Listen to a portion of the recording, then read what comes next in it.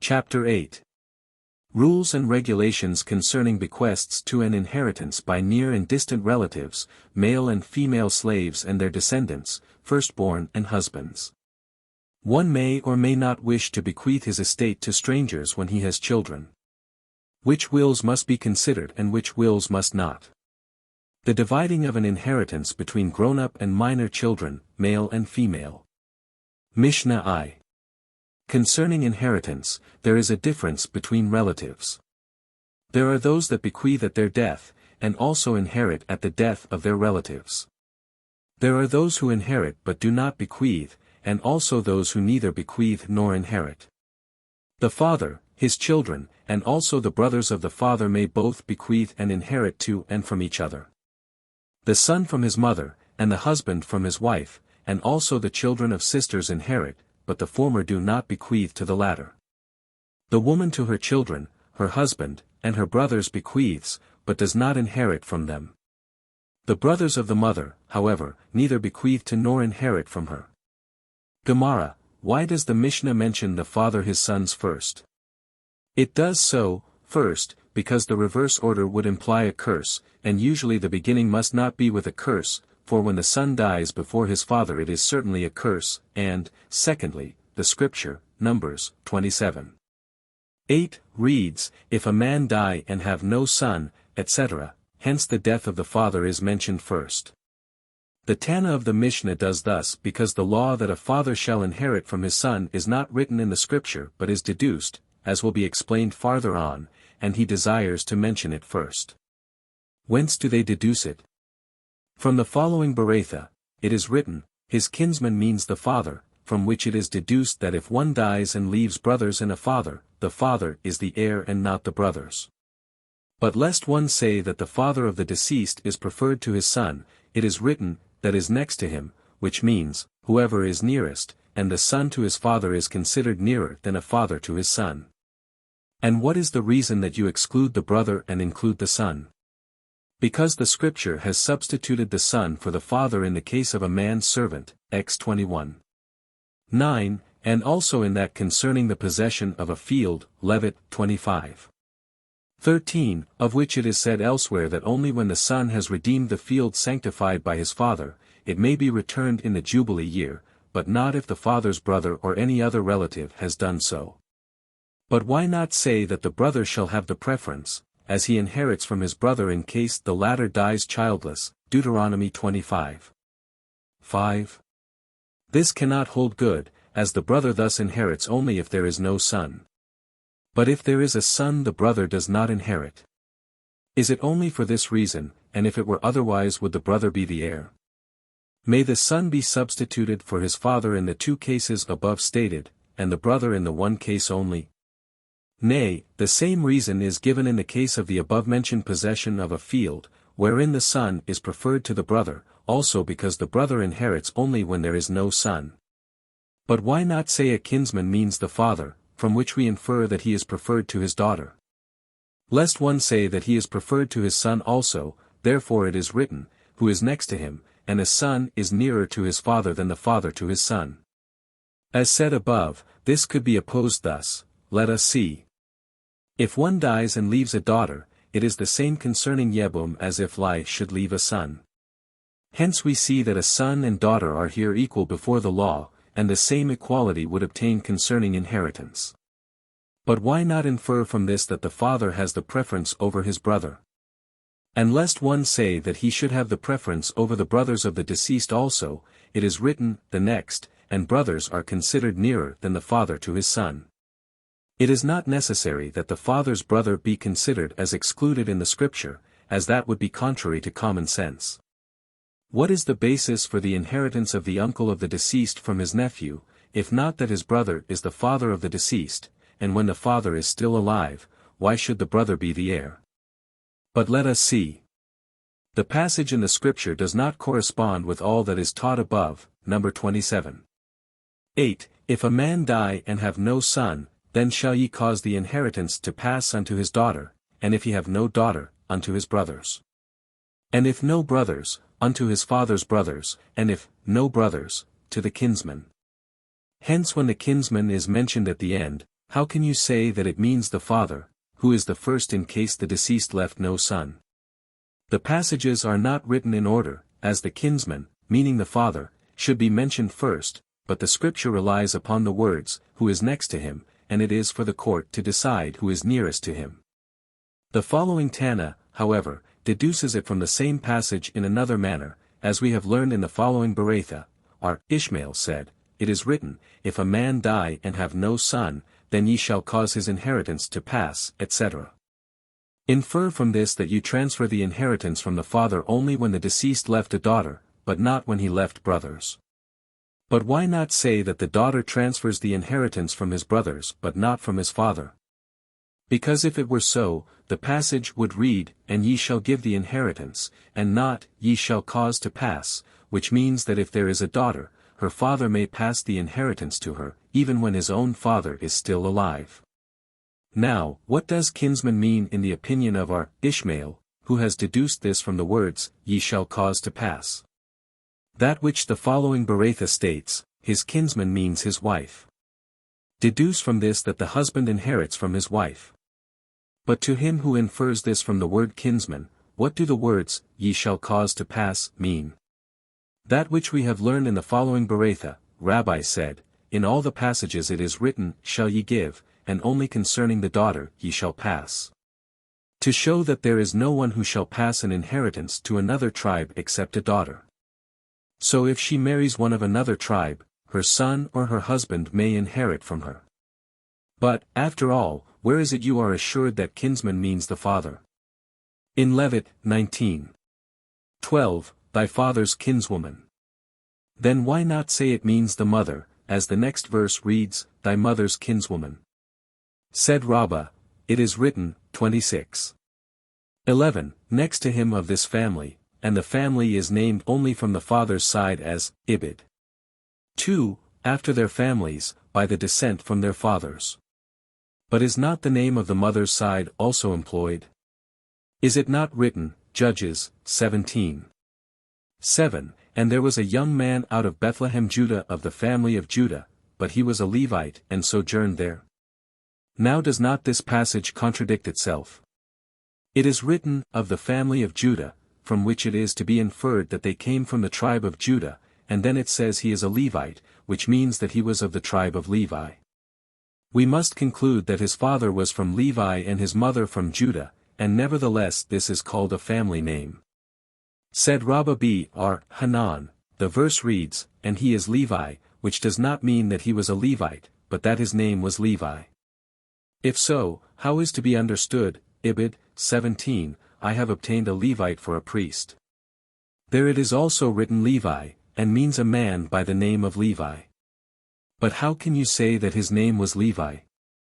Was not his name Jonathan, as it is written, Ibid. 18:30, "And Jonathan the son of Gershom were priests," etc. And he answered, "Even according to your theory, was he then the son of Menashe? He was the son of Moses, as it is written, Ikron, 23:15, "The sons of Moses were Gershom and Eleazar." It is written Menashe, because he acted like Menashe, who was an idolater, and therefore the phrase, "of Judah," is employed because Menashe came from Judah. Johanan in the name of Simeon B. Johai said, "From this is to be inferred that we confer a corrupt name on a corrupt man." Jose B. Hanina, however, said that this may be inferred from the following, 1 Kings, 6, "And his mother had after Absalom." But was not Adoniah the son of Chagith, and Absalom the son of Maachah? We must say that. Because he acted like Absalom, who also rebelled against the kingdom, the verse conjoined him with Absalom. Eleazar said, "We see that when Moses married the daughter of Jethro, Jonathan was the outcome, and when Aaron married the daughter of Amminadab the outcome was Pinchos. But was not Pinchos also a descendant of Jethro, as it is written, X 6. 251, "Eleazar took of the daughters of Putiel for wife and she bore unto him Phinehas, and it is said elsewhere that Jethro and Putiel are identical. Nay, this Putiel is Joseph, as it is also said elsewhere that Joseph and Putiel are identical. 71 But is it not said elsewhere that the tribes chided Phinehas, saying, See the descendant of Pudi, whose grandfather had fattened calves for idols, shall he dare to kill a prince of the tribe of Israel? Both names are applicable. For if his mother's father was a descendant of Joseph, his mother's mother was a descendant of Jethro or vice versa, and the word Pudiel instead of Pudi may mean both. Rabbah said, if one is about to marry, it is advisable for him to investigate the character of the bride's brothers, as it is written, Ibid. 23, the sister of Nachshon. To what purpose is it written the sister of Nachshon? Is it not evident that she was the sister of Amminadab? Hence this is an intimation to one about to marry to investigate the brothers of his prospective bride. There is also a Beratha to the effect that the majority of children resemble the brothers of their mother. It is written, Judges, 18. 3, Who brought thee hither? Hallam, which means, Are you not a descendant of Moses? Of whom it is written, X 3. 5, Hither, Hallam, and Thou shalt be a priest to the idol. And he answered, I have a tradition from the house of my grandfather that it is better for one to hire himself to Abhadazara, idolatry, than to rely upon people that shall support him. Says the Gemara. He has misunderstood it. Abhadazara means idolatry. Literally, however, it is a strange service, and it is as Rab said to Kahana, if you are in need, fleece a carcass in the middle of the market and do not say you are a great man, and it is not fit for you. David saw that he was fond of money and appointed him treasurer for the government, as it is written, Ikron, 26. 24, Shebuel the son of Gershom, the son of Moses, superintendent of the treasuries. Was then his name Shebuel? Was it not Jonathan? Said Johanan, Shebuel is composed of two words, Shebu, which means, repented, and El means, God, and Shebuel means that he repented to God with all his heart. His children inherit. Whence is this deduced? It is written, Numbers, 27. 8, If a man die, and have no son, etc. We see the case is one wherein he has no son, but if he has one, that one has the preference. Said Papa to Abai, but perhaps it means that if there is a son only, he shall inherit, and if there is a daughter only, she shall inherit, but if there were a son and a daughter neither of them should inherit. Said he, Who then shall inherit the mayor of the city? I mean to say that neither of them shall inherit all, but each take an equal share. Said Abai to him, Was it then necessary for the scripture to state that if there were only one son he may inherit all the estates of his father? Answered he, Papa, I mean to say that the verse perhaps came to teach that a daughter may also be an inheritor. And he, Abai, answered, This is already written, Ibid. 36.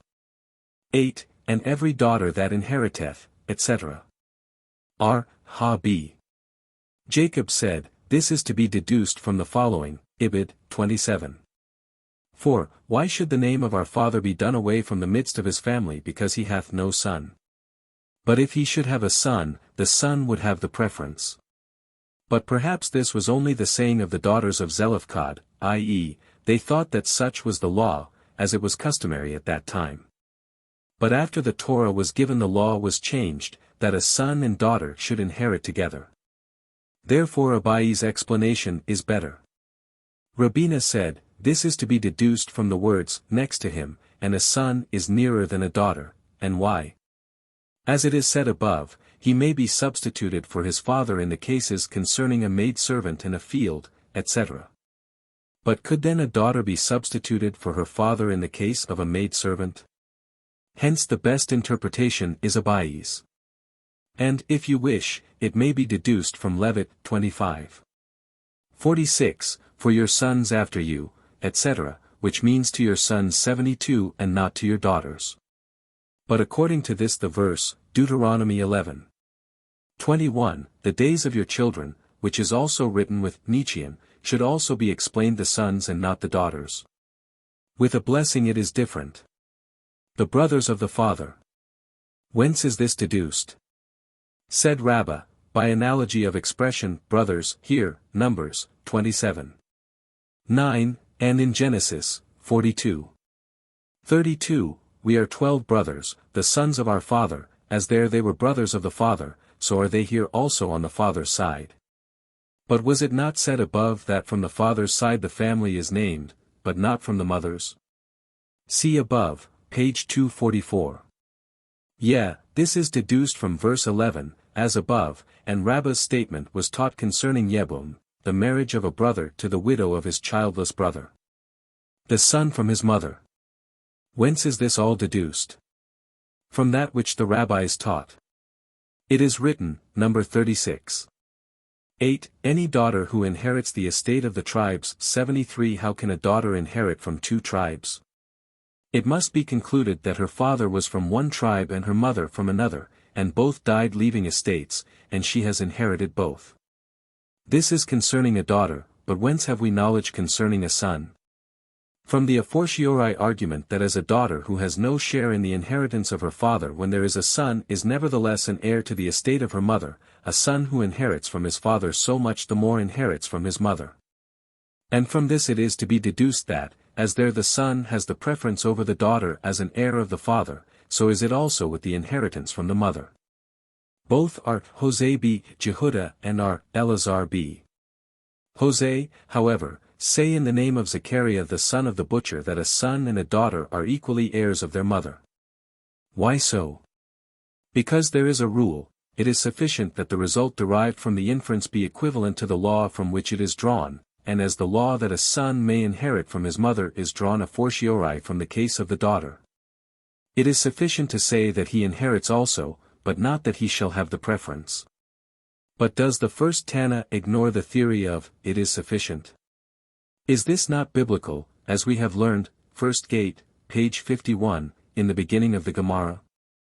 In all other cases he uses the theory. Here, however, it is different, because of the reading, from the tribes. We see then that the tribe of the mother is equal to the tribe of the father, and as concerning the fathers the son has the preference, so also is it concerning the mothers. Nithai was about to act in accordance with Zechariah, and Samuel said to him, ignore Zechariah, as the halakha does not prevail with him. Our Tabla had acted in accordance with our Zechariah, and our Naaman asked him what he had done. And the answer was that he had done so because our Hinabi Shlemiah said in the name of Rab that the halakha prevails with our Zechariah the son of the butcher, and our Naaman told him, go and retract from your statement, and undo what you have done, and if you will not listen, I will put out our Hina from your ears, I will place you under the ban. Our Hunabi Haya was also about to act in accordance with our Zechariah, and our Naaman said, what are you doing? And he answered, I do so because our Huna said in the name of Rab that the halakha prevails with our Zechariah. Said our Naaman, I will send immediately a message to our Huna asking him if he said so. And Hunabi Haya became ashamed. Said our Naaman to him, if our Huna were dead, you would rebel against me and act accordingly. But in accordance with whose was our Naaman's opinion? With both Rabbah's and Samuel's decision that the halakha does not prevail with our Zechariah. Our Janae leaned upon the shoulders of our Simli his servant, when he walked on the street, and it happened that our Jehudah the second was coming in an opposite direction, and our Simli said to him, the man who is coming in an opposite direction is a respectable one, and he is also nicely dressed. When they came together, our Janae fumbled about our Jehudah's dress 74 and said, is this what you call nicely dressed? It seems to me like a sack. Jehudah the second questioned him, whence 75 is it deduced that a son has the preference over a daughter in the estate of their mother? And he answered, because it is written tribes, and the verse compares the tribe of the mother with the tribe of the father. As in the former case the son has the preference, so is it in the latter. Said Jehudah, if so, why not say that as in the father's case the firstborn takes a double share, so should it be in the mother's? Said our Janae to his servant, take me away from him, this man does not want to learn. And what was the reason? Said Abai, it is written, Deuteronomy 21. 17, of all that is found in his possession, not in her possession. But why not say that this is so when a single man has married a widow who has children from the first husband, but if a single man has married a virgin, the firstborn shall take a double share. Said Naman b. Itzhak, the same verse cited reads, For he is the beginning of his strength, his but not her. Is this verse not necessary to include a firstborn who came after a miscarriage, that he is entitled to a double share, although he is not considered as such to be redeemed? Because it should be read, he is the first of strength, and from the addition his both inferences are drawn. But still it may be said in case a widower married a virgin, but if a bachelor married a virgin then the firstborn is entitled to a double share also from his mother. Therefore said Rabbah, the verse ends, To him belongeth the right of first birth. Which means to him a male, but not to a female. And the husband from his wife. Whence is this deduced? From that which the rabbis taught. It is written, Numbers 27, his kinsman and his wife is meant. Infer from this that the husband inherits from his wife, but lest one say that she inherits from him also, it is written, Ibid, and he shall inherit from her. Outho means he inherits from her, but not she from him. But the verses are not written in that order, you say. Said Abai, read thus, Then shall ye give his inheritance to his next kinsman and he shall inherit from her. Said Rabbah to him, It seems to me that you have a keen knife to cut the verses. Therefore, said he, the verse means he shall give the inheritance from his kinsman to him, as he holds that the sages have a right to subtract, to add, and to interpret. I.e. It is written naklasu, literally, his inheritance, with a vav at the end, lashuru, literally, to his kinsman, with a lamd at the beginning. Subtract the lamd from lashuru and the vav from naklasu. Put these two letters together and they will read lu, literally, to him, and then the verse will read thus, Ye shall give the inheritance of his kinsman to him. The following Tana, however, infers this from the same verse in another way, as we have learned in the following Beretha, it is written, And he shall inherit from her. Infer from this that the husband inherits from his wife. So said Akiba. Ishmael, however, said, It is not necessary to cut the verses, he does not hold the theory of subtracting, adding, etc., as there are other verses, Ibid, 36.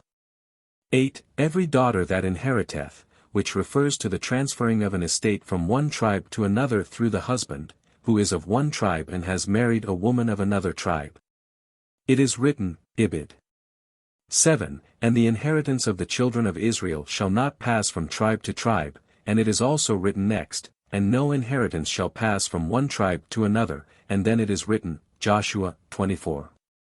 33. And Eleazar the son of Aaron died and they buried him in the hill of Pinchas his son. Where then had Pinchas a hill which Eleazar did not possess? We must then conclude that Pinchas married a woman who owned a hill, she died and he inherited it. And it is also written, 1 Chronicles 2. 22, And Segub begot Jair, who had 23 cities in the land of Gilad. And wherefrom did Jair obtain that which his father, Segub, did not possess, if not by inheritance from his wife? But to what purpose did Ishmael cite all the above verses? Lest one might say that the first cited verse does not speak of transferring an estate through the husband, but through her son, and the husband does not inherit. Therefore is the other verse cited, And the inheritance of the children of Israel shall not pass, etc. But lest one say that this verse is written to make the one who transgresses answerable under a positive and a negative commandment, but still through the son and not the husband, therefore is the third verse cited. But lest one say that this verse is also written for the purpose of making the transgressor answerable under 2 negative and 1 positive commandments, therefore is the fourth verse cited. And lest one say that Eleazar's wife owned a hill and Pinchas inherited it from her, therefore is the fifth verse cited. And lest one say that the same was the case with Segub and Jair, then why 2 verses which contain the same case? Said Papa to Abai, but what does this support? It may be said that the husband does not inherit, and all the above cited verses state that it was through the son, and did both Jair and Pinchas by the estate in question. And Abai answered, you cannot say that Pinchas bought the estate, as if this had been so the property would have been returned to the seller in the Jubilee year, and then the upright Eleazar would have been buried in ground not his own. But perhaps the hill in question was transferred to Pinchas from estates set apart for the priests. Num. 18. 14, said Abai to him, if we were to agree with your theory, the estate would be still transferred from one tribe to another. Is it not explained above that verse 8 refers to a woman who has inherited from both father and mother, who were of two different tribes? Why, then, if she should marry one belonging to the tribe of her father, would the estate of her mother be transferred to another tribe? And R. Papa said, this is no objection, as the case may be different, and perhaps the estate of her mother was already transferred. Rejoined Abai, such a supposition cannot be taken into consideration. As one would not say that because a part had already been transferred, the other part should now be transferred. Furthermore, the transfer was according to the law, as when a woman has married one of another tribe, her brother being still alive, she then possessed no heritage, but received it after she was already married. Afterward her daughter, who has inherited her mother's estate, if she should marry even one belonging to her father's tribe, her son would inherit from her the estate which had belonged to another tribe. Said R. Jaiman to R. Ashi, even in accordance with Abai, who holds that the husband does inherit, it is correct.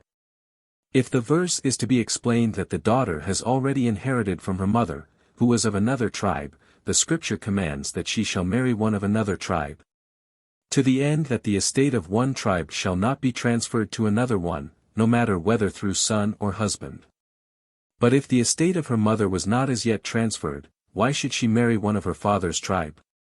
The estate of her mother, which belongs to her, if her husband inherits from her, would be transferred to him. Hence the estate of one tribe would be transferred to another. The answer was that she might marry a man whose father was of the tribe of her father, and his mother of the tribe of her mother, and in such a case the estate of her father remains within the tribe of her father. And the estate of her mother remains also with the man whose mother is of the same tribe. But if so, should not the verse read, to one who is of the family of her father's and mother's tribe? If the verse should so read, one might say that even if her husband's father were of her mother's tribe, and his mother was of her father's tribe, this would not be in accordance with the law. As the estate of her father would be transferred to her husband, who is of another tribe. There is a Beretha that through the son the estate is transferred, namely, the 7th verse reads, the inheritance of the children of Israel shall not pass, etc., which refers to the son. But perhaps it refers to the husband. This could not be, as verse 9 reads, as no inheritance shall pass from one tribe to another, which refers to the husband, hence verse 7 refers to the son. There is another Beretha, verse 9 refers to the husband, but perhaps it refers to the son. This cannot be, as verse 7 has already referred to the son. We see, then, that both Berethas hold that verse 9 refers to the husband. Where is this taken from? Simon in the name of Rabbi B. R. Sheila said, from the expression, ish, in verse 8, which means husband. But is not the same expression in verses 7 and 9? Said R. Naaman B. Itzhak, from the expression, idbako, adhere. But also this expression is in 7 and 9.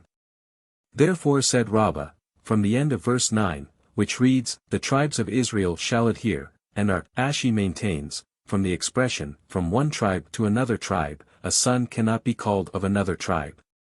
R. Abulhu in the name of R. Johanan, who spoke in the name of R. Janai, who heard it from Rabbi, quoting R. Joshua b. Karha, said, whence is it deduced that the husband does not inherit the estate to which his wife during her life is only heir apparent, e.g. his wife is an only daughter and she dies before her father, leaving a child, and thereafter her father dies, and her child but not her husband inherits. From 1 Chronicles 2:22, Segub begot Jair, who had 23 cities. Whence did Jair obtain these, which his father did not possess? Infer from this that Segub had married a wife who had 23 cities, and she died while her nearest heirs yet lived. Thereafter her nearest heirs also died, and Jair, her son, not Segub, her husband, was her heir. And the same is the case with Eleazar, who married a woman who possessed a hill, and she died while her nearest heirs were still alive, and thereafter the nearest heirs also died and Pinchas inherits from her. How are we assured that Eleazar's wife brought him the hill? Perhaps Pinchas' wife possessed it. By the words, his son, in Joshua 24:33, which are superfluous, as every one knows that Pinchas was his son, meaning his son who was the proper heir. And also the children of sisters. There is a Beratha, sons but not daughters of sisters. How is this to be understood? Said R. Sheshith, it means that if there were sons and daughters, the sons would have the preference. As R. Samuel 1. R. Itzhak taught in the presence of R. Hunah, it is written, Num. 27:11, and he shall inherit it, which means that the second inheritance shall be equal to the first, as in the first the son has the preference, so it shall be with the second. Rabbi Hanina taught in the presence of R. Naaman, it is written, Deuteronomy 21:16, then shall it be, in the day 76, when he divideth an inheritance, which means in the daytime he may divide an inheritance but not in the nighttime. Said Abai to him, do you mean to say that only from him who dies in the daytime his children may inherit, but otherwise they cannot? Perhaps you mean to say that judges must not discuss a case of a will, at night, as we have learned in the following Beratha, it is written, Num. 27:11, a statute of justice, which means that the whole section which treats of inheritance is a statute of justice, which must be discussed in the daytime only and by no less than 3 judges. It is as R. Jehudah said elsewhere, if 3 persons visited a sick man and he made verbally his last will before them, they might, if they wished, write it down, and, further, they might execute it. If, however, there were only 2, they might write down his will, as witnesses, but could not execute it. And to this Arhista added that so it is as to the daytime only, but if it were at night, even if there are 3, they may write down the will, but not execute it. Because they are considered witnesses only, and a witness cannot qualify as an executor. And Rabbah answered him, yeah, this is what I meant to say. It is taught, in the case of a gift with the ceremony of a siderium by any person, whether healthy or sick, what time may be given him to retract. Rabbah said, as long as they are sitting at that place where the ceremony was performed and are. Joseph said, as long as they are discussing this matter said are. Joseph also, it seems to me that I am right in my decision, as are. Jehudah said that 3 who are visiting a sick person may, if they like, write down his will and execute it. Now, if you say he may retract as long as they are sitting there, though they do not discuss the matter, how can they execute the will but in the doubt that while they are doing so he may retract? Said R. Ashi, I have maintained before R. Kahana, even in accordance with R. Joseph's theory, that it is to be feared that even while they are discussing this matter he will retract. How then can they execute the will? Say, then, that they have ceased to discuss this matter and are discussing another one. The same can be said here, that they arose after hearing his will, and again took their seats. The halakha, however, prevails in accordance with R. Joseph concerning the field mentioned above, page 38, concerning this case, and concerning the case of a half, when the sick man says, I bequeath my estate to you and your son, upon which, according to R. Joseph, the estate may be divided equally, which matter will be explained in chapter 9. The woman to her children. To what purpose is this repeated? Does not the first part read, the son from his mother, etc.? It comes to teach us that the case of the woman to her children is equivalent to that of the woman to her husband. As the husband does not inherit in the place of his wife that which she would have inherited had she lived, as illustrated in the case of the woman who predeceases her father, so also the son inherits his mother's share. But his brothers, of the one father, do not inherit from him if he dies. 77 R. Johanan in the name of R. Jehudah b. R. Simeon said, biblically a father inherits from his son, and a mother also inherits from her son, as it is written, tribes, from which is deduced the tribe of the mother as well as the tribe of the father. As concerning the tribe of the father inherits from his son, the same is the case with the mother. R. Johanan, however, opposed R. Jehuda, from our Mishnah, which states that a woman to her son, her husband, and the brothers of the mother may bequeath but not inherit. R. Jehuda answered, I am not aware who taught our Mishnah. But let him say that our Mishnah is in accordance with our Zechariah, who does not care to explain the word tribes as a comparison. Our Mishnah cannot be explained in accordance with our Zechariah, as it states, and the children of sisters, and a Beretha adds that the sons but not the daughters are meant, which was explained by our Shesheth as meaning that the sons have the preference, and according to our Zechariah, sons and daughters are equal heirs of their mother. But how is to be explained the teaching of the Tana of our Mishnah? If he holds that the word tribes is to be taken as a comparison of one tribe to another, why should not a woman inherit from her son, and if he does not, whence does he derive his theory that a son has the preference in the estate of his mother?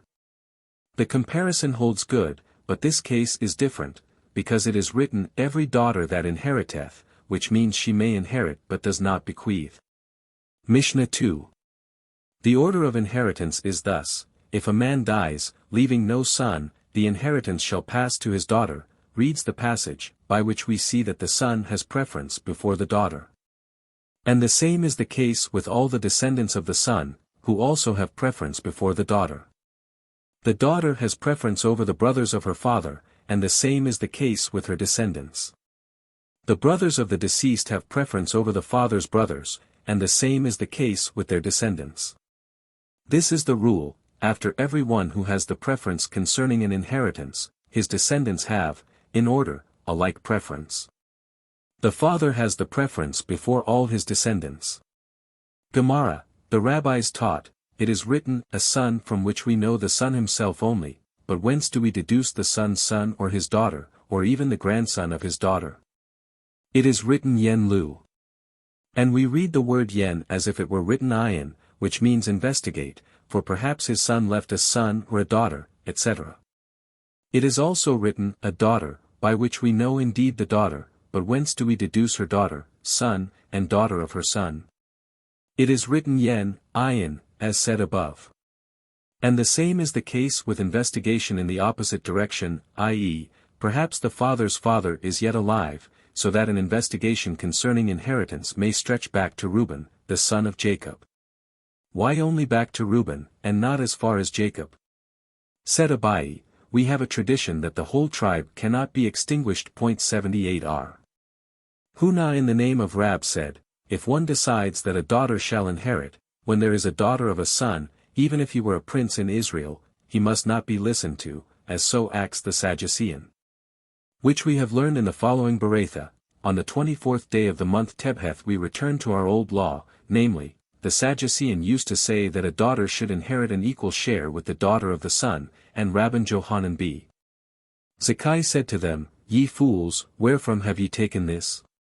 And none was there to answer him, except an old man who talked, childishly, against him thus: Is this not an a fortiori conclusion? The daughter of his son who comes upon the strength of her deceased father, the son of the bequeather inherits. So much the more the daughter who comes upon the strength of the bequeather himself should take a share in the inheritance. R. Johanan then read before him, Gen 36.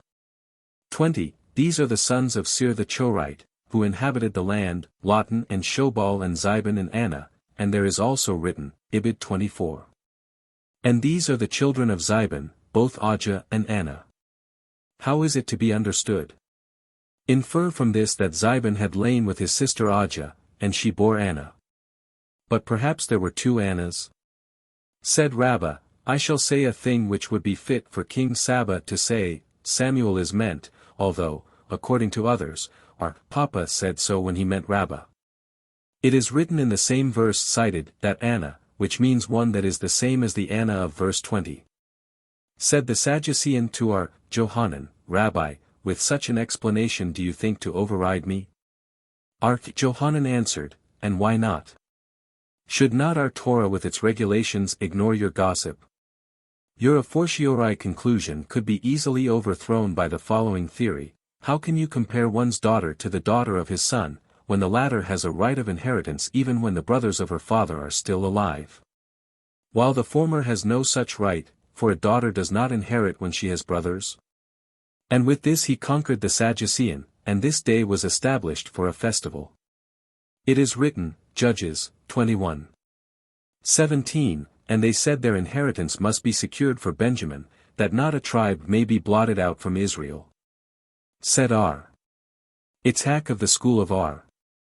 Ami, infer from this that at that time a stipulation was made that as long as the tribe of Benjamin should continue, the daughter of a son should not inherit her share with existing brothers, in order that, through her marriage to a man of another tribe, she might not divert the estate from the tribe of her father. R. Johanan in the name of R. Simeon b. Johai said, He who leaves no son to succeed him is unloved of heaven, as it is written, Psalms, LV 20, those who leave 79 no changes fear no God. R. Johanan and R. Joshua b. Levi differ. According to one a son is meant, and according to the other a disciple. From the fact that R. Joshua b. Levi did not go to a funeral unless the deceased was childless, because it is written, Jeremiah, 22:10, Weep sorely for him that goeth away, which are Jehudah in the name of Rab interpreted as meaning, he who passeth away without a son. It must be concluded that R. Joshua b. Levi was the one who said, a disciple. R. Pinchas b. Halma lectured, it is written, 1 Kings, 11:21, And when Hadad heard in Egypt that David slept with his father and that Joab the captain of the army was dead. Why concerning David is it written, slept, and concerning Joab, dead? Because David left a son, and Joab did not. But is it not written, Ezra, 8:9, from the children of Joab, Obadiah b. Jechiel? Therefore, as slept is the word employed for David, we must conclude that he left a son like himself, which was not the case with Joab. Wherefore in his case the term dead is used. And he also said, Poverty in the house of one is harder than 50 plagues, as it is written, Job, 19:21, Spare me, O ye my friends. For the hand of God hath touched me. And he was answered, Ibid 36:21, Thou hast chosen this instead of poverty. 80 The same said again, If one has a sick person in his house, he shall go to a wise man and request him to pray for the sick one, as it is writ 10, Kerovi 16:14, The fury of a king is like the messengers of death, but a wise man will appease it.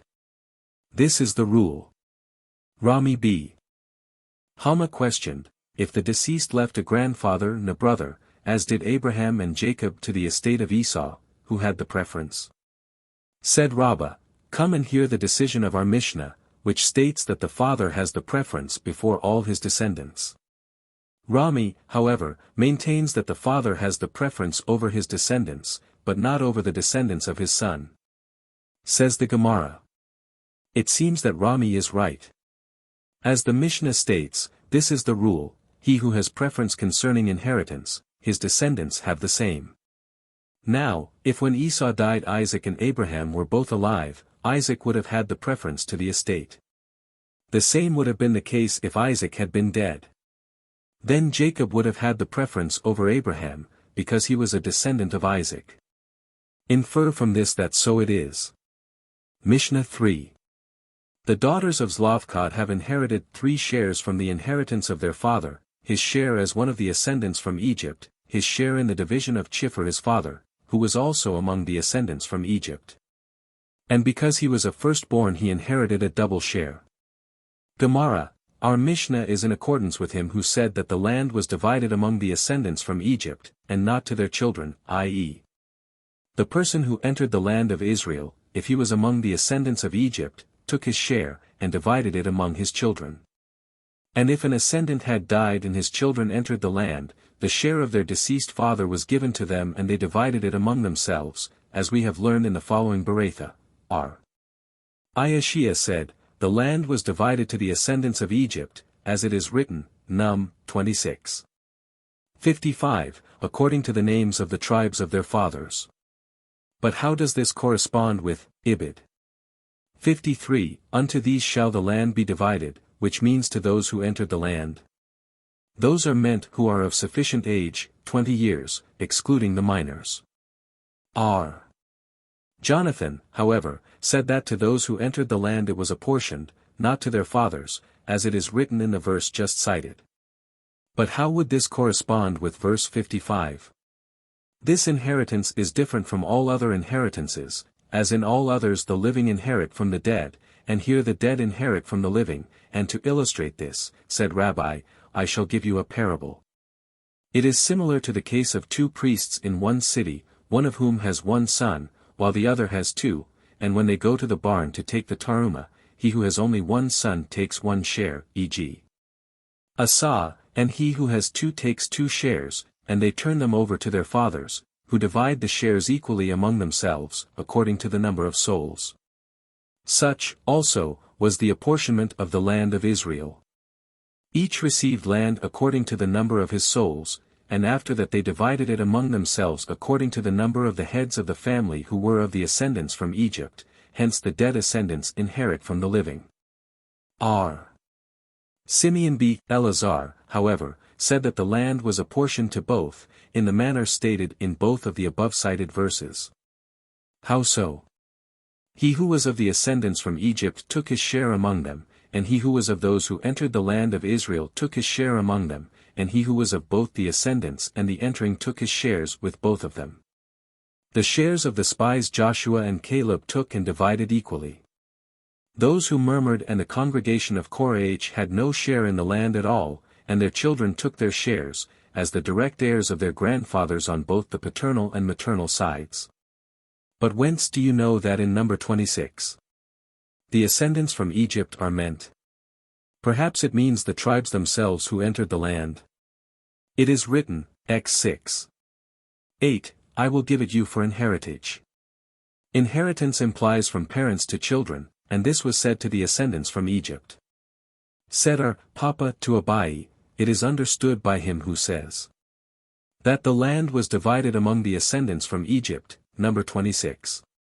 54, to the large tribe shalt thou give the more inheritance, and to the small shalt thou give the less inheritance, etc. But to him who says, to those who enter the land, what does this verse mean? This objection remains. R. Papa said again to the same, to him who said that the land was divided to the ascendants it is to be understood why the daughters of Zlofkad sued for their father's share. But according to him who says, to those who entered the land, for what did they sue? There was no share for them, as Zlofkad was dead and he had no share. They sued that the share of their deceased father might be given to their grandfather Chiffer, and that they might take their shares in succession. He said again. It is comprehended by him who says, the ascendants, etc. Why the children of Joseph cried, Joshua, 17. 14, Why hast thou given me but one lot and one portion of inheritance? But to him who says, to those who entered, why did they cry each of them took his share? They cried concerning the minor children, which were numerous. Said Abai, from all this is to be inferred that all who entered the land of Israel had a share, and if not, they protested. And lest one say that he whose protest had effect is written, and he whose protest had no effect is not written, then the protest of the children of Joseph was of no effect and nevertheless written down. This is beside the purpose of the verse, which is aimed to convey good advice to mankind, in effect, that one shall take care not to be afflicted by a covetous eye. And this is what Joshua said to the children of Joseph, Ibid. 15, If thou art a numerous people, then get thee up to the wood country, which means, go and hide thyself in the forest, that no covetous eye may afflict thee. And they answered, We are the descendants of Joseph, whom a covetous eye cannot afflict. As it is written, etc., see Middle Gate, page 213. The text says that the shares of the spies Joshua and Caleb inherited. Whence is this deduced? Said Ulla, it is written, Numbers, 14. 38, But Joshua the son of Nun and Caleb remained alive. What is meant by, remained alive? Shall we assume it is meant literally? To this there is another verse, Ibid 26. 65, save Caleb and Joshua. We must then conclude that the first cited verse means that they lived with their shares. Farther on they murmured, and the congregation of Korah had no share. But did not a Bereitha state that the shares of the spies, the murmurers, and the congregation of Korah, Joshua and Caleb inherited? This presents no difficulty. The Tana of our Bereitha compares the murmuring to the spies, while the other master does not, as we have learned in the following Bereitha. It is written, Ibid 27. 3. Our father died in the wilderness. Zlofkod is meant. But he was not of the company, means, the spies, of those who gathered themselves, means, the murmurers in the company of Korah, literally. Hence one compares the murmurers to the spies, and one does not. Said R. Papa to Abai, and to him who does not so compare them, did then Joshua and Caleb inherit almost the whole land of Israel, as the murmuring ones were very numerous? And he answered, he means to say the murmurers who were among the company of Korah. 81. As a firstborn he inherited a double share. But why?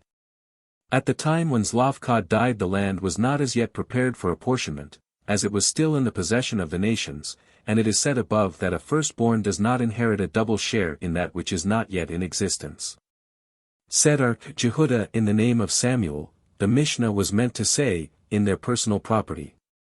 Rabbah opposes Jehudah's statement that the daughters of Zlofkod took 4 shares, as it is written, Joshua 17. 5, 10 portions of Manasseh. Therefore said Rabbah, the land of Israel was considered prepared for division, since the Lord himself promised to give it as an inheritance to Israel.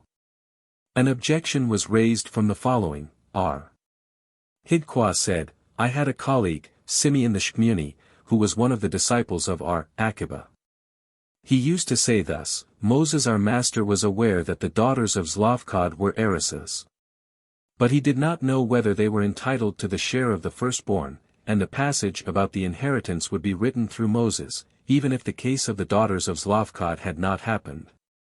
But they were favored by heaven that this passage should be written through them. The same was the case with the wood-gatherer. Moses our master was aware that for the crime he committed there is a capital punishment, but he did not know by which of them he should be executed. And the passage would have been written through Moses, even if the case of the wood-gatherer had not happened. But as he was guilty, it was written through him.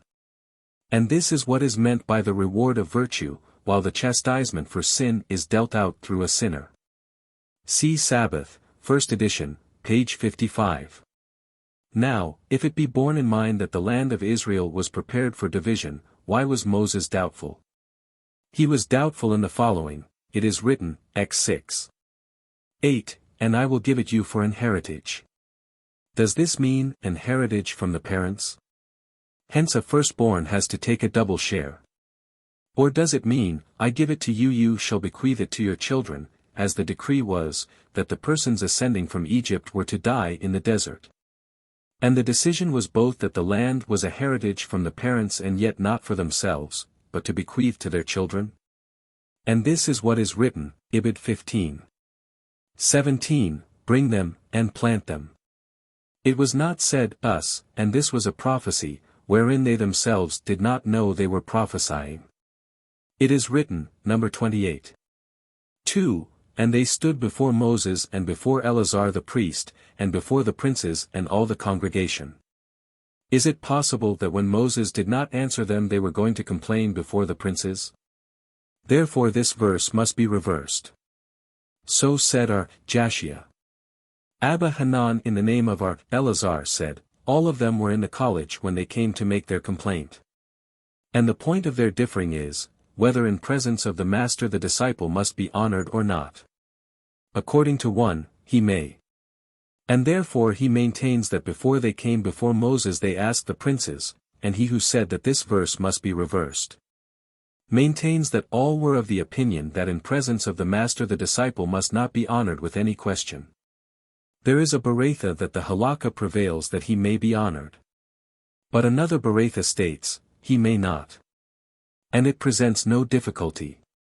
In case the master himself honors the disciple, it may be done, and in case he does not, it may not. There is a beretha that the daughters of Zlavkad were wise, understood lecturing, and were also upright. They were wise, as their protest was to the point. As are Samuel B. R. Itzhak said, at the time when Moses our master was sitting and lecturing about the law of Yebum, Deuteronomy 25:57, if brothers dwell together, they said to him, if we are considered as a son, then let us inherit. And if we are not considered at all, then let our uncle marry our mother. And therefore, number 27:5, and Moses brought the cause before the Lord. They understood lecturing, as they said, if he should have a son, we would not say a word. But there is a beretha that they said, if there should be a daughter. How is this to be understood? Said our Jeremiah, ignore the beretha. Abai, however, said, it is not necessary to ignore it. As they said, if there should be a daughter from a son, we would not say a word. They were upright, in that they each only married him who was respectable and fit for them. R. Eliezer B. Jacob taught, even the youngest of them was not less than 40 years of age when she married. Is that so? Did not our Hista say, if a woman marries at less than 20 years of age she bears children until 60. After 20 she bears until 40. But when she marries after 40, she does not then bear children. Because they were upright, a miracle happened to them, as to Jochebed, the mother of Moses. As it is written, X 2:1, and there went a man of the house of Levi, and took a daughter of Levi. Is it possible that a woman of 130 years of age should be named daughter? As our Hama B. Hanina said, this meant Jochebed, whose mother was pregnant while on the road to Egypt, and she was born before the walls, when they arrived in Egypt. As it is written, number 26:59, Jochebed the daughter of Levi, whom, her mother, bore to Levi in Egypt. And why is she named daughter? Said Jehudah b. Zabida, infer from this that signs of youth returned to her. The wrinkles disappeared, the complexion became improved, and her beauty returned to her. But why is it written, he took? It ought to read, he remarried. Said Jehudah b. Zabida, learn from this that he did with her as if he were marrying for the first time, he placed her under a canopy. Aaron and Miriam sang before her and the angels said, the mother of the children shall rejoice. Farther on the scripture mentions the daughters of Zlavkad according to their age, and here according to their wisdom. 82, and this is a support to our Ami, who said, in the college the most scholarly has preference to age. At a banquet, however, age is considered. Said Ashi, even in college, only he who excels in wisdom. And also concerning a banquet, only he who is of advanced age is considered, but if one has little wisdom and little more age than the others it does not matter. In the school of Ishmael it was taught, all the daughters of Zlavkad were equal in wisdom, and that they are mentioned in the scripture differently means nothing. Jehudah in the name of Samuel said, it was permitted to them to marry anyone of any tribe, as it is written, number 36:6, to those who are pleasing in their eyes may they become wives. But what is to be said of that which is written farther on, only to the family of their tribe, etc.? This is to be considered as a good advice that they should marry respectable men only who were fit for them, and not as a positive commandment. Rabbah objected, it is written, Leviticus 22:3, say unto them in your generations. How is this to be understood? Say unto them, who were at the mountain of Sinai. And to your generations means that the same law shall apply to all their generations. But why should it be mentioned, the parents and their children? Because there were some commandments for the parents only, and some applying to children only. And what are the commandments to parents only? The law, number 36:8, and every daughter that inheriteth any possession, etc. And what are the commandments to the children? Many, as e.g., heave offering, tithe, and all others imposed upon the land of Israel. We see, then, that the cited verse 8 prohibited marriage to other tribes at that time only. Rabbah himself answered his objection: the daughters of Zlofkod were not included in the commandments to the parents. The master says, the commandments belong to the fathers, but not to the sons. But whence is this deduced? From Ibid. Verse 6, this is the thing, which means, this thing shall be customary only in their generation. So said Rabbah. Said Rabbah the minor, Zudi, to our Ashi, according to this, should Leviticus 17. 3, in which the same expression is used, also be, for their generation only? And he answered, there it is different, as verse 7 reads plainly, a statute forever shall this be unto them throughout their generations. There is a Mishnah in Tract Tanith, page 80, never were any more joyous festivals in Israel than the 15th of Ab and the Day of Atonement, etc. Why is the 15th of Ab a festival? Said R. Jehudah, in the name of Samuel, in their days the tribes were allowed to intermarry. Here is repeated from Tanith, pages 91, 92, q. v. The rabbis taught, there were 7 men who encompassed the whole world since its creation until now, namely, Methushelach has seen Adam the first, Shem has seen Methushelach, Jacob has seen Shem, Amram has seen Jacob. Achiah the Shiloni has seen Amram. Elijah the prophet has seen Achiah, and the latter, Elijah, is still alive. But how can you say Achiah had seen Amram? Is it not written, number 26? 65, there was not left of them one man save Caleb and Joshua? Said R. Hamnunah, the tribe of Levi was excluded from the decree that all should die in the desert. As it is written, Ibid, 14. 29, in this wilderness shall your carcasses fall, and all that were numbered of you, according to your whole number from 20 years, etc., excluding the tribe of Levi, of which the number was from 30 years. But did not the same happen to other tribes? Is there not a Beratha that Jair and Machir, the sons of Manasseh, were born in the time of Jacob, and did not die until after the entering into the land of Israel? Said our Ahab. Jacob, in that decree, they who were less than 20, and more than 60 years old, were not included. 83. The schoolmen propounded a question: how was the land of Israel divided? Was it divided into 12 parts for 12 tribes, and for each tribe as a whole, or was it divided severally? Come and hear. Number 26. 56, according as they are, many or few, hence it was divided among the tribes and not severally. And there is also a Beratha, in the future the land of Israel will be divided among 13 tribes, while in the past it was divided only among 12, and it was also divided by money. The explanation will be given farther on. And it was also divided only by lot and by the Urim v-Tumim, as it is written, Ibid, 56, by the decision of the lot. How so? Eleazar was attired in the Urim v-Tumim. Joshua and all Israel were standing by, and an urn containing the names of the tribes, and another, and the names of the boundaries of the land, were placed there. And Eleazar, influenced by the divine spirit, would say thus, Zebulun will now come out from the urn, and with him, the boundary of Aku. And then one of the tribe of Zebulun would put his hand into the urn and draw the name of his tribe, and then put his hand into another urn and draw Aku. And then again Eleazar, influenced by the divine spirit, would say, now Naphtali will come, and with him the boundary Genusar. And so it was with each tribe. However, the division in the world to come will not be equal to the division of land in this world, as in this world, usually, the lot of one is a field of grain, and of another, one of fruits. But in the world to come, every one will have a share in the mountains, valleys, and plains. As it is written, Ezek 48.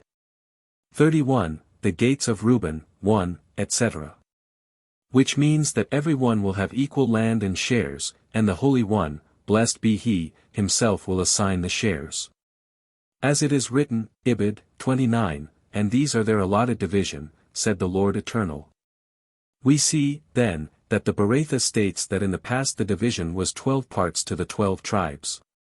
Hence it was divided among the tribes and not severally. Infer from this that so it is. The Master said, the land of Israel will be divided among 13 tribes. Who will be the 13th? Said Hista, the prince of Israel will be the 13th.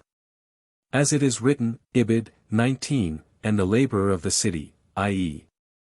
the prince who bears the yoke of the whole city, whom men of all the tribes will serve. 84 said Papa to Abai, but why not say that to the prince would be given a city or the like, but not a 13th share of all the land? 85 And he answered, this could not be borne in mind. As it is written, Ibid, 21, and the residue shall belong to the prince, on the one side and on the other of the holy oblation, and of the possession of the city, etc. Hence we see that a share was given to him by all tribes. The text says farther on, it was divided by money. What does it mean? Shall we assume that he who had good land would pay to him who had inferior? Does the Baratha treat of fools, who take money instead of good land? Therefore it must be said that money was paid by those who had shares near to Jerusalem to those who took their shares far from Jerusalem, nearness to Jerusalem being preferable. As it was nearer to the temple and farther from the land of the natives, therefore in less danger than if near to them. And on this point the following Tanaim differ. Eliezer said that they were rewarded with money, and Joshua maintains that this reward was in land, as, e.g., compared with where a saw can be sown nearer to Jerusalem they took 5 saws. It says farther on, it was divided only by lots. There is a Baratha, except Joshua and Caleb. What does it mean? That they did not take any land at all? Is it possible? It is said above that they took the shares of the spies, etc. Hence they took what did not belong to them. So much the more what did belong to them. It means they did not take by lots, but by the decree of heaven. As it is written, Joshua, 19. 50 By the order of the Lord did they give him the city which he had asked Timnath-Serah on the mountain of Ephraim. And Caleb as it is written, Judges, 20, and they gave Hebron unto Caleb as Moses had spoken. But was not Hebron one of the cities of refuge? It means the suburbs and villages around the city. Mishnah 4, a son and daughter are equal concerning inheritance. However, a son takes 2 shares of the estate of his father, but not of the estate of his mother, and the daughters are fed from the estate of their father, but not from that of their mother. Gemara, what does the Mishnah mean by its statement that they are equal concerning inheritance? Shall we say that they inherit together? Is it not said above that the son and all his descendants have preference over the daughter? Said Naaman b. Itzhak, it means to say that they are equal concerning an estate which is not yet fit for division. But have we not learned also this, that the daughters of Zlofkod took 3 shares from the estate of their father, and when Zlofkod died the land was not yet fit for division? And, secondly, what does the expression, however, mean? Said Papa, it means to say that they are equal in taking the share of a firstborn. It means that when a firstborn died childless they took his share. But this also was already stated concerning Zlofkod. Because he was a firstborn, a double share belonged to him, which his daughters inherited, and in reference to him also we do not know what the expression, however, means. Therefore said Ashi, it means to say that the son and daughter are equal. In case one has bequeathed to him or to her all his estate, his will must be executed. Is this in accordance with Johanan b. Baroka? This is said farther on by him, if one has bequeathed to them who are legal heirs, his words must be listened to. And even if one should say that our Mishnah is in accordance with Johanan, and the succeeding Mishnah is in accordance with them who differ with Johanan, is it not a rule that in such a case the halakha does not prevail with the anonymous Mishnah? And still, what means the word, however? Therefore said Mar b.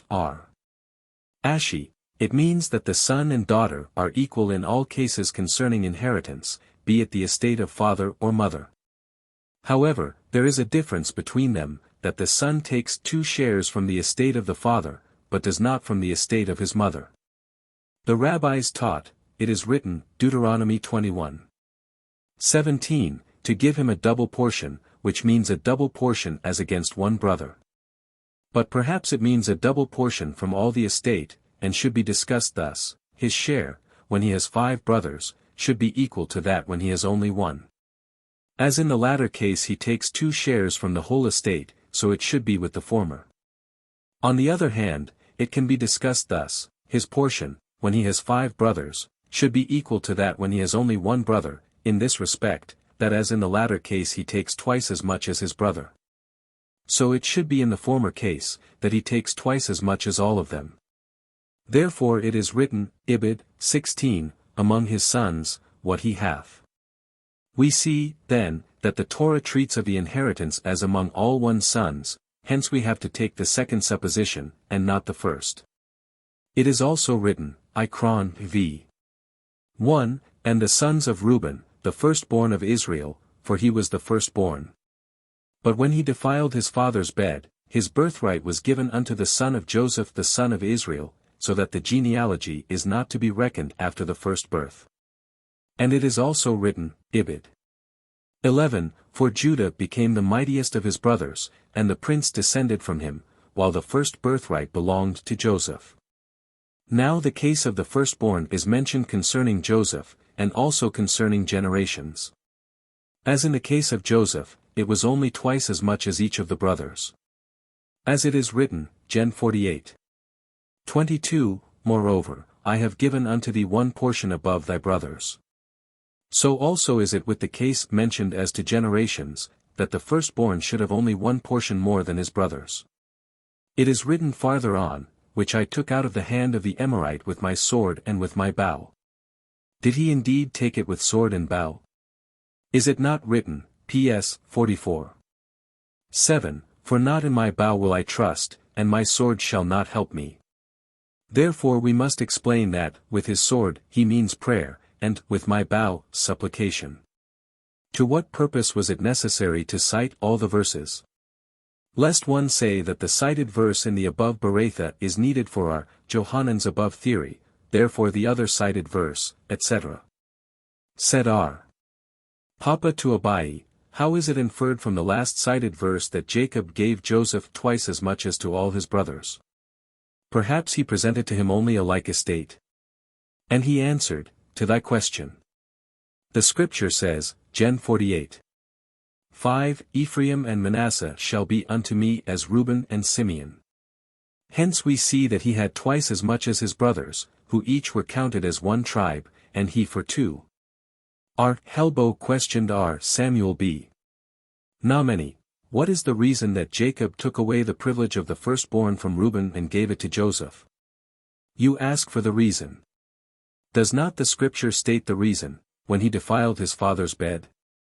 I mean to say, why did he give it to Joseph?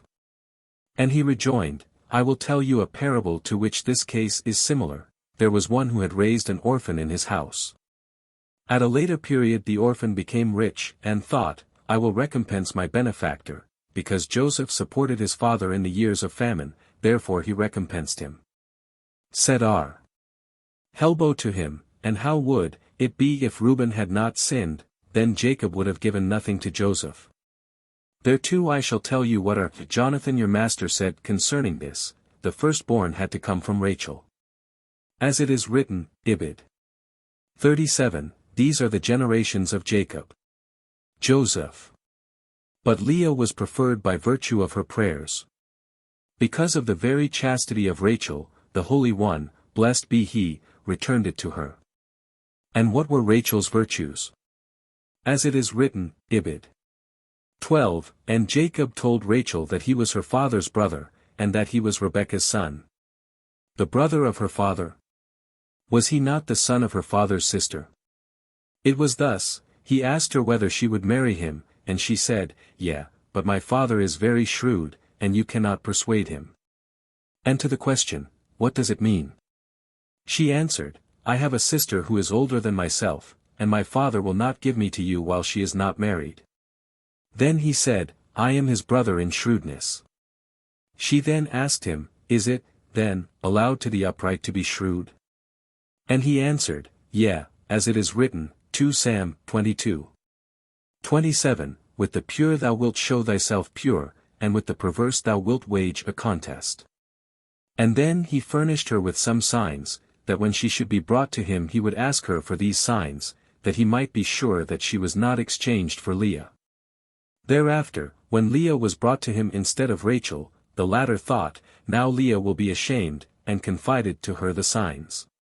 And this is what is written, Gen 29. 25, and it came to pass that in the morning, behold, it was Leah, from which it is to be inferred that until the morning he did not know that she was Leah, because of the signs which Leah received from Rachel. Abba Halafa Kriya questioned R. Hiabi, Abba, of Jacob's children who came to Egypt in some you find 70, however, if you will number them in detail, you will find only 69. And he answered, there was a twin with Dinah. As it is written, Ibid, 46. 15, with Dinah his daughter. According to your theory there was a twin with Benjamin also, as the same expression was used. He said then, a valuable pearl was in my hand, and you were about to abstract it. So said our Hamabi. Hanina, this was Jochebed, whose mother was pregnant, and bore her before the walls, above, page 263. Our Helbo questioned again our Samuel B. Nameni, it is written, Gen XXX. 25, and it came to pass, when Rachel had borne Joseph, etc. Why when Joseph was born? And he answered, because Jacob our father saw that the descendants of Esau would become submissive to the descendants of Joseph only. As it is written, Obadiah, I. 18, and the house of Jacob shall be a fire, and the house of Joseph a flame, and the house of Esau a stubble. Helbo objected to him from, Isam, XXX. 17, and David smote them from the twilight even unto the evening of next day, etc. Hence we see that they were submissive also to David, who was a descendant of Judah, and not of Joseph. Answered Samuel, the one who made you read the prophets did not do so with the hagiographa, in which it is written, Ikron, 12. 21, 86, and as he was going over to Ziklag, captains of the thousands that belonged to Manasseh. Hence they were submissive to the descendants of Joseph. R. Joseph objected from, Ibid, 4. 42 and 43, and some of them, even of the sons of Simeon, 500 men, went to Mount Seir, having at their head Pelatiah and Neriah and Rephaiah, and Uzziel, the sons of Isher. And they smote the rest of the Amalekites that were escaped, and dwelt there unto this day. Said Rabbah B. Shelah, Isher was a descendant of Manasseh. As it is written, Ibid, v. 24, and these were the heads of their family divisions, namely, Epher and Isher. The rabbis taught, the firstborn takes a double share in the shoulders, in 2 cheeks and the maw, in the consecrated things, and also in the improvement of the estate which was improved after the father's death. How so? If the father left them a cow which was hired to others, or she was pasturing on the meadow and she brought forth offspring, the firstborn takes a double share. If, however, the heirs build houses or plant orchards, the firstborn does not take a double share. Let us see how was the case with the shoulders, etc. If already in the father's hand, it is self-evident.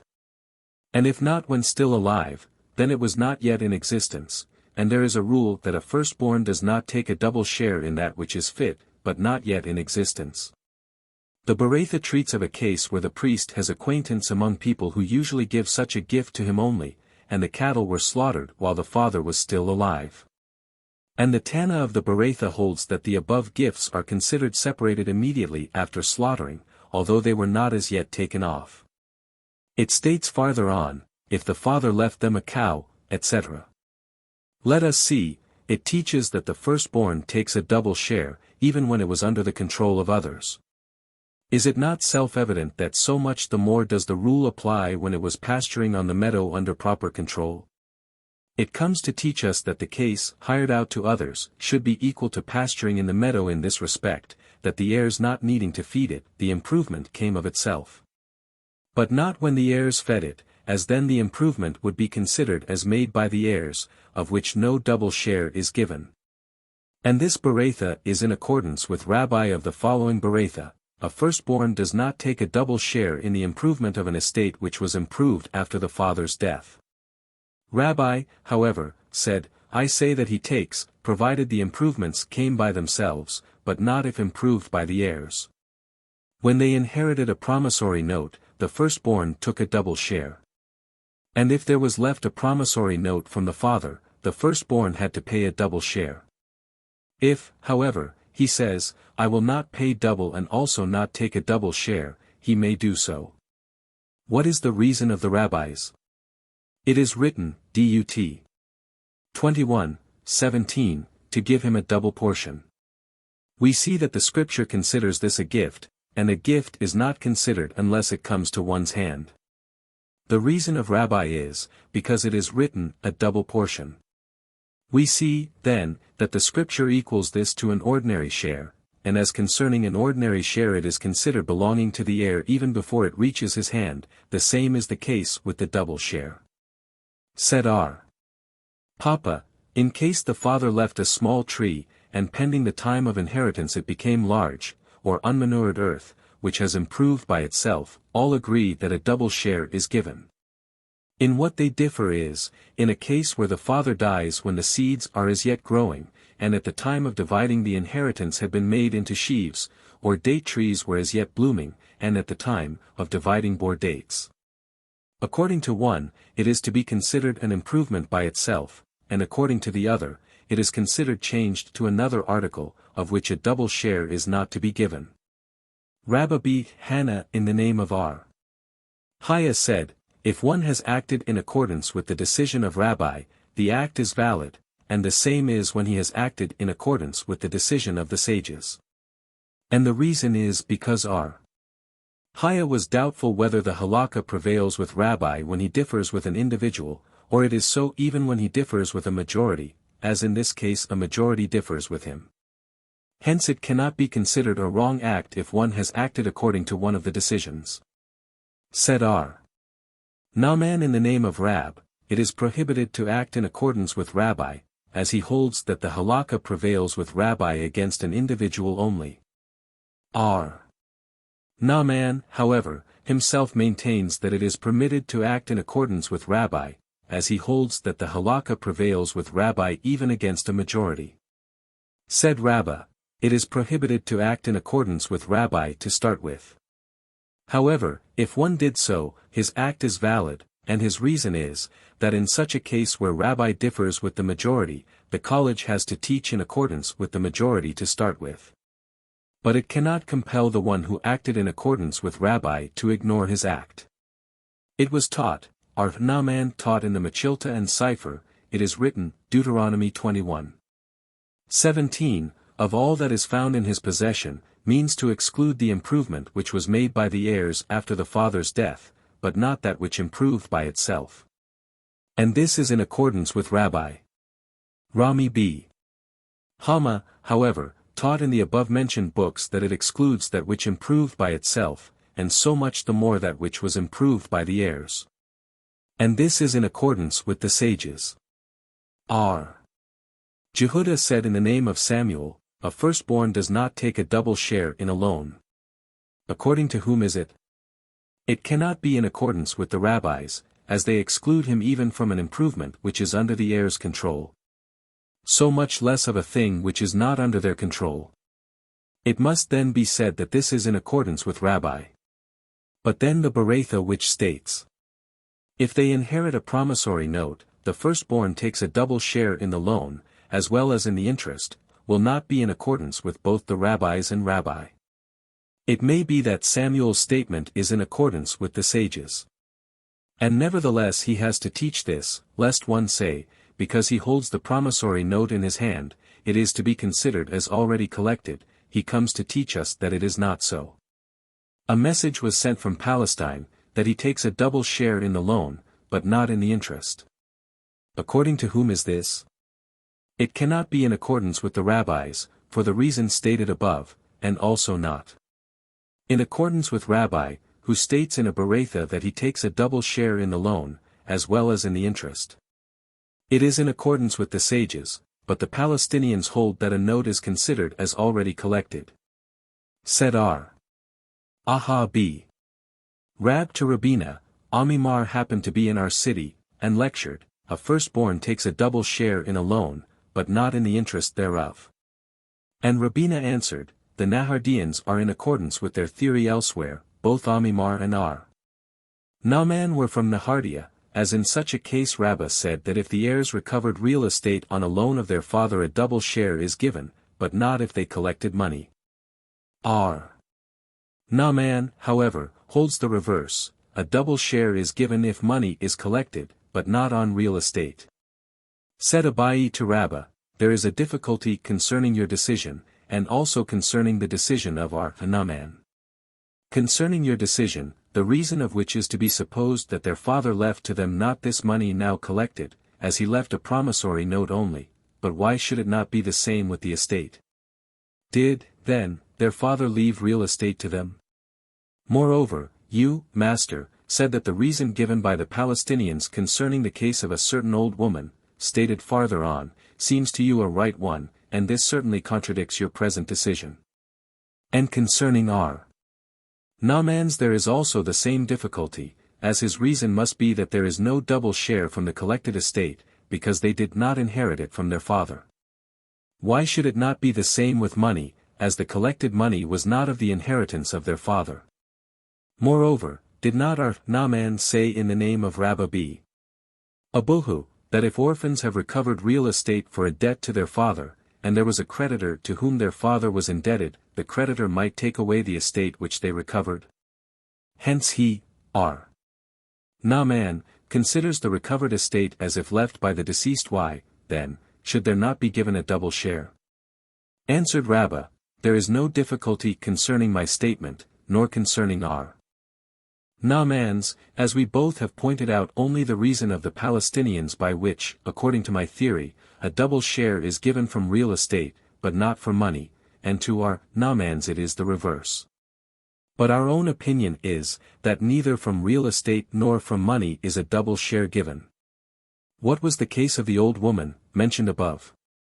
There was one who wrote in his will, my estate shall be given to my old grandmother, but after her death it shall belong to my heirs.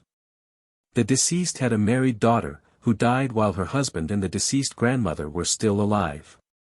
And her husband, after the death of the old woman, demanded the estate of his father-in-law, which was in the hand of his grandmother. And R.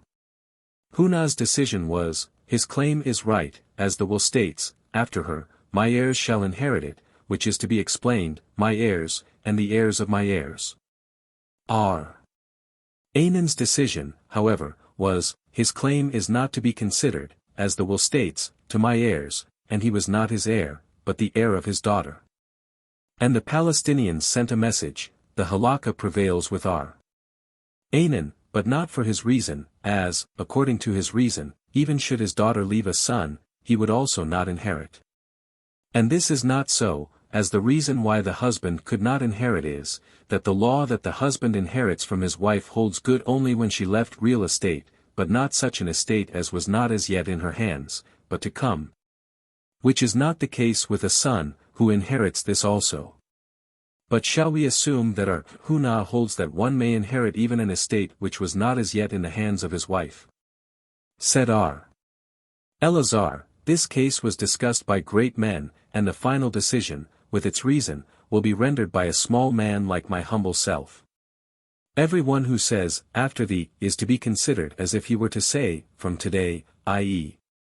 The above will states, after her, which means the estate shall belong to my heirs from today, but they are not to use the products so long as the old woman is alive. Rabbah, however, said, it seems to me that the reason given by the Palestinians is good as, according to that will, if the old woman should sell the estate, the sale would be valid. R. Papa said, the halakha prevails that a husband does not inherit a property which was to come in the future to his wife, and the same is the case with a firstborn. He the firstborn also does not take a double share in a recovered loan, in real estate or money. And, furthermore, if the firstborn owes money to his father, the share which belongs to a firstborn is to be divided, half to himself and the other half to his brothers. The reason is, according to Rashbam, because this share is considered doubtful money, as it is not certain that the firstborn is to be considered an occupant with respect to it.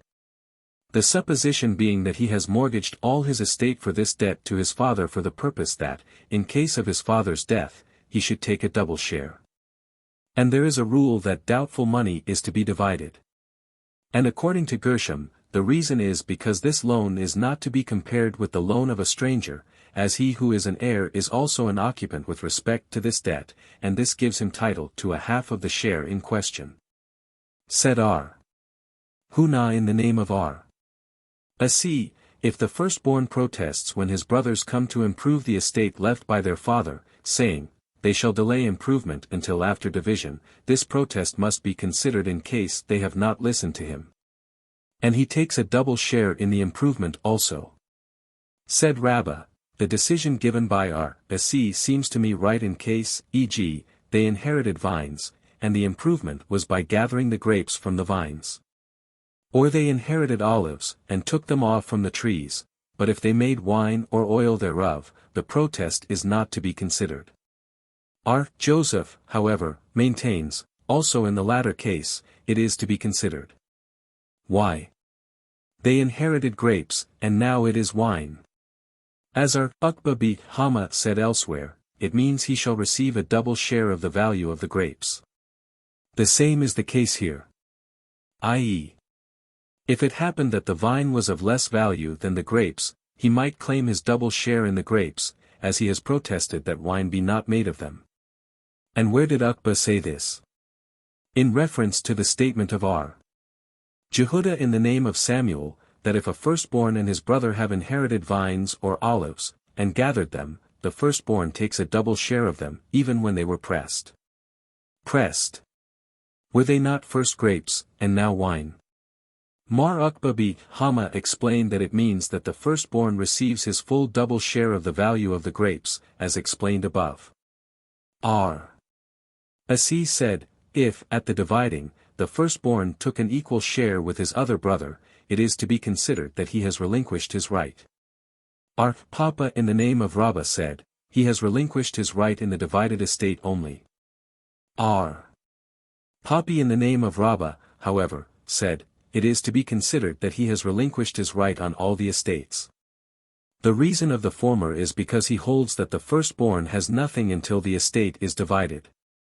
Therefore he can relinquish his right only in the divided ones. And the latter holds that as soon as the father dies the double share belongs to the firstborn, even before division. And therefore, as he has relinquished his right in the divided estate, so has he done with all others. Both statements, however, were not said by Rabbah plainly, but were inferred from the following act: there was a firstborn who sold all the estate belonging to him and his brother. The orphans of his brother were going to eat dates of the estate belonging to their father, which was in the possession of the buyers, who struck them. Their relatives said to the buyers, it is not enough for you that you have bought their estate without the consent of the father and the orphans, you dare to strike them.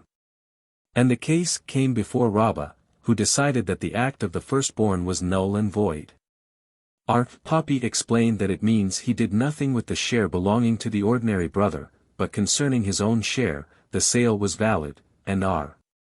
Papa explained the decision of Rabbah, that the whole sale was null and void, because the firstborn had nothing in the estate before it was divided. A message was sent from Palestine: if a firstborn sold out before division, he did nothing. Hence they hold that the firstborn had nothing before the division.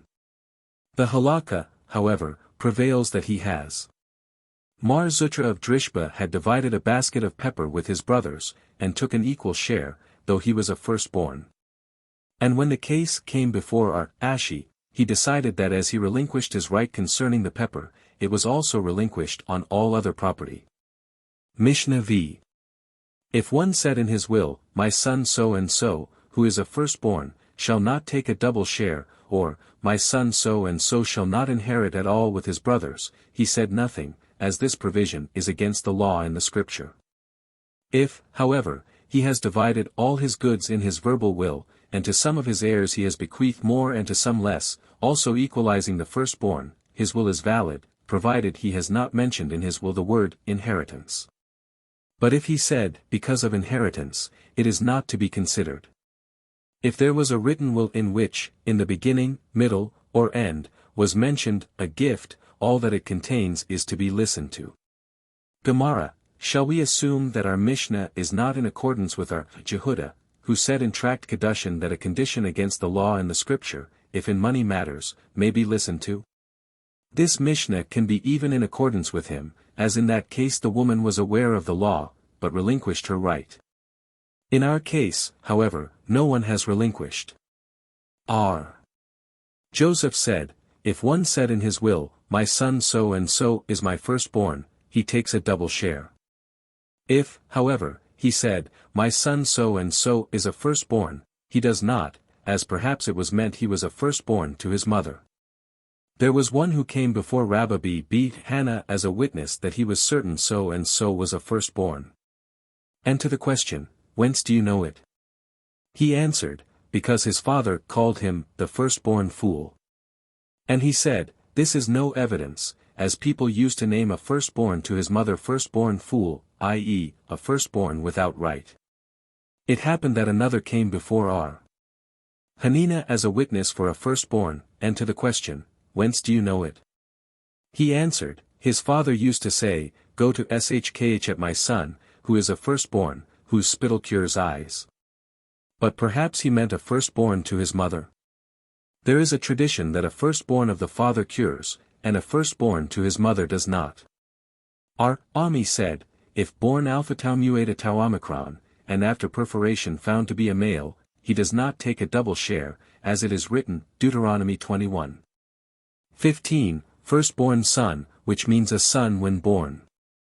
Arthanam B. Itzhak said that also the law of Ibid 18 does not apply to him. Amimar said, such is not considered an heir at all, so that his share is not to be reckoned, and does not diminish the double share for the firstborn. R. Shesby said, he must also not be circumcised on the 8th day. And R. Shobiah said, the law, Leviticus 12:2, does also not apply to such, as in all the cited verses it reads a son or a male child. Said Rabbah, there is a Beretha in accordance with our Ami, it is written a son, but not alpha tau mu eta tau omicron. A firstborn, but not a doubtful one. What does the latter part mean to exclude? That which Rabbah lectured, if two wives of one have borne two sons in a secret place which was dark, and it is not known who was born first, they may write a power of attorney each to the other, i.e. if I am the firstborn, I authorize you to take the double share for me, and if you are, then take it for yourself. And then one of them collects the double share and divides it with the other. Said R. Papa to Rabbah, but did not Rabbin send a message, I have questioned all my masters about the law in this case, and could get no answer from any of them, but it was said in the name of R. Janae that if they were recognized, and afterward they were mixed up again, then the stated power of attorney is to be written, but not otherwise. Then Rabbah took an interpreter and announced in college, that which I said in my first lecture was an error, as in the name of R. Janae was said thus, that if they were already recognized and afterward mixed, then the above-mentioned power of attorney should be given to each by the other, etc. The inhabitants of a village situated in a meadow sent the following question to Samuel, Master, teach us where it was certain to the people that so and so, from the children of so and so, was a firstborn. Their father, however, said that another was the firstborn. How is the law? And his answer was, they should write the above-mentioned power, one to the other. According to whom was Samuel's decision? If he holds in accordance with R. Jehuda, let him say so, and if in accordance with the rabbis, let him say so. He was in doubt according to whom the halakha prevails. And wherein is there differing? The following Beretha, it is written, Ibid. 17, shall he acknowledge, which means, he shall introduce him to others, which is superfluous, this being already written in the previous verse. From this said R. Jehuda, one is to be trusted if he testifies, this is my firstborn son. And as he is trusted concerning a firstborn, so is he also to be trusted to testify, this is a son of a divorced woman, and of lost priesthood. The sages, however, say that he is not trusted. Said our Naaman b. Itzhak to Rabbah, according to our Jehuda's theory, the above-cited verse is right, but according to the rabbis, to what purpose is it written? That in case of a doubt the father's acknowledgement is needed, but in a case of certainty to the people that one was a firstborn, the father is not trusted in denying it. But to what does such a law apply? If concerning a double share, even if he was not a firstborn, has the father not a right to bequeath him a double share in the manner of a gift? It means, in case the father acquired estates after acknowledgement, i.e. if he is to be trusted, the acknowledged firstborn takes a double share, and if not, he does not. But according to our Meyer, who said that one may grant a thing not yet in existence, to what purpose is the above verse written? If property came to him while he was struggling with death. The rabbis taught, if one was known to the people as a firstborn, and his father said of another, that he was the firstborn, he is to be trusted. And if one was known to the people as not a firstborn, his father, however, testifying that he is not to be trusted. The first part is in accordance with our Jehuda, and the latter with the rabbis. R. Johanan said, if he has testified, he is my son, and thereafter said, he is my bondsman, he is not to be trusted. If, however, he testified, he is my bondsman, and thereafter, he is my son, he is to be trusted. As the first testimony is to be considered as if he should say, he serves me like a bondsman. The reverse is the case when at the house of taxes. If he said before the officers, he is my son, and afterwards, my bondsman, he is to be trusted, as the first statement was to avoid the payment of taxes for his slave. But if he said before the officers, he is my bondsman, and thereafter, my son, he is not to be trusted. An objection was raised from the following, if he has served him like a son, and he acknowledged him as such, and thereafter he said, he is my bondsman, he is not to be trusted. And the same is the case if he has served him like a bondsman, and was acknowledged by him as such, and thereafter he said, he is my son, he is not to be trusted. Hence this contradicts our Johanan. Said our Naaman b. Itzhak, the Beratha treats of when he was called, the slave who costs me 100 zuz, and such a thing a father would not say of his son. Our Abba sent a message to our Joseph b. Hama, if one says, you have stolen my slave, and the defendant says, I have not, and to the question, what, then, is he doing with you, the defendant answers, they sold him to me, or gave him to me as a present. And if you wish, take an oath that it was not so, and then you can take him. And if the plaintiff did so, although, according to the law, the plaintiff had no right to take him with an oath, and for the defendant no other evidence or oath is necessary, if he would not say so. The defendant has no right to retract from his previous words. What news came he to teach us? This we have already learned in a Mishnah, San. 3:2. He comes to teach that the differing of our Meyer and the sages is in a case equal to our case, and the halakha prevails in accordance with the sages. The same our Abba sent a message to the same our Joseph, the halakha prevails that a creditor may collect from bondsmen belonging to orphans for their father's debt. Our Naaman, however, said, he must not. The former sent another message to the same, the halakha prevails that to a second cousin a third cousin may be a witness, according to the law, relatives must not be witnesses, and Abba comes to teach that a third to a second cousin, which means a great-grandson to a grandson, is not considered a relative in this respect. Rabbah, however, said, the third cousin is competent as a witness even to the first cousin. March b. R. Ashi had accepted a grandfather as a witness, the halakha, however, does not prevail with him. The same sent another message to the same, if one can witness about an estate, and he became blind, he is no longer competent as a witness in the case. Samuel, however, maintains that he is, as it is still possible for him to mark the boundaries. But concerning a garment, he is not. Our Shesheth, however, maintains that even in case of a garment he is still competent, as he may mark the width and the length of the garment, but not in a piece of metal. R.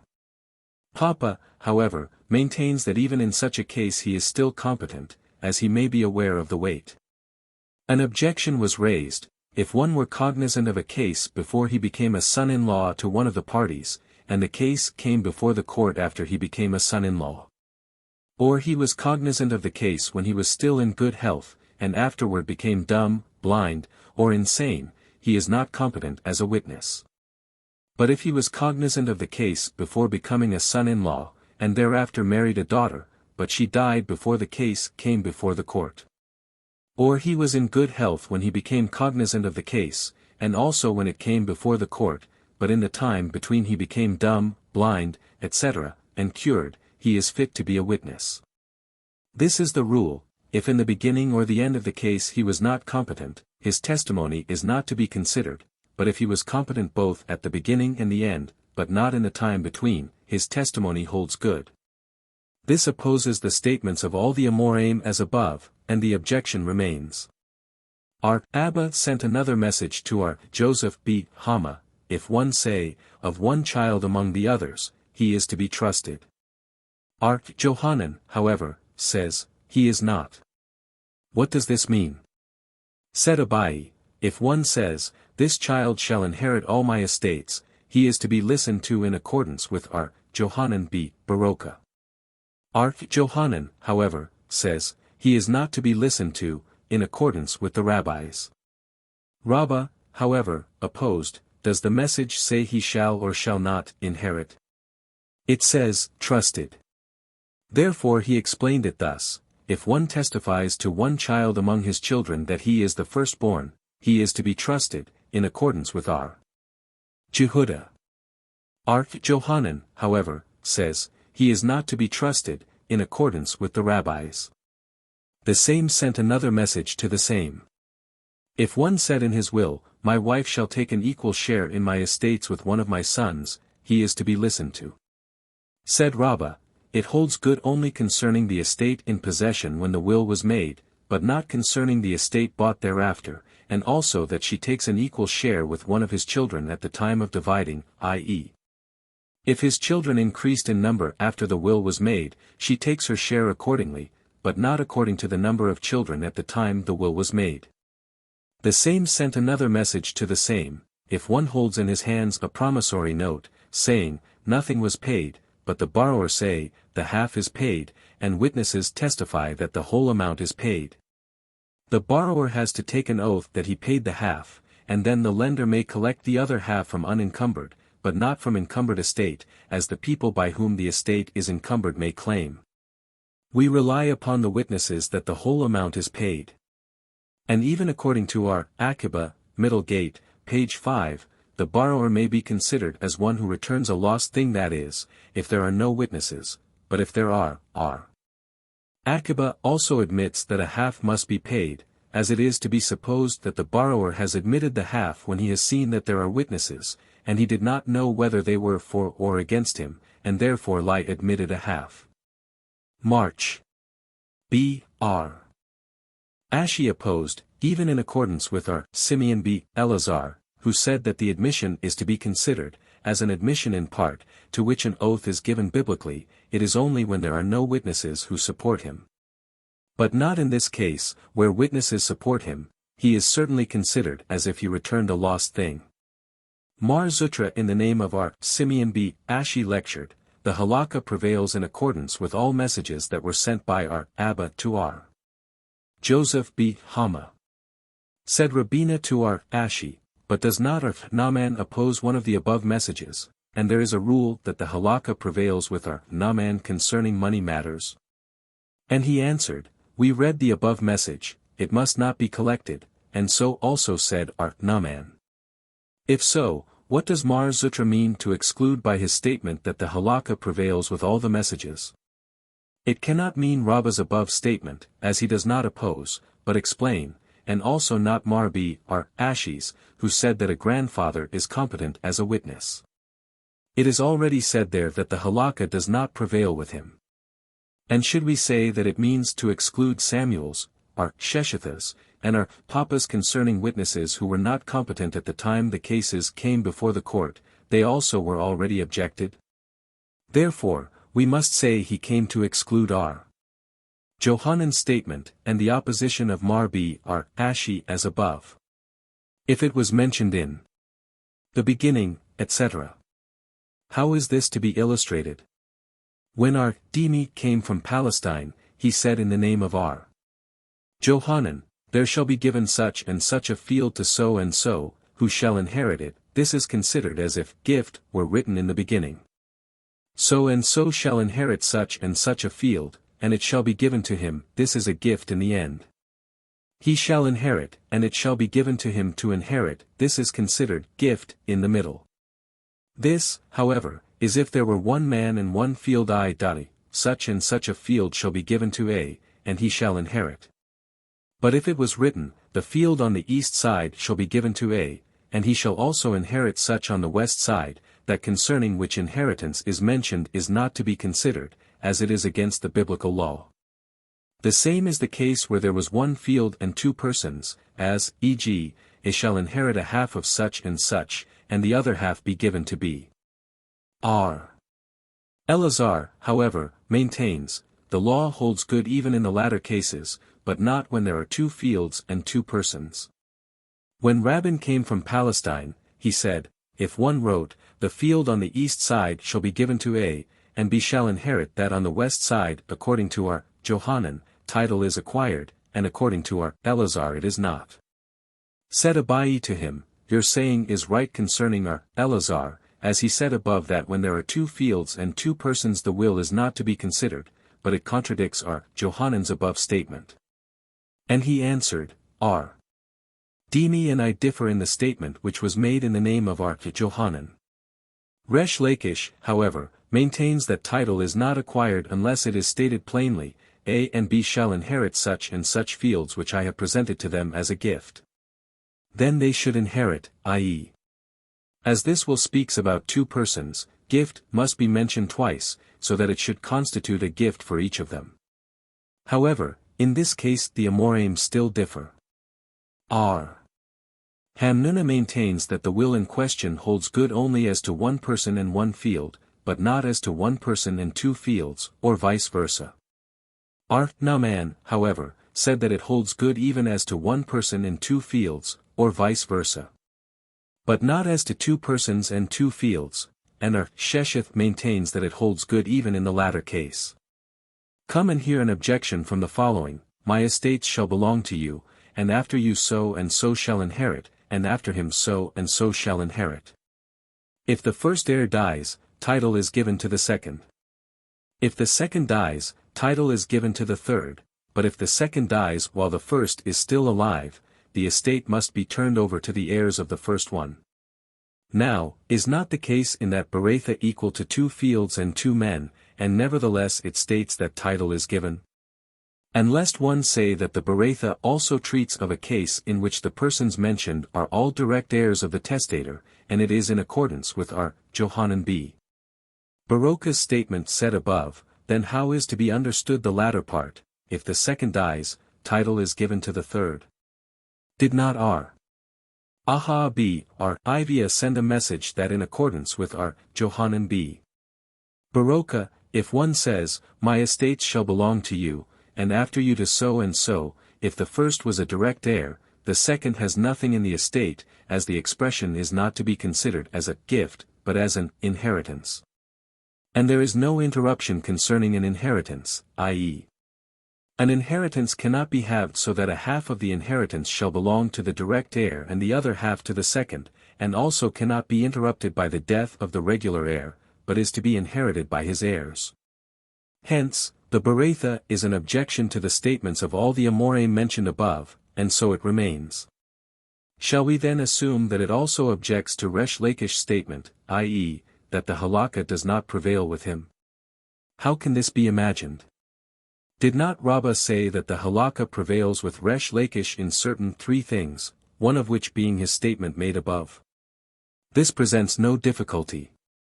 The Beretha cited speaks of when it was said in one speech, i.e., There was no interruption between the words, my estate shall belong to you, and after you, etc. It is therefore to be supposed that at the time he gave title to the first he also gave it to the second, and therefore all of them acquire title. But Resh Lakish treats of when it was said with interruption, i.e. the statement of Resh Lakish that if there were 2 men and 2 fields title is not given, means that he said first, this field shall be given to them, and after deliberating he said again, shall inherit such a field, etc. Then the word given cannot be considered, in case of this other, and therefore title is not given. The halakha prevails that all that is said in one speech is valid, except as to idolatry, i.e. if one said this shall be for the idol, and without any interruption he said for something else, the thing in question is prohibited, because of the rigor as to idolatry, the first word which was spoken is considered. And the same is the case concerning betrothing, the first word is considered and the following is not, although it was in one speech. Mishnah 6. If one says, A, who is a stranger to him, shall inherit my estate, and he has a daughter, or, my daughter shall inherit, though he has a son, he said nothing, as the provision is against the biblical law. R. Johanan B. Baroka, however, maintains that if he has bequeathed to such persons as are fit to be his heirs, his will must be listened to, but if the persons are not fit to be his heirs, it is not to be considered. Gemara, from the expression of the Mishnah, to a stranger instead of his daughter, or to the daughter instead of a son, it is understood if it was one daughter among others, or one son among others, he may be listened to. How, then, as to the latter part? Ark Johanan B. Baroka said, if the persons were fit to be his heirs, etc. Is this not the same as what the first Tana said? And lest one say that R. Johanan holds that even in the former case his will is valid, this cannot be, as the following Baratha states, R. Ishmael the son of R. Johanan said, my father and the sages do not differ as to when one has bequeathed to a stranger instead of his daughter, or to his daughter instead of his son he is not to be listened to.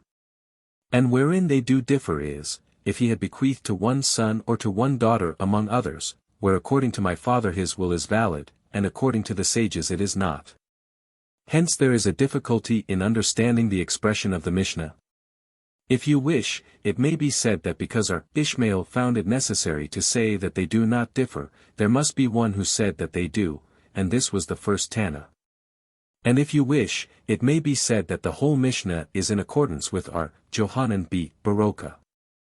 But it is not complete, and should read thus, if one said, A shall inherit my estate instead of my daughter, or my daughter instead of my son, he said nothing. If, however, my daughter so and so shall inherit my estate instead of my other daughters, or my son instead of my other sons, he may be listened to, as our Johanan B. Baroka declares that if he has bequeathed all his estate to him who is one of his direct heirs, his will is valid. Said our Jehuda in the name of Samuel, the halakha prevails with our Johanan. And so also said Rabbah. And he added, what is the reason of our Johanan B. Baroka? Deuteronomy 21:16, then shall it be, when he divideth as inheritance among his sons what he hath, means that the Torah gave permission to the father to bequeath his estate to whichever of his sons he pleased. Said Abai to him, this may be inferred from, that he shall not institute the son of the beloved as the firstborn before, etc. We see that this is said only about the firstborn, but not about the other sons. Nay, the latter is needed in addition to what we have learned in the following Baratha. Aba Hanan in the name of our Eliezer said, to what purpose is it written, that he shall not institute, etc. Because from the beginning of the verse it is deduced that permission is given to a father to bequeath his estate to whom he pleases. And one may discuss thus, an ordinary son has the privilege to take his share in the estate which is not yet fit for division as if it were already fit, and nevertheless his father has the permission to ignore him. A firstborn, who has no such privilege, so much the more he could be ignored. Therefore it is written, he shall not institute, etc. But let the scripture read, he shall not institute, only. Why the first half of the verse? Because one may discuss thus, a firstborn, who has not the privilege to take his double share from that which is not yet fit, has nevertheless the privilege that he cannot be ignored by his father. An ordinary son, who has the privilege, so much the more he should not be ignored. Therefore the beginning of the verse, from which we infer that the father is permitted to bequeath his estates to whom he pleases, was necessary. Said R. Zrika in the name of R. Ami, quoting R. Hanina, who said so in the name of Rabbi, the halakha prevails in accordance with R. Johanan B. Baroka, said R. Abba to him, he did not say so, but he decided so in a case, which came before him. And what is the difference? One holds preference is to be given to a statement, i.e., if he states that so the halakha prevails, it is a teaching forever. But if he was only acting so, it may be said that it was only according to the circumstances and we cannot take it for a rule forever. And the other holds that the preference may be given to an act. The rabbis taught, a halakha must not be taken for granted from a discussion or from an act, as one has no right to act unless he is told to do so.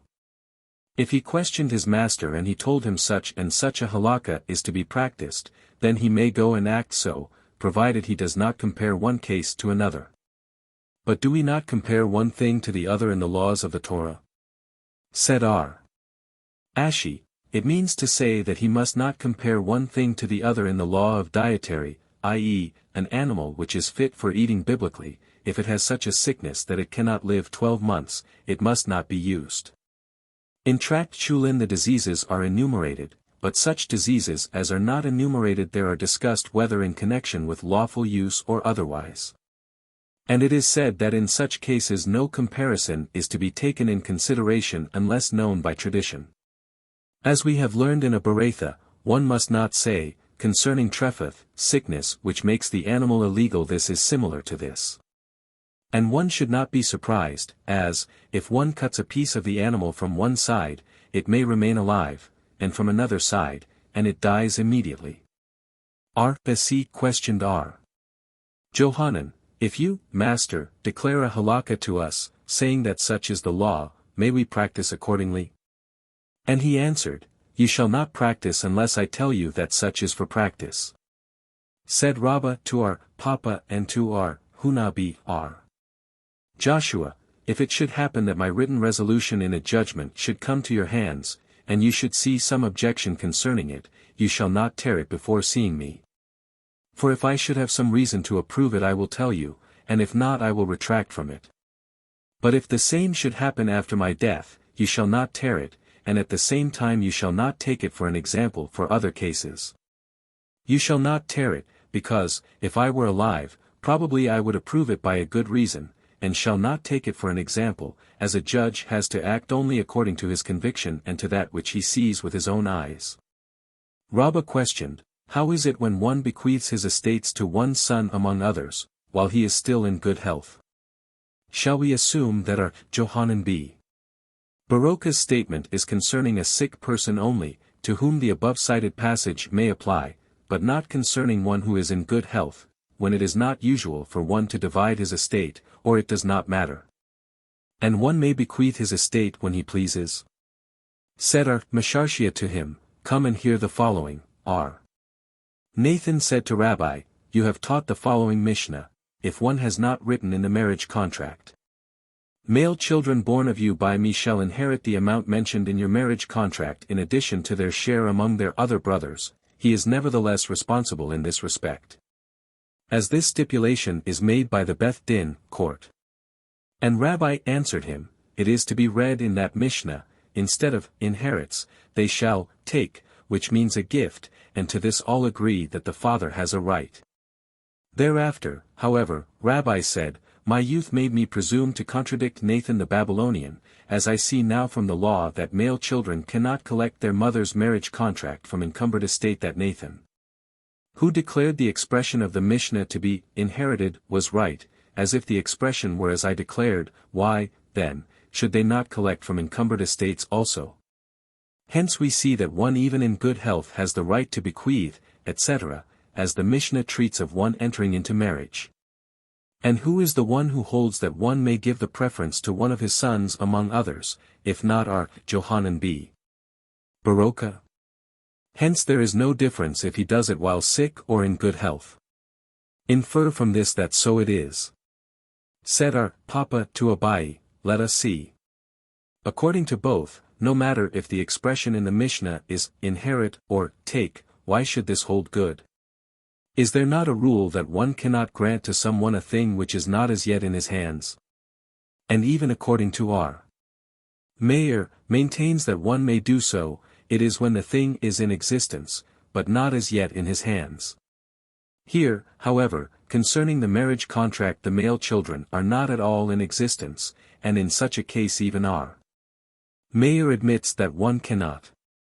And if the answer to this question should be, when the court made a stipulation, it is different. Say then that only in a case where the stipulation of Beth Din holds, one can write so, even when he is in good health, but not otherwise? And Abai answered, after all, it may be inferred that the halakha prevails in accordance with our Johanan b. Baroka from the expression, inherit, as it could state, take, to which there is no opposition, and the choosing of the expression, inherit, shows that it agrees with our Johanan. Thereafter, however, said Abai, what I said above is incorrect, as there is another Mishnah, if one has not written in the marriage contract, the female children whom you will bear by me shall remain in my house after my death, and shall be fed from my estates until they shall marry, he is nevertheless responsible, as this is a stipulation of the Beth Din. Now we see that the two statements which ought to be written in the marriage contract are in one case because of inheritance and in the other because of a gift, and in such a case even the opponents of our Johanan admit that it is lawful. Said our Nehumi, according to others are Hananiah b. Menumi, to Abai, but how do you know that one Beth Din has enacted both the stipulations mentioned above? Perhaps they were enacted by two different Beth Dins. R.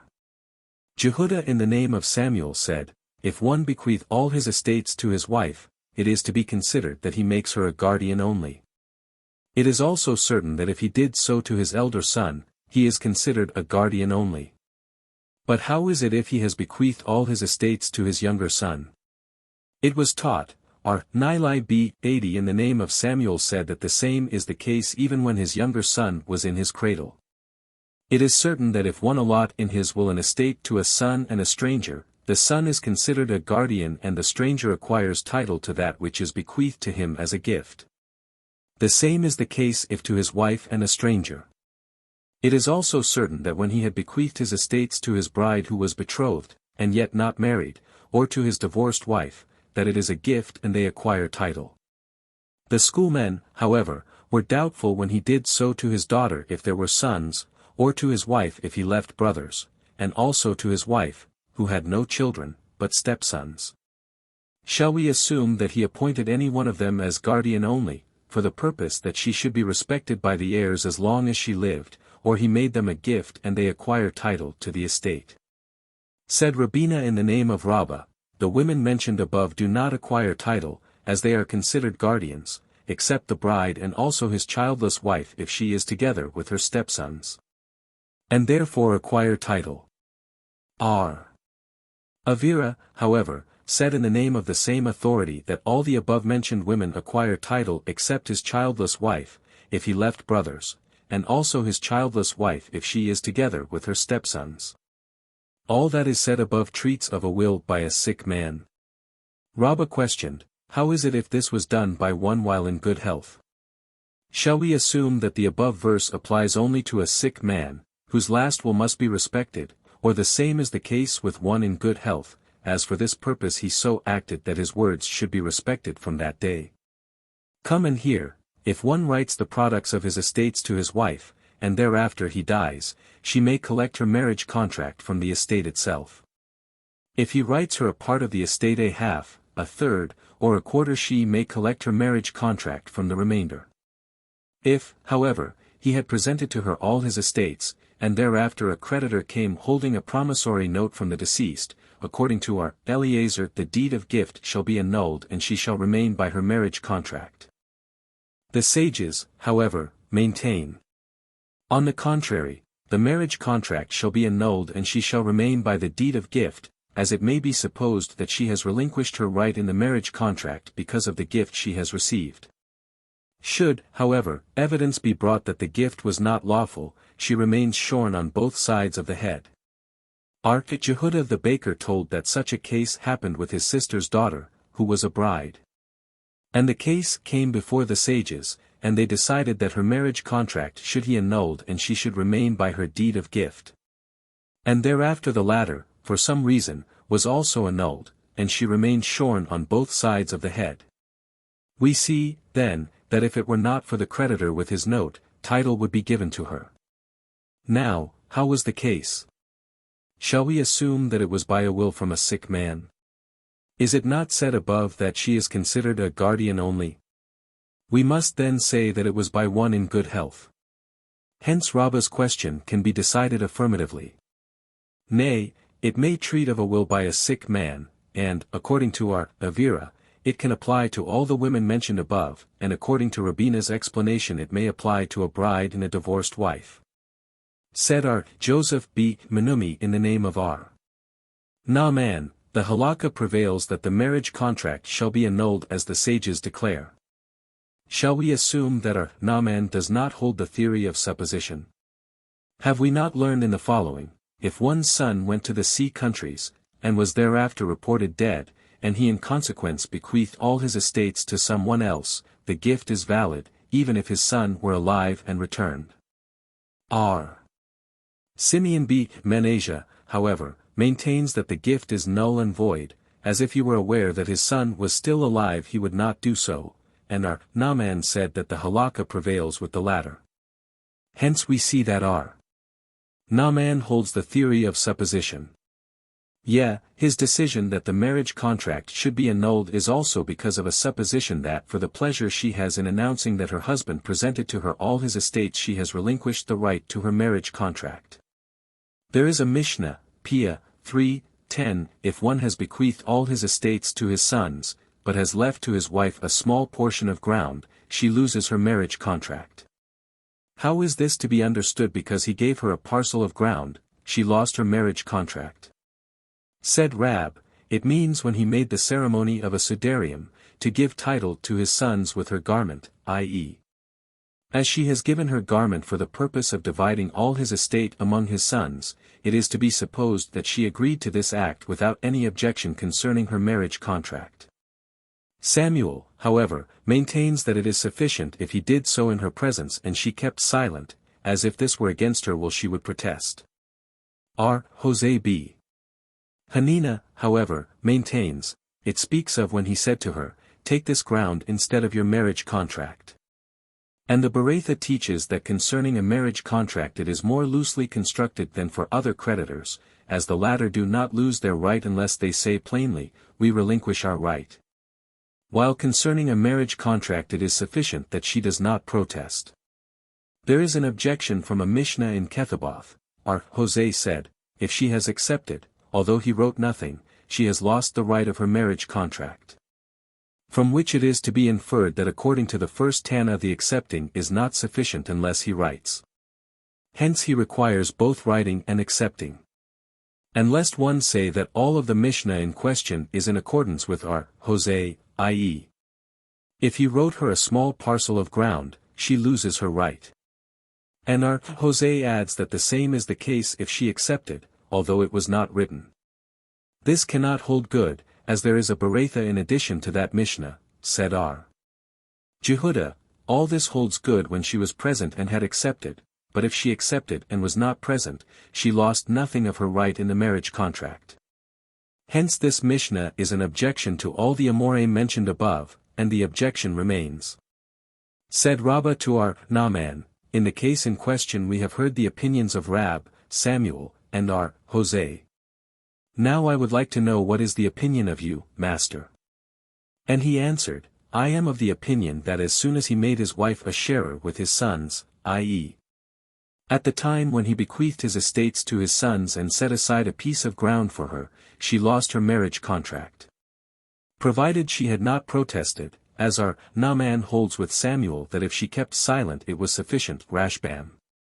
And so also it was taught by our Joseph B. Menumi, in the name of our Naaman. Rabbah questioned, how is it in a similar case when one is in good health? Shall we say only when he was sick, and she was aware that he had no other estates, therefore she relinquished? But when he was still in good health she might think, why should I relinquish my right he may in the future buy some other estates? Or, on the other hand, having seen that he divided all his estates, she renounced her hope and relinquished? This question remains undecided. There was one who wrote in his will, a half of my estate to one daughter, and the other half to another, and a third of the products to my wife. At that time our Naaman happened to be in Surah, where this will was made, and Hista questioned him, how should such a case be decided? And he answered, thus said Samuel, even if he left to her the products of one tree only, she lost her right in the marriage contract. Said Hista to him, Samuel's decision was when he gave her title to that which is attached to the ground, but in our case he left for her only fruit which was already gathered. And he rejoined, then you speak of movable property. In such a case she certainly lost nothing. There was another man who said in his will, a third to one daughter, a third to another, and a third to my wife. It happened that one of the daughters died while her father was still alive, i.e. as a father inherits from his daughter the deceased's share reverted to him, and this is similar, as he might buy some other estate after the division of his previous one, N.R. Papa was about to decide that his wife had only the third bequeathed to her, but nothing in the third left from her daughter, for the reason that as soon as he has made her a sharer with his daughters the marriage contract was considered null. Said our Kahana to him, why should this case be different from the case that after making his will he bought other estate? Would she not have a right to it because of her marriage contract, as she has relinquished her right only for the sake of her daughters, when there was no other estate, but not in the estate he bought afterwards? The same is the case here, the inheritance of his daughter is to be considered as other estate bought. There was another who divided all his estate but one tree among his wife and children, and Rabina was about to say that the widow had a right to this tree only, if the amount of her marriage contract exceeded the value of the estate she received. Said our Yamar to him, if she relinquished her right at the time the division took place, then she has no right even to this tree. And, on the other hand, if she has a right to this tree, which means that she did not relinquish her right, then, by the same right by which she collects the excess from this tree, she may do so from the others which are in possession of the heirs. Our Huna said, from all said above, it is to be inferred that in the case of a sick person who has bequeathed all his estate to a stranger, it is to be investigated if the latter is in some way fit to be called a direct heir. Then he takes it as an inheritance, and if not, he takes it as a gift. Said our Naaman to him, why quibble? Say plainly the halakha prevails in accordance with our Johanan B. Baroka, as your decision is in accordance with him. However, perhaps you refer to a case which happened while one was dying and was questioned, to whom do you bequeath your estate? Probably to so and so. And he answered, to whom else? And hence your statement that if the legatee is in some way fit to be an heir he takes it as an inheritance, and if not, he takes it as a gift? And he, Huna, answered, yeah, that is what I meant. But what is the difference whether he takes it as an inheritance or a gift? R. Ada B. Abba in the presence of Rabbah said, if because of inheritance, then the widow of the deceased must be fed from the estate until she gets the amount belonging to her according to her marriage contract. Which is not the case when he takes it as a gift. Said Rabbah to him, shall such a case make the position of the widow worse? In the case of an inheritance biblically, it is said that the widow must be fed from the estate. In the case of a gift, which is only a rabbinical enactment, as in reality one cannot present anything after death, but the sages enacted that the will of a sick person shall be considered as written and presented. Shall she not have her right of support? Therefore Rabbah explained, our Huna's above statement agrees with the message which was sent by our Aha B. Ivia, in accordance with the decision of our Johanan B. Baroka, above, p. 285, an inheritance has no interruption, and goes direct to the heirs of the inheritor.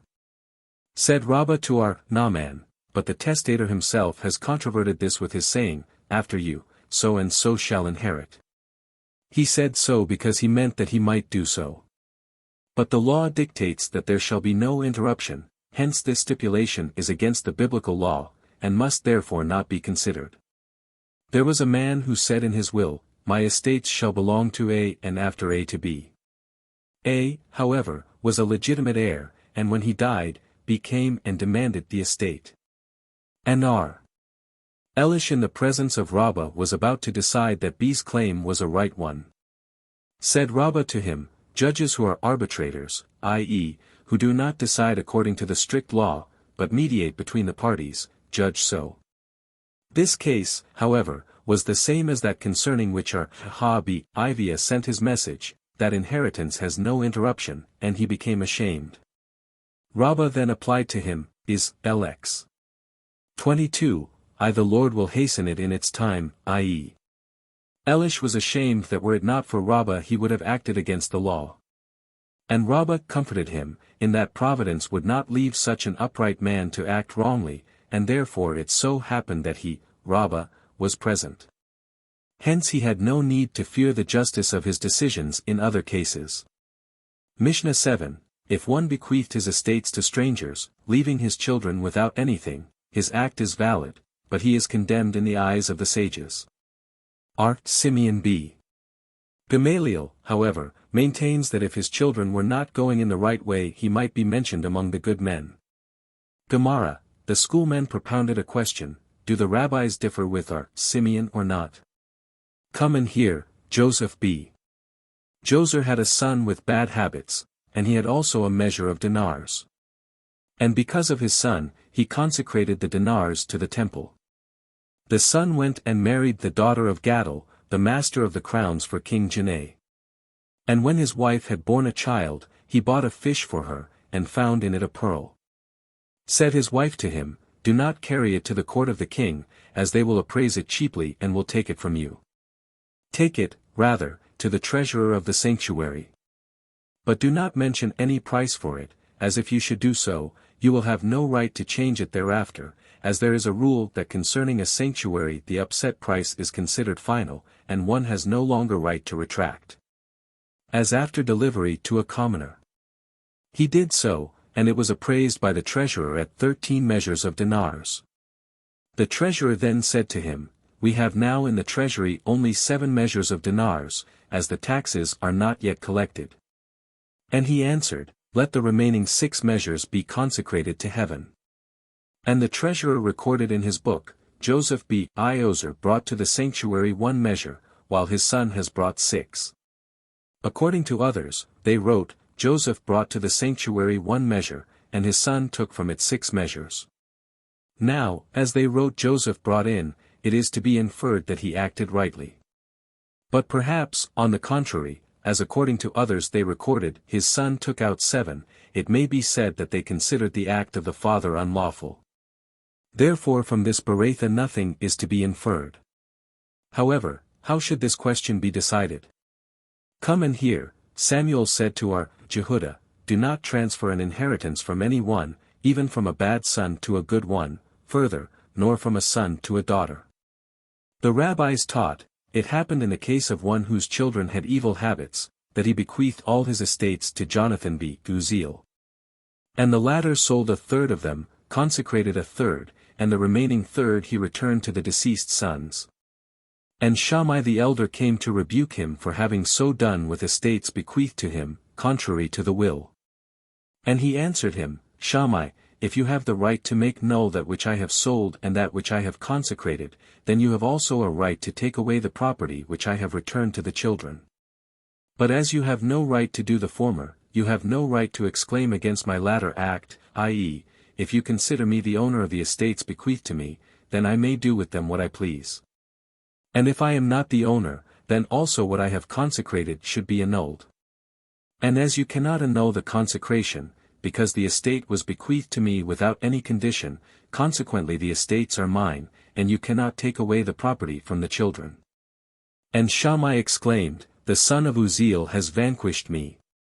The son of Uziel has vanquished me. But what was his opinion before he came to rebuke him? He did so because of what happened in the city of Beth Horon. There was one of whom his father vowed that he should not derive any benefit from him. And when he made a banquet for the marriage festival of his son, he said to his neighbor, I make you a present of this courtyard and all that is prepared for the banquet. But only to the end that my father should be able to come and eat with us at that banquet. And his neighbor answered, If all this is mine, I consecrate it to heaven. And the donor rejoined, I have not given you my property to be consecrated to heaven. Rejoined the neighbor, Then you have given all this to the end that your father and you shall eat and drink and be reconciled, and the sin shall rest on my head. And the sages decided that a gift which cannot be consecrated by the benefactor is not to be considered a gift at all. 87. Mishnah 8, if one says, This is my son, he is to be trusted, but, my brother, he is not to be trusted. He may, nevertheless, share with him the inheritance of his father, when there are only two. But if there are three, the third, who does not recognize him as his brother, is not bound to share with him, and so he receives a half of the share of the brother who does recognize him. If the doubtful man dies, the estate must be turned over to him from whom it was taken. If, however, the deceased left other estates besides those he inherited with his brother, all the brothers share equally, because in the case of that one who testified that he is a brother to all, he has no right to the inheritance without the other brother. Gemara, the Mishnah states, This is my son, he is to be trusted. To what purpose is it stated?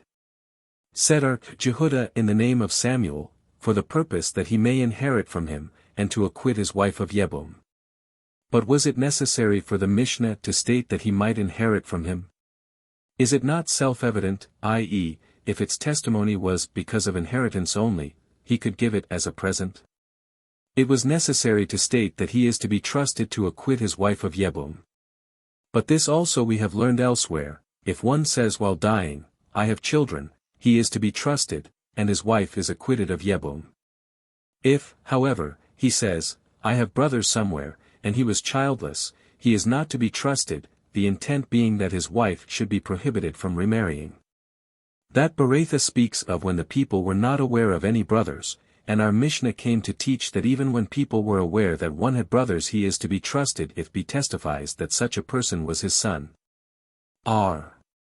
Joseph in the name of Jehudah, quoting Samuel, said, Why was it said, one is trusted in testifying that he has a son, because if one testify that he has divorced his wife, he is to be trusted. And Joseph himself exclaimed, Lord of Abraham. He sustains a thing which we have learned in a Mishnah by a thing which was not teamed at all. Therefore, if this was taught, it must be thus, Jehudah in the name of Samuel said, Why is one trusted to testify, This is my son, and with this to acquit his wife of Yebom? Because, if he likes, he can divorce her. Said Joseph again, Now, when we come to the conclusion that the theory of, because, may be used, we may infer that if one testify he has divorced his wife, he is to be trusted, because, if he wishes to make her free, he may give her a divorce then. When Yitzhak b. Joseph came from Palestine, he said in the name of Johanan, A husband is not trusted to testify that he has divorced his wife. Shesheth, when he heard this, made a gesture implying, Now the, because, of Joseph is gone. Is that so? Did not Hiah Abin say in the name of Johanan, the husband is trusted? This presents no difficulty. If his testimony is of a time long past, he is not to be trusted, and if of a short period of time, e.g., a day or two before, so that this testimony should be used for the future, he is to be trusted. The difference is in case she was suspected of adultery a month before his testimony, if he is trusted, then she committed no adultery. And if not, the suspicion must be investigated. 88. The schoolmen propounded a question, should one's testimony for the time past, in which he is not to be trusted, be considered for the future, e.g. if he testified in January that he had divorced in December, which does not hold good in case of the suspicion stated above, does it hold good for the time after the testimony took place? And the question is, can one's testimony be divided that for the past he should not be trusted, and for the future he should?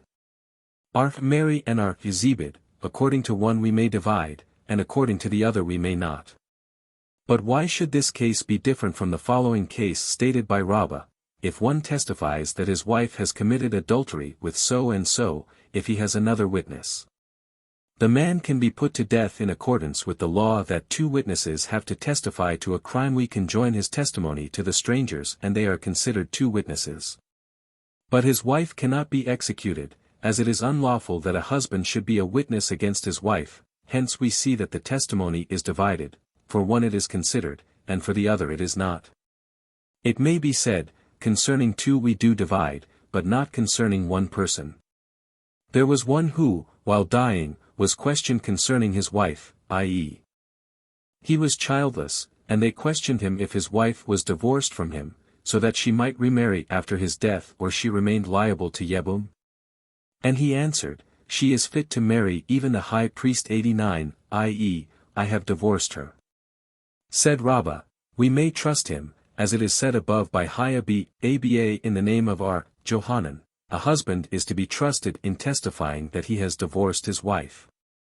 Said Abai to him, but did not Itzhak be Joseph in the name of Johanan say, he is not to be trusted. And Rabbah rejoined, but have we not explained above, that one speaks of the past, and the other of the future? Rejoined Abai, shall we rely upon an explanation in such a rigorous law as marriage is? Then said Rabbah to Nathan b. Ami, before whom the case came, investigate this matter, as probably Abai is right. There was another, of whom it was known to the people that he had no brothers, and so, also, he testified while dying. However, it was murmured by some that he had brothers in some other country. And Joseph decided, there is no risk in allowing his widow to remarry, as he not only said so while dying, but it was known to the majority. Said Abai to him, but is it not murmured that there are witnesses in the sea country that he has brothers? Answered Joseph. But at present there are no witnesses, and in a similar case, Hanina said elsewhere, should we prohibit a woman from marrying because some say that there are witnesses in the north?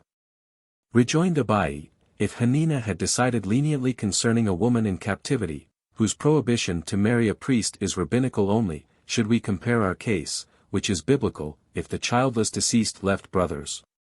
And Rabbah said to Nathan b. Ami, who had charge of this case, investigate this matter. This is my brother, he is not. But let us see what the other brothers say. If they admit that the one in question is their brother, why should he share with one only? We must then say that they deny it. Then how is the latter part, if he had estates from other sources, the brothers have to share, to be understood? They do not deny that he was their brother. It means when the others say, we do not know whether he is a brother or not. It must be turned over to him, etc. Rabbah questioned, how is it if the same estate were improved of itself e.g.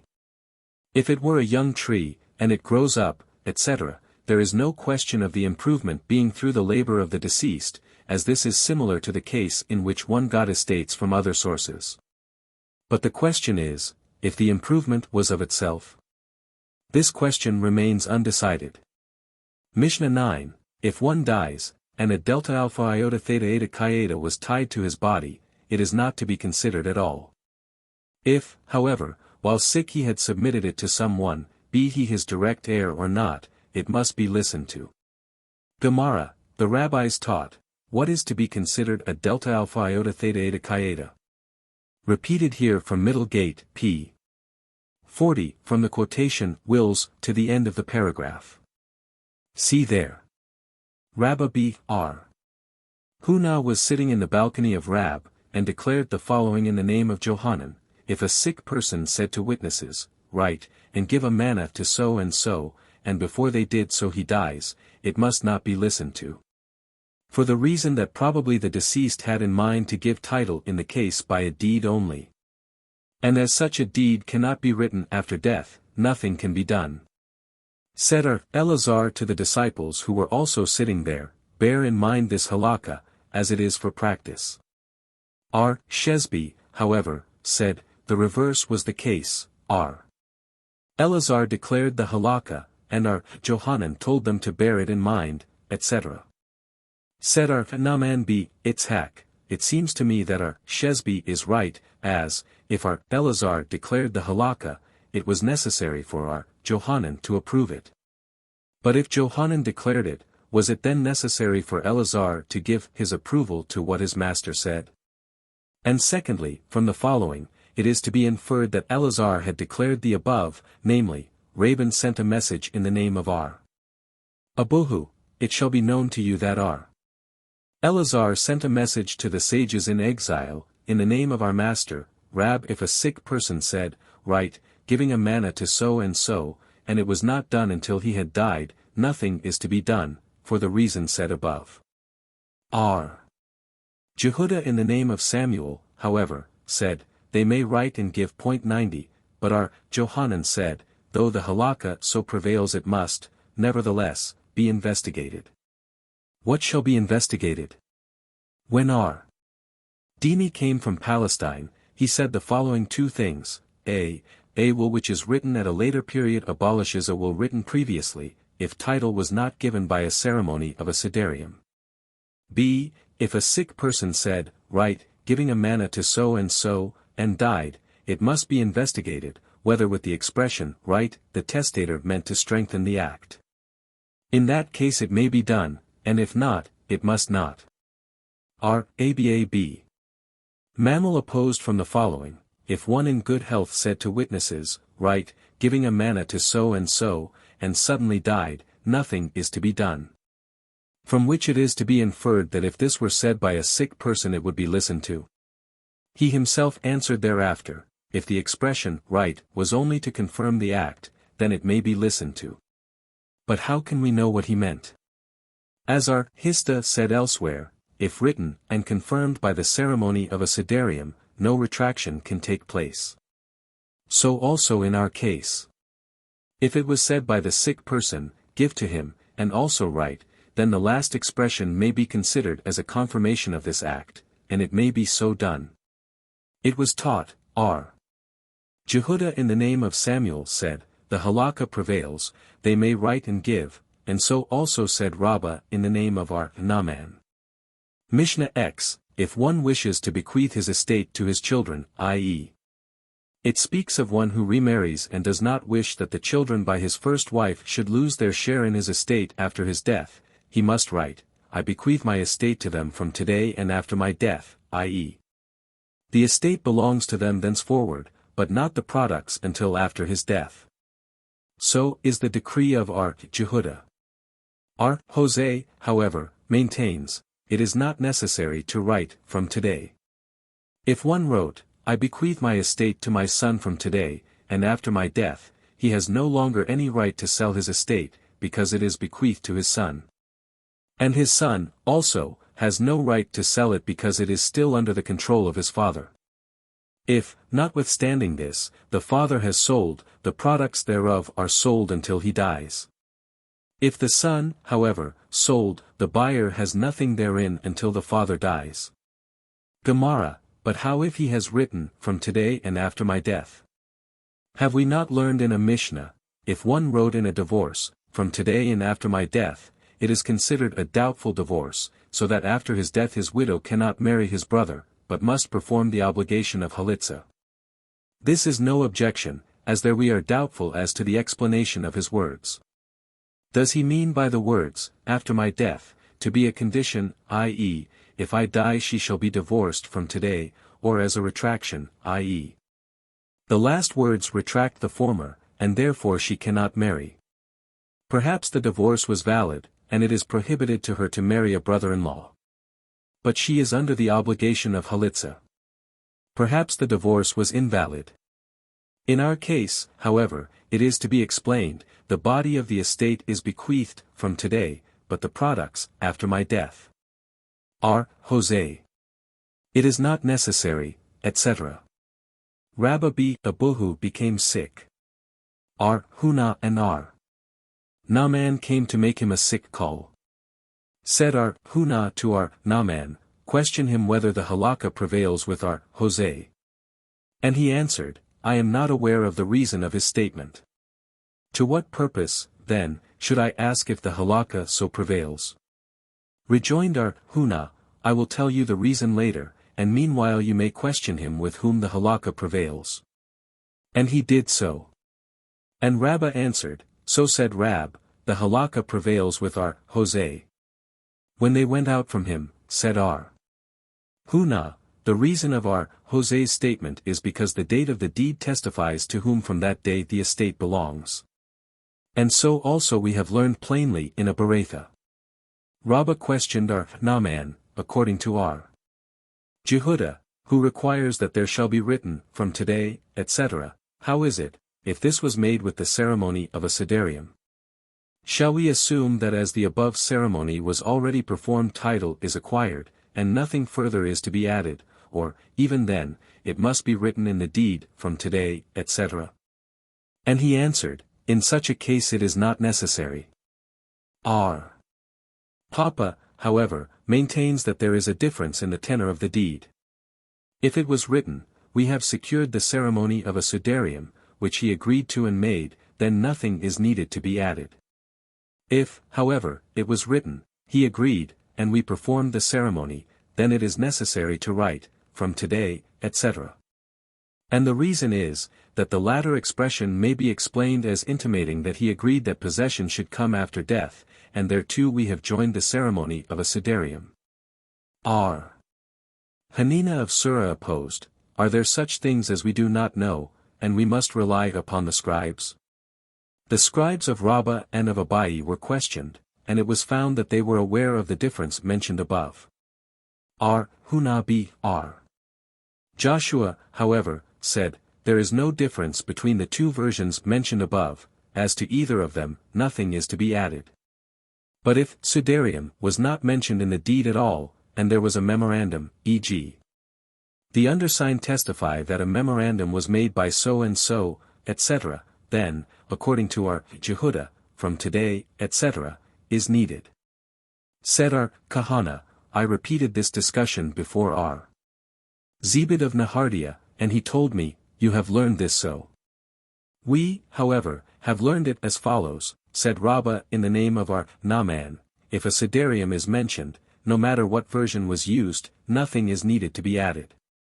But in respect to a memorandum, illustrated above, Jehuda and Hosea differ. I bequeath my estates to my son, etc. It was taught, if the son sold out and then died while the father was still alive, according to Johanan the buyer has nothing in it, and according to Resh Lakish, title is given to the buyer after the father's death. The reason of their difference is, because the former holds that the sale of the products ought to be held similar to the sale of the body.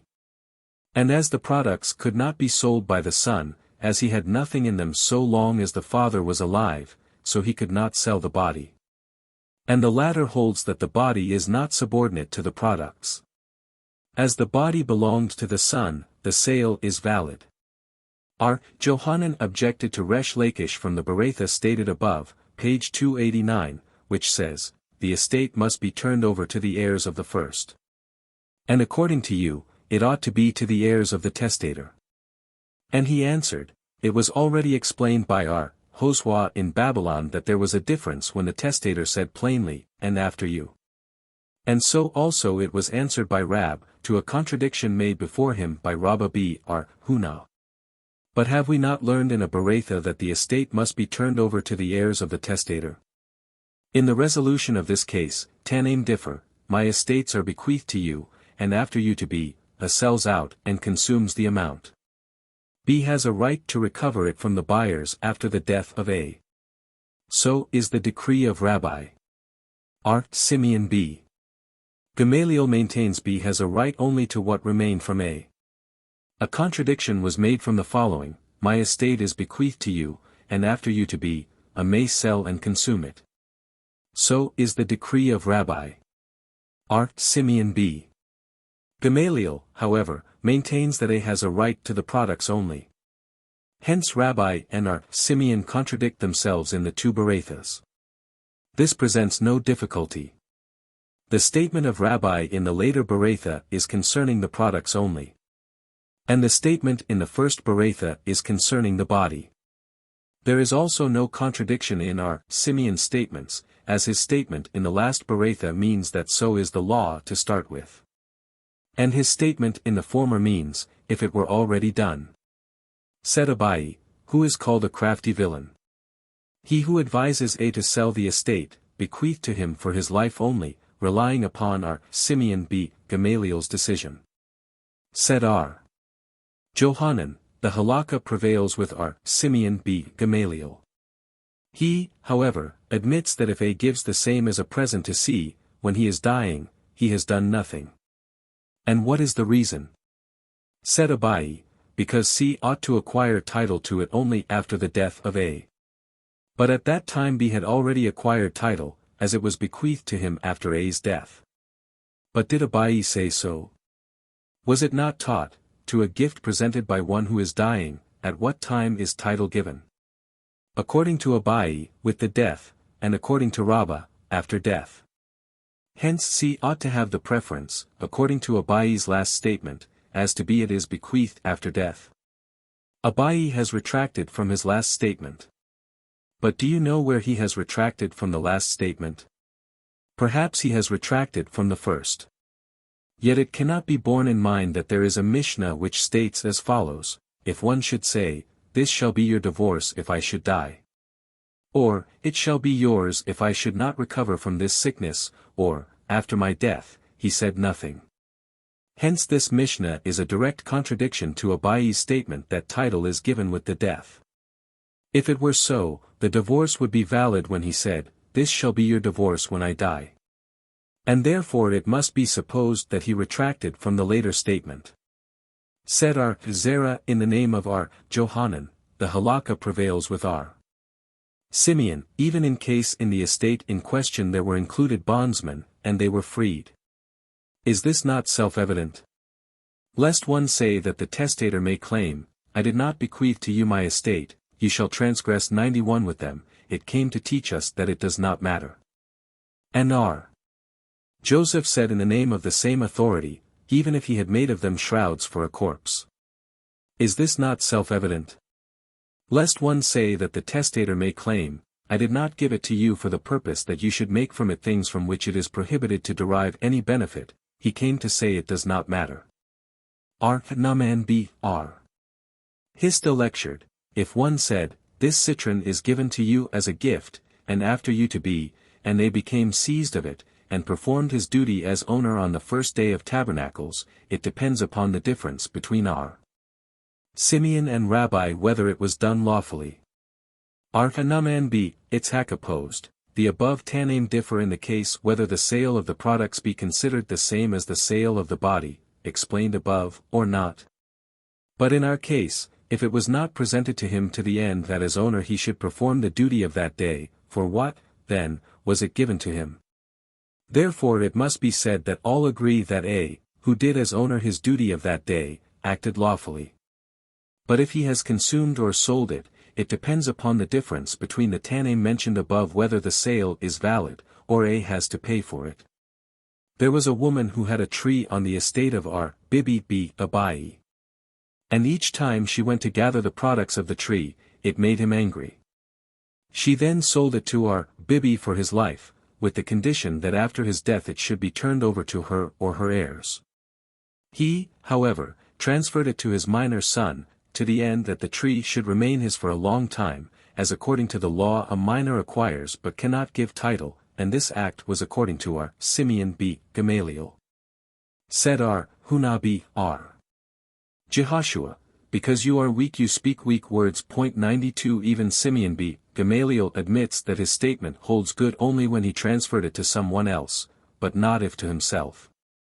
Rabbah said in the name of R.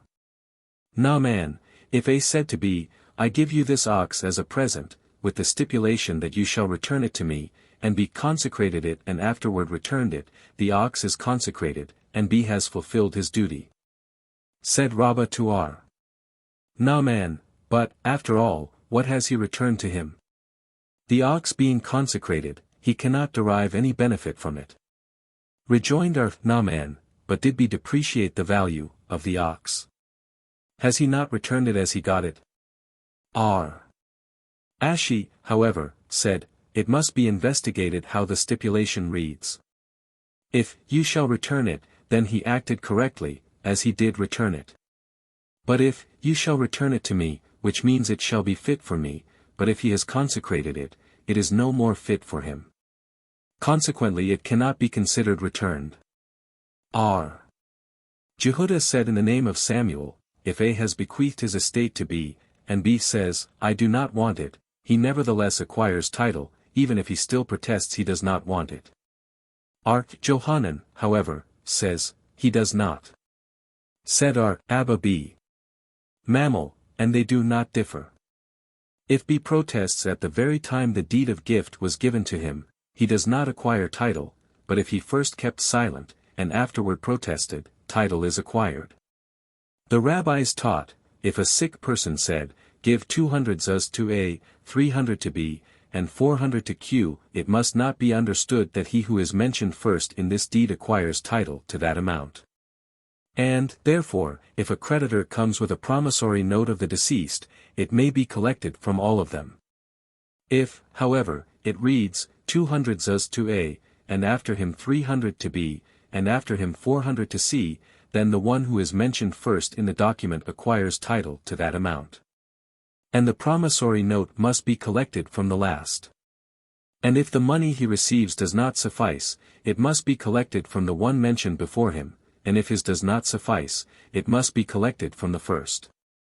The rabbis taught, if a sick person said, give 200 zuz to my firstborn son so and so, who is worthy to have them, he may take them, and also the double share belonging to a firstborn. If, however, the sick person said, give him such an amount for his firstborn privilege, the son has the preference to choose which is better for him, the amount bequeathed or the double share prescribed for him. The same is the case if the sick person said, give 200 zuz to my wife, who is worthy of them. She takes them and also what belongs to her according to her marriage contract. If, however, he said, give them to her for her marriage contract, she has the choice of taking them or that which belonged to her according to her marriage contract. If a sick person said, give 200 zuz to my creditor B, who is worthy of them, he may take them, and also collect what the deceased owes him. But if he said, give them to him for my debt, then he takes it for the debt. How is the last sentence to be understood? Because he said he is worthy of them, he shall take both the 200 zuz and his debt. Why not explain, as he had a right to them because of my debt? Said R. Naaman, Huna told me that this Beretha is in accordance with our Akiba, who is particular concerning the version as it is said, chapter 4, Mishnah 2 our Akiba admits, etc. From which we see that he gives his attention to a superfluous word. The same is it with the case in our Beretha that the words, as he is worthy of them, are superfluous, and according to our Akiba they are said because he wants to add them to his debt. The rabbis taught, if a sick man said, I have a manna with so and so, the witnesses may write this, although they are not aware that such is the case. And therefore, when his heirs come to collect from the debtor, it is for them to bring evidence. So is the decree of our mayor. The sages, however, maintain that the witnesses must not write unless they are aware that so it is. And therefore, the heirs may collect this debt without any other evidence. Said R. Naaman, Huna told me, the Beretha must be so understood. Our mayor said, they must not write, and the sages, they may. And even our mayor said so because he feared that the court, before which the case of collection should come, would err, and approve the deed without any investigation, if the witnesses who signed the deed testified only to what the deceased said. Or they were aware that the contents were true. And the sages maintain, usually a court does not err, and can be relied upon to give proper attention to this matter. Said our Dimi of Nahardia, the halakha prevails that it must not be feared the court will err. But why should this differ from the following case stated by Rabbah? The ceremony of halitza must not be made by the court, unless they know the persons. And the same is the case with a denial, of a woman, betrothed in childhood, who on arriving at majority denies the marriage before the court, and according to the law she may remarry without any other act. And therefore the witnesses who were present may write a testimony of this act, although they themselves did not know the persons. And the reason why the court must not perform the ceremony of halitza, unless they know the persons, is because it is to be feared that the court before which she may come to remarry will not investigate whether she is the same person who had to take halitza. Hence we see that error by the court is to be feared. This is no objection. A court usually does not investigate the act of a former court, but the acts of witnesses, it does. Mishnah 11. The father has a right to pluck the products of trees which are found on the estate bequeathed to his son, after his own death, and may present them to whom he pleases. If, however, the plucked fruit remains after his death, they belong to his heirs. Gemara, the plucked fruit only, but not that which is attached to the trees, although ready to be plucked, i.e. such belongs to the son, to whom the estate is bequeathed after his father's death. Have we not learned in a Bereitha that in case the fruit was ripe, under the control of the bequeather, it belongs to the buyer if he sold it before his death? Said Ula, this presents no difficulty. Our Mishnah treats of when he bequeathed to his son, and it may be supposed that his last will was that from that remaining on the tree his son should derive benefit. And the Bereitha speaks of when he has bequeathed his estate to a stranger. Mishnah 12. If he left grown-up and minor sons, the grown ones have no right to derive any benefit on account of the minors, nor have the minors a right to same on account of the older brothers, e.g. the older ones have no right to dress themselves at the expense of the inheritance before the division, nor should the minors be supported from the inheritance, but they must divide the inheritance equally. If the older ones have married at the expense of the inheritance, the same amount must be added to the shares of the minors. However, the latter have no right to claim for any addition if their older brothers have married while their father was still alive, as the amount expended for their marriages is considered a gift from their father. 93. The very same is the case with grown-up and minor daughters. All of them must receive an equal share. However, in one respect preference is given to daughters who were left together with grown-up sons. The daughters must be fed from the inheritance at the charge of the sons, which is not the case with minor daughters who were left together with grown-up ones. Gemara, Rabbah said, in the case of the oldest brother who has dressed himself at the expense of the house before division, his act is lawful, and nothing is to be deducted from his share. But does not our Mishnah state, grown-up ones have no right to derive any benefit, etc.? Our Mishnah speaks of when they are idle, and do nothing for the benefit of the house. If idlers, is it not self-evident? Lest one say that, nevertheless, they would be pleased that their brother should be nicely dressed, it comes to teach that it is not so. Grown-up and minor daughters, etc. Arth Abuhu B. Jenib sent a message to Rabbah, let the master teach us. How is it if a woman has borrowed money, consumed it, and thereafter she married without paying her debt, and brought estates with her at marriage? Must her husband pay her debt, or not? Shall we assume that the husband is considered a buyer of the estates brought, consequently he has not to pay, as the law dictates that a loan made without a deed cannot he collected from a buyer? Or is he considered an heir, and must pay his wife's debts, even when contracted without any deed? And Rabbah answered, this we have learned in our Mishnah, if the grown-up daughters have married, the minors may do the same. Is this not to be interpreted that if the grown-up daughters have borrowed money from the estate also belonging to the minors shall do the same by collecting the debts from their sisters' husbands? Nay. The Mishnah means to say that they take the same amount from the inheritance as their sisters did. But this is not so. As R. Haya taught plainly, if the older ones have married at the charge of the inheritance, the minors may collect the amount from their husbands. Hence we see that the husband is considered an heir, and must pay. This cannot be taken for support, as a law made in connection with an inheritance for the purpose of marriage is considered as public and known to the people, and also in the light of a deed which is to be collected from encumbered estates. Said R. Papa to Rabbah, why did you try to decide the question from our Haya's Bereitha? Was the same not decided by Rabban's letter, if one dies leaving a widow and a daughter, the widow must be supported from the deceased's estate. If the daughter has married or dies, the widow is still to be supported from the estate. Said Jehudah the son of Hosea's sister, such a case came before me, and it was decided that a widow must still be supported from the estate. Now, if the husband is considered an heir, it is correct that his widow should be supported from his estate, but if he is considered a buyer, why should she be supported from his estate? Does not a Mishnah state that for the support of a widow and daughters, encumbered estate must not be taken away? Said Abai, what news has Rabban sent in his message? Have we not learned this in a Mishnah? The following is not to be returned in the Jubilee year, the double share taken by a firstborn and the inheritance of a woman taken by her husband? Hence we see that the husband is considered an heir.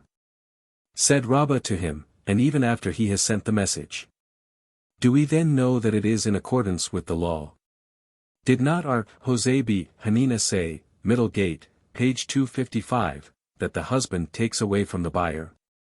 Therefore said Ashi, the rabbis have enacted that in some respects the husband should be considered as an heir, and in some respects as a buyer, and have so done on his account.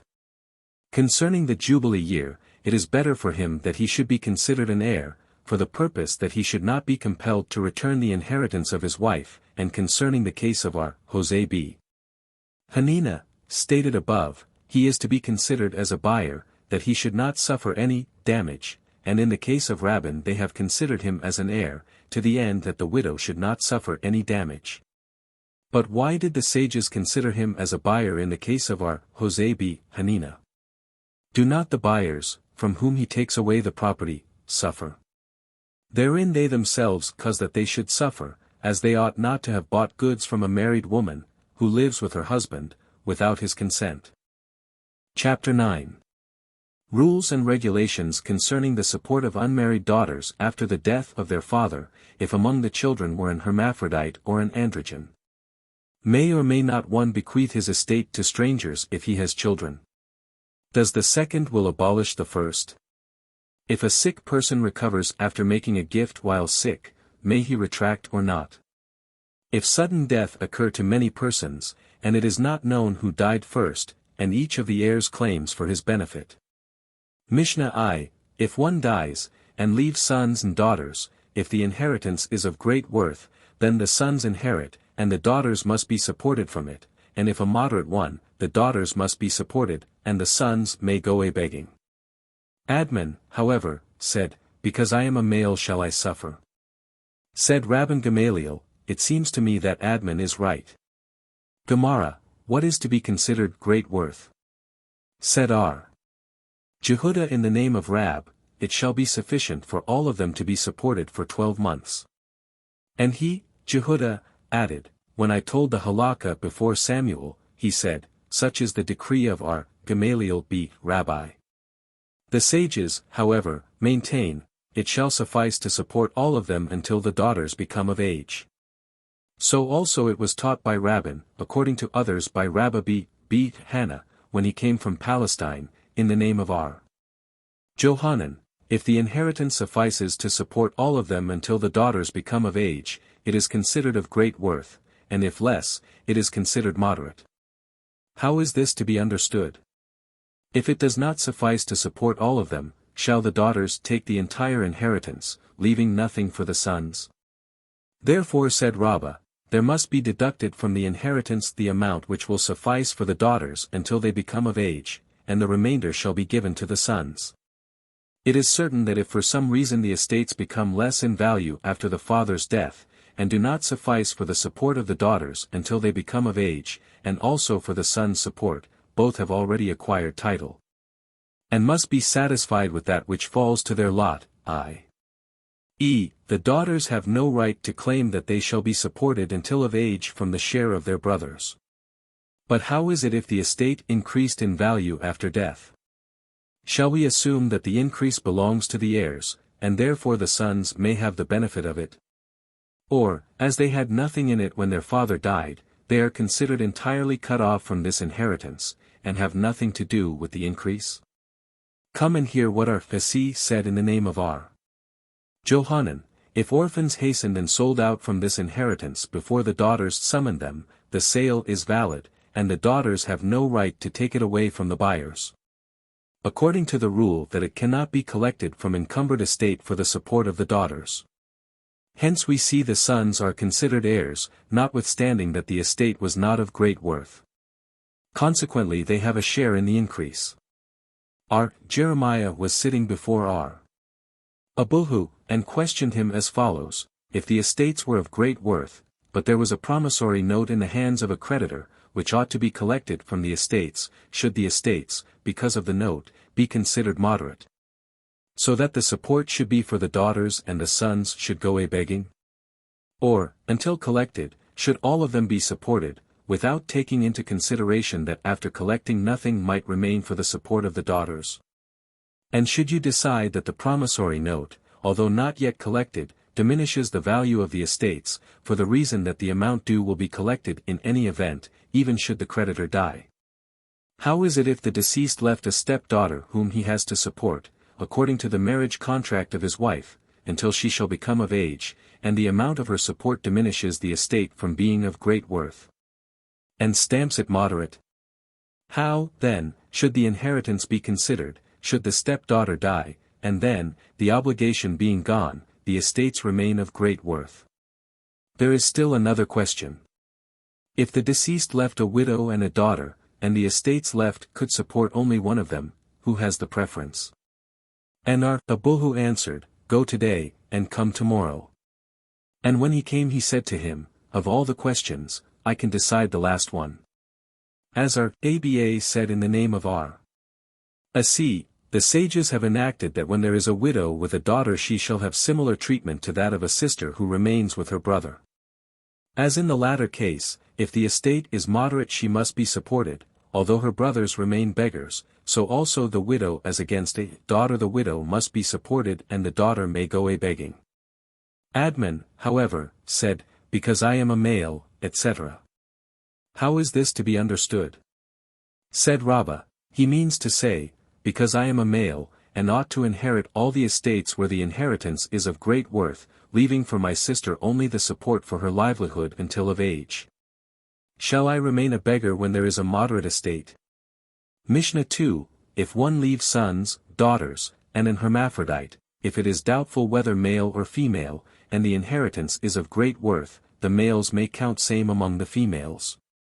But when the inheritance is moderate, the females may count same among the males. If one say, If my pregnant wife should bear a male, he shall take a manna, and she bears a male, the manna is to be given to him. If a female, she shall take 200 zuz, she takes 200. If a male a manna, and a female 200 zuz, and she had borne a male and a female, the male takes 100 and the female 200 zuz. But if she bears an hermaphrodite, he takes nothing. If, however, he said, What she shall bear shall take, then he takes accordingly. And the same is the case if there were no heirs but he inherits all. Gemara, the Mishnah states, they count same among the daughters, which means he shall be treated like them. But does not the later part state, if she bears an hermaphrodite, he takes nothing? Said Abai, it means that the males counted him among the females, but the latter have the right not to accept him, and he remains without any support. Rabbah, however, maintains, they pass him and he must be similarly supported. And the latter part of our Mishnah is in accordance with Rabban Simeon b. Gamaliel of the following Mishnah, if she bears an hermaphrodite or an androgen, which is at times a male and at times a female, Simeon b. Gamaliel said, no sanctity rests upon them. The cited Mishnah treats, if one made a vow for the offspring of a gravid cow, if a male, it shall be a burnt offering, and if a female, a peace offering. An objection was raised from the following, an hermaphrodite inherits like a son, and is supported like a daughter. And this can be correct only according to Rabbah, that he is considered an heir, like a son, in a moderate inheritance. And is supported, like a daughter, in one of great worth. But according to Abai, who said above that he takes nothing, how do you find that he shall be supported like a daughter? Even according to your theory, how do you explain Rabbah's statement, that as an heir, like a son, he takes something of a moderate inheritance. In such a case the sons take nothing. Hence he means to say that he is considered an heir like a son to be a beggar. So also you can explain the Mishnah, he is in condition to have support like a daughter, but, nevertheless, he does not get any. If one says, if my pregnant wife shall bear a male, etc. Shall we assume that a daughter is better to him than a soil, as the Mishnah says, if a male 100, and a daughter 200? Concerning inheritance, a male is better to him, as he bears his name, and concerning a gift, a daughter is better to him, as it is more difficult for her to make a living than for a male. Samuel, however, maintains that the Mishnah treats of when his wife was pregnant with her first child, and it is in accordance with our Hista, who said elsewhere, if the first child is a female, it is a good sign for future sons, according to some because she will educate the sons, and according to some, that she should not be afflicted by a covetous eye. Said our Hista, as for me, I always give preference to females over males. And if you wish, it may be said that our Mishnah is in accordance with our Jehuda in the following Beretha, it is a meritorious act for one to support his daughters, and so much the more his sons who occupy themselves with the Torah. So is the decree of our Meir. Our Jehuda, however, said, it is a meritorious act to support the sons, and so much the more to support the daughters, because of their humiliation, if they should have to beg. There was one who said to his wife, I bequeath my estate to the child with which you are pregnant. Said our Huna, this means that he designed to give title to an embryo, and an embryo cannot acquire title. Our Naaman objected to our Huna from our Mishnah, which states, if my wife shall bear a male, he shall take a manna, etc. And he answered him, I do not know who has taught our Mishnah, i.e. I do not find our Mishnah to be in accordance with the majority, nor a single one of the sages. But let our Naaman say that the Mishnah treats of when the bequeather said, I bequeath the estate to the child after my wife has borne it. Our Huna is in accordance with his principle that the child does not acquire title even after birth. As it was taught. Our Naaman said, if one bequeaths to an embryo, title is not given, but if he said, after he is born, title is given. Our Huna, however, maintains that even then title is not given. But our Shesheth is of the opinion that in either case title is given. And he added, I deduce my statement from the following Beretha, if a proselyte supposed to be childless dies, and Israelites have robbed his estate, and thereafter they hear that he has a son, or that his wife is pregnant, they are obliged to return it. If, however, they have returned it, and thereafter they hear that the son is dead, or that his wife has had a miscarriage, and they again take the estate, he who made a hazakah in the second instance has acquired title. But he who made the same in the first instance has not. Now, if it be remembered that an embryo does not acquire title, why should title not be given to them who made a hazakah in the first instance?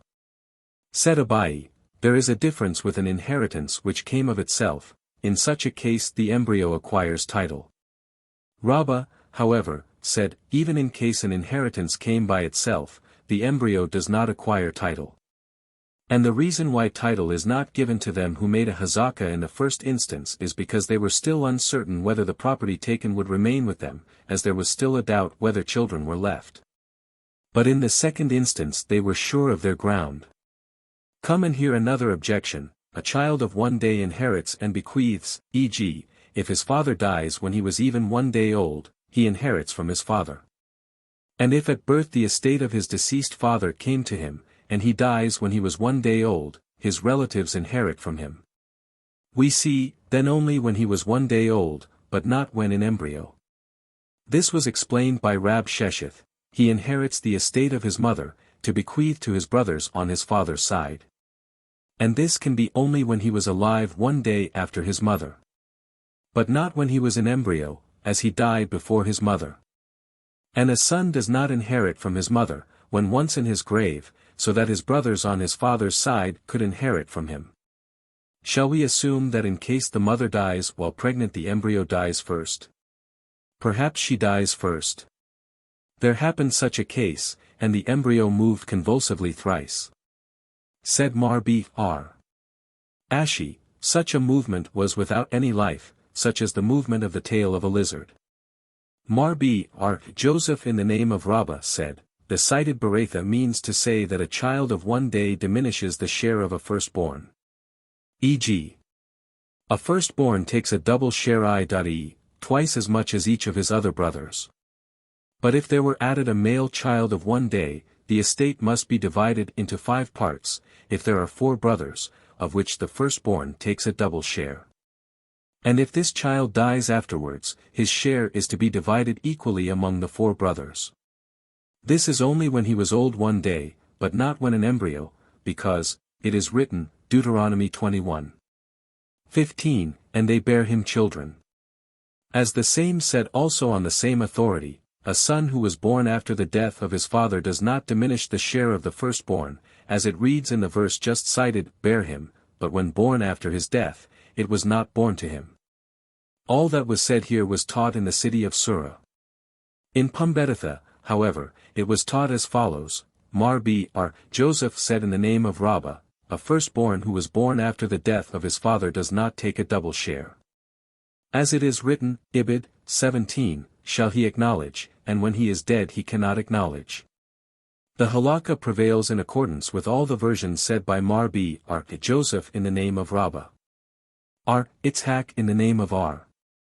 Johanan said, he who bequeaths to an embryo, title is not acquired. And should you object to this statement from our Mishnah, which states, if one bequeaths a manna to the embryo, he takes it after he is born, I may tell you that this is said only of a father, whose mind is near to his son. But it cannot be done by a stranger. Said Samuel to our Hannah of Baghdad, you may bring to me 10 persons, and I will teach in their presence that title is given if one bequeaths to an embryo. The halakha, however, prevails that title is not given. There was one who said to his wife, I bequeath my estate to the children who shall be born of you by me. And his elder son came and said, what becomes of me? And the father answered, you will take a share as one of the brothers. Now, the children which are to be born can certainly not acquire any title. But the question is, does the elder son, when he came to share with his brothers born thereafter, take a double share, as his father bequeathed to him a part of his estate when his brothers were not yet in existence? Or does he share with them equally? According to our Abin, our Micah, and our Jeremiah, he is entitled to a double share, and according to our Abuhu, Haninabi, Papi, and our Itzhak of Nafha, he is not. Said our Abuhu to our Jeremiah, with whom should the halakha prevail, with us or with you? And he answered, certainly with us, as we are older than you, and not with you, who are still young scholars. And our Abuhu rejoined, does this depend upon age? It depends upon reason, and our reason is better than yours. And what is it? Questioned our Jeremiah again. And he answered, go to our Abin, and ask him, as I have already explained to him the reason at the college. And he shook his head in sign of assent. He went to him, and he told him, because this case is similar to that of one who says, you and this ass shall acquire title to this article, would title be given to him? Is this not to explain, you shall acquire title as the ass? The same is the case if one says, you shall share with the children, which are not yet in existence even in pregnancy. Hence title is not acquired in either case. It was taught, if one says, acquire title to this as the ass, certainly title is not given, but if he says, acquire title, you and the ass, according to our Naaman title is given to a half. And our Huna said, this man said nothing. Our Sheshith, however, said, he has acquired title to the whole of it. Said our Mordecai to our Ashi, our Ivia raised an objection from a Mishnah in Tract Kiddushin. It happened with 5 women, among them 2 sisters, that one presented to them a basket with dry figs, saying, you are all betrothed to me with this basket. And one of the women accepted the basket for them all. And when the case came before the sages, they said, the sisters are not betrothed. Hence only the sisters. But the strangers were. Why? Is this not similar to the case, you and the ass shall acquire, i.e., as the sisters could not under any circumstances be betrothed to one person, the other women must also be treated similarly? And he answered, that is what our Huna dreamt that our Ivia was going to raise a question, and now I see that our Huna's dream was true. However, the objection does not hold good, as that Beretha was explained, in case the man has added, all of you who are fit to be my wives. There was one who said to his wife, my estate shall be for you and your children. And Joseph decided, one half of the estate belongs to her, and the other half to her children. And he added, I deduce my decision from the following Beretha, Rabbi said, it is written, Leviticus 24:9, and it shall belong to Aaron and to his sons, meaning a half shall be for Aaron and a half for his sons. Said Abai to him, what comparison is this? Aaron was fit to receive a share, and therefore the merciful one mentioned him, that he should take a half. But in this case a woman is not fit to be an heir at all, when there are male children. Would it not be sufficient that she should take an equal share with her children? Is that so? Did not such a case happen in Nehardia, and Samuel collected for the woman a half, and also in Tiberias, and Johanan collected for her a half? Furthermore, when our Itzhak b. Joseph came from Palestine, he told, it happened that the government had taxed the citizens of the city and those who had real estate for the manufacture of a crown for the ruler, and Rabbi decided a half should be collected from the citizens, and the other from the owners of real estate. But what comparison is that with what was told by our Itzhak? As to that one, it is known that in previous orders from the government they applied only to the rich citizens, and those who possessed real estate only assisted them, with the consent of the government. But the order in question was written, both the rich and real estate owners are taxed. Therefore Rabbi's decision. R. Zerah objected from the following, if one said, I intend to bring a meal offering, of 100/10 of an ephah to bring it in 2 vessels he may bring 60 in one vessel and 40 in the other. However, if he brought 50 and 50, in 2 vessels, he has fulfilled his duty. We see, then, that only when he does so it is valid, but the law prescribes that he must bring 60 in one and 40 in the other. Hence we see that equal halves is not to be understood when he says in 2 parts. Nay, this cannot be compared. We are witnesses that he intended to bring a great offering. And the expression, in 2 vessels, was because he was aware that it could not be put into one. Therefore there must be put in one vessel as much as it can contain, and the remainder in the other one. Says the Gemara. The halakha prevails in accordance with our Joseph in the 3 cases, the case of a field, mentioned in the 8th chapter, page 254, in the case of a siderium mentioned in the preceding chapter, p. 253, and in this case of the half. There was one who had sent home pieces of silk, without any order to which member of his household they belonged, and our Ami decided, those which are fit for the sons, they shall use. And those which are fit for the daughters, shall be used by them. This law, however, holds good only in case he had no daughters-in-law. But if such a case should happen when there are daughters-in-law, and his own daughters are married, it is to be supposed that he sent them to the daughters-in-law. If, however, his own daughters were unmarried, he would not neglect his daughters, and it is to be supposed that he sent them for them. There was one who said in his will, my sons shall inherit my estate. However, he had only one son, and some daughters. And the question arose, by the expression, sons, in the plural, does he mean the one son only, excluding the daughters, or does he mean to include them? Said Rabbah, there is a verse in number 26. 8, and the sons of Palu, Eliab. And Joseph said, there is another verse in Ikron, 2. 8, and the sons of Ethan, Azariah. There was another, who said, my estate shall belong to my sons, and he had only one son and a grandson. And the question arose, whether people are used to call grandsons also sons. Biba said, they are. And Marbi Ashi maintains, they are not. And there is a beretha in accordance with the latter, namely, if one vowed not to derive any benefit from his sons, he may derive it from the grandsons. Mishnah 3. If one left grown-up and minor sons, and the former improved the estate, the improvement shall be divided equally.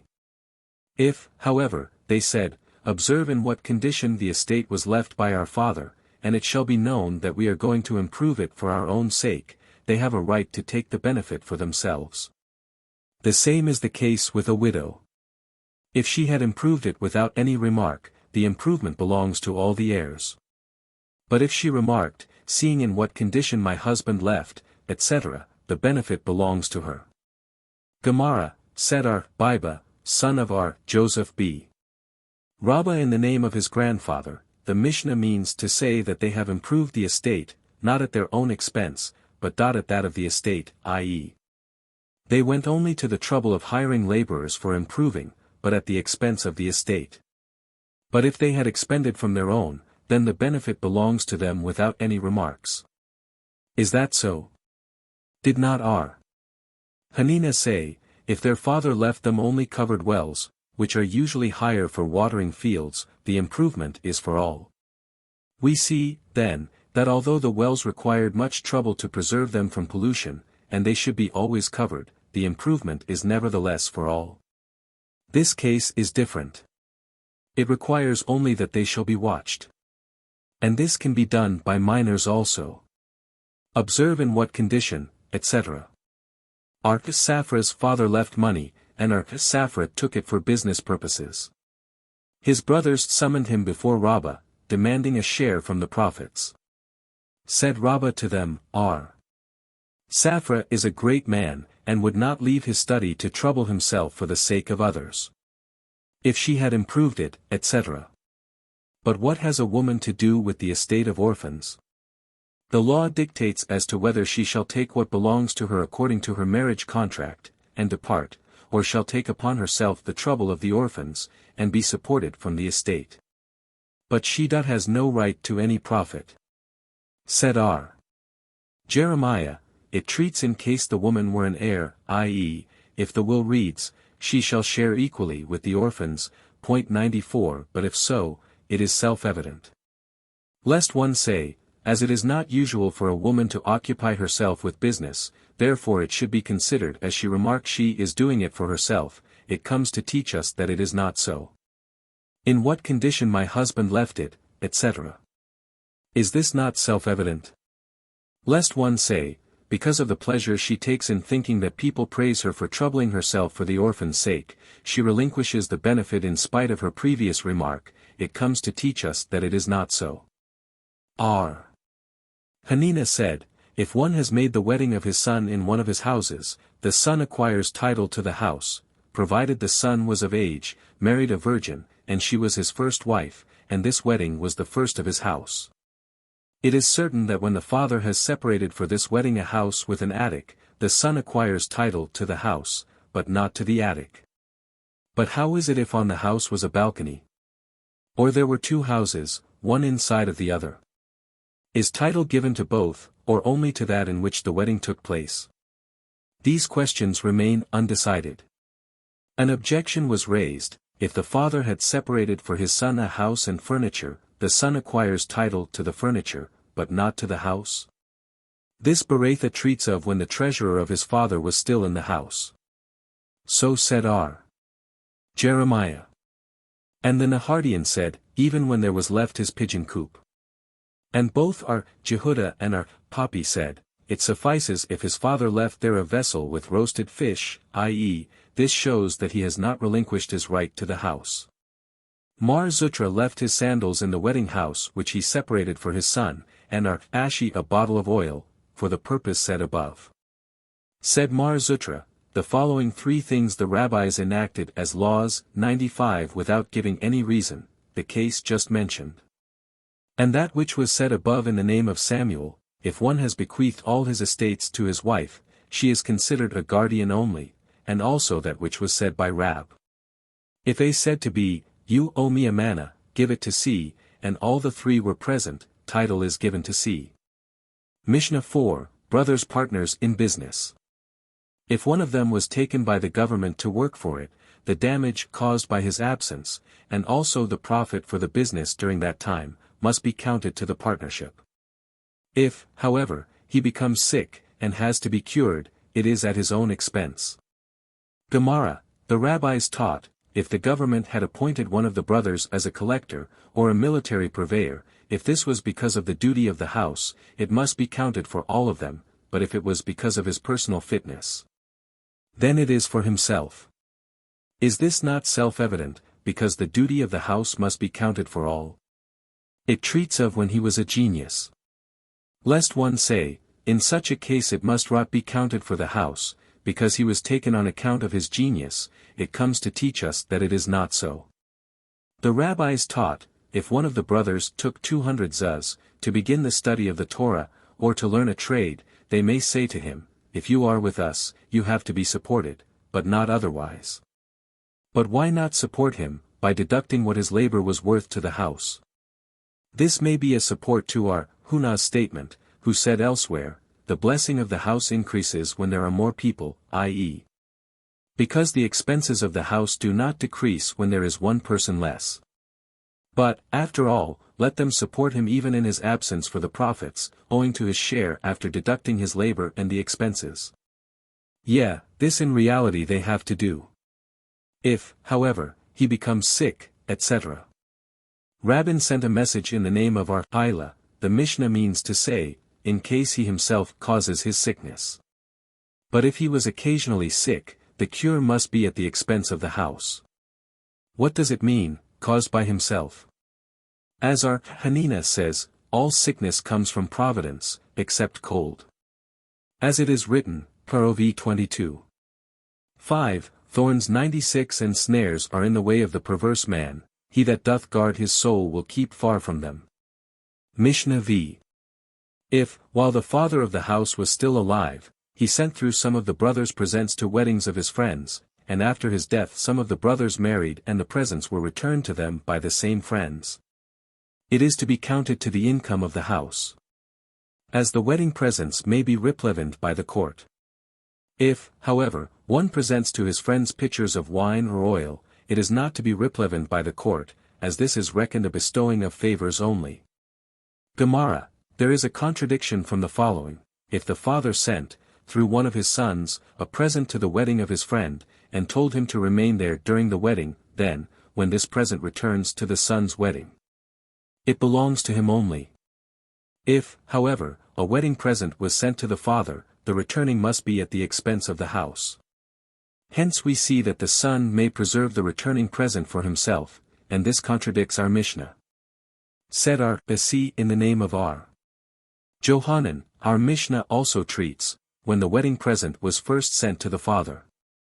But does not the Mishnah state, through some of the brothers? Read to some of the brothers. But the Mishnah states farther on, if it was returned. It means, if this came to be returned by the brothers, it must be returned at the expense of the house. R. Basi himself, however, said, it presents no difficulty, there is no necessity for such a complicated explanation of the Mishnah, as it can be explained thus. Our Mishnah treats, when the father sent the present through one of his sons, without designating that the returns should belong to him, then the returns belong to the house. And the Baraitha treats, when the father has nominated one of his sons to deliver the present, so that the returning should belong to him. Samuel, however, said, the law is to be practiced in accordance with the Baraitha. And our Mishnah treats, in case the son through whom the present was sent dies childless, and his brother came to marry his wife, who according to the law is also his heir. However, this present he does not inherit from him. Because there is a rule that this brother does not inherit property which was not yet in the deceased's possession, but has to come to him in the future. Says the Gemara.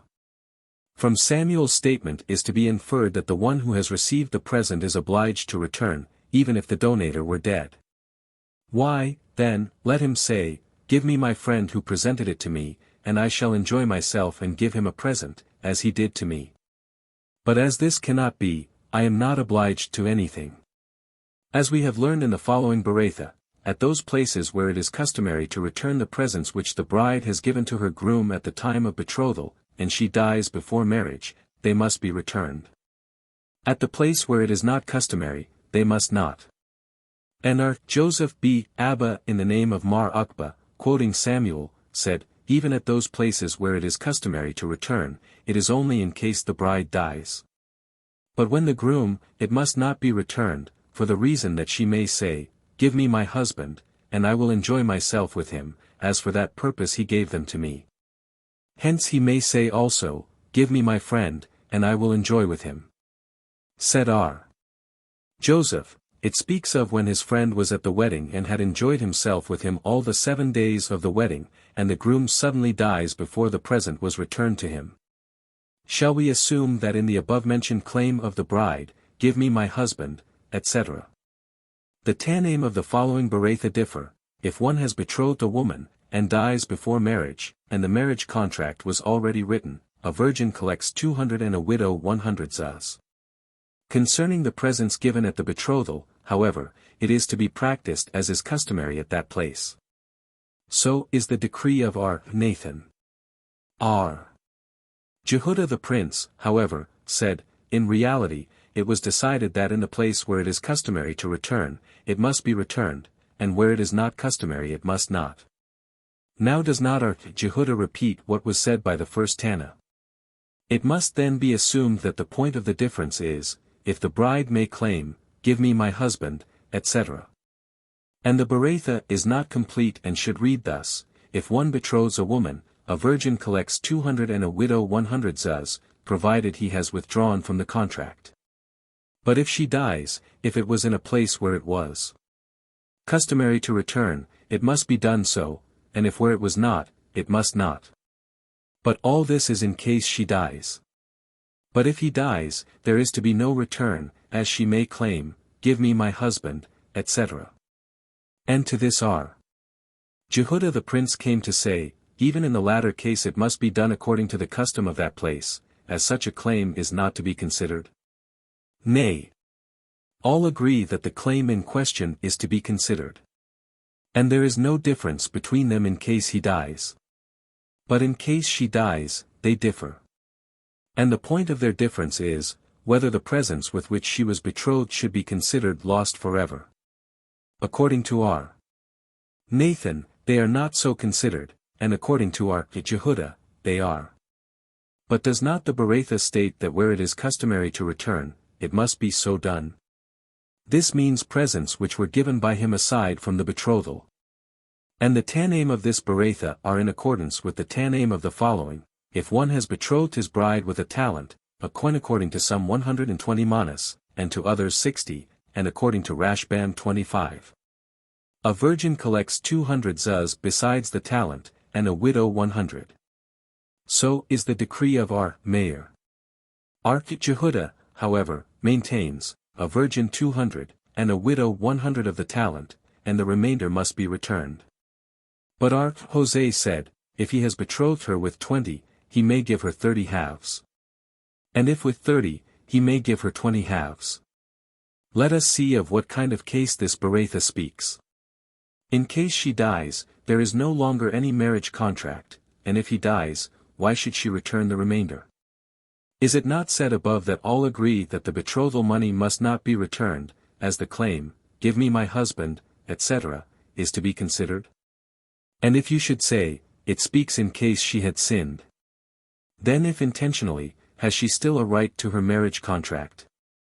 And if unintentionally, he may marry her if he be a commoner. It must be then said that it speaks of when the groom was a priest, and she was forced to sin, and in such a case a commoner may, and a priest may not marry her. And the point of their difference is, that Meir holds the money of betrothal to be lost forever, and Jehudah holds that it is not, and to Hosea it was doubtful whether yes or no. And therefore he maintains that, according to the rule, doubtful money is to be divided. If he has betrothed her with 20 selas, 80 zuz, she has to return to him 40 zuz. However, he has to complete the amount belonging to a widow as a marriage contract, which is 100 zuz. Therefore he gives her 30 half selas, which are 60 zuz, and this completes the manna to which she is entitled. And if he betrothed her with 30 selas, she has to return to him 15, and he must give her 20 half selas more. Said R. Joseph B. Menumi in the name of R. Naaman, Babylon is the place where it is customary to return. And by Babylon he meant the city of Nahardia. But how is it with the other cities in Babylon? Both Rabbah and R. Joseph say, the betrothal money is not to be returned, but the presents are. Said R. Papa, the halakha prevails, whether he or she dies, or he has retracted, the presents only are to be returned, but not the betrothal money. And in case she has retracted, the betrothal money also. Amimar, however, maintains that even in the latter case the money must not be returned, for the reason that one may say that he is then allowed to be betrothed to her sister, i.e.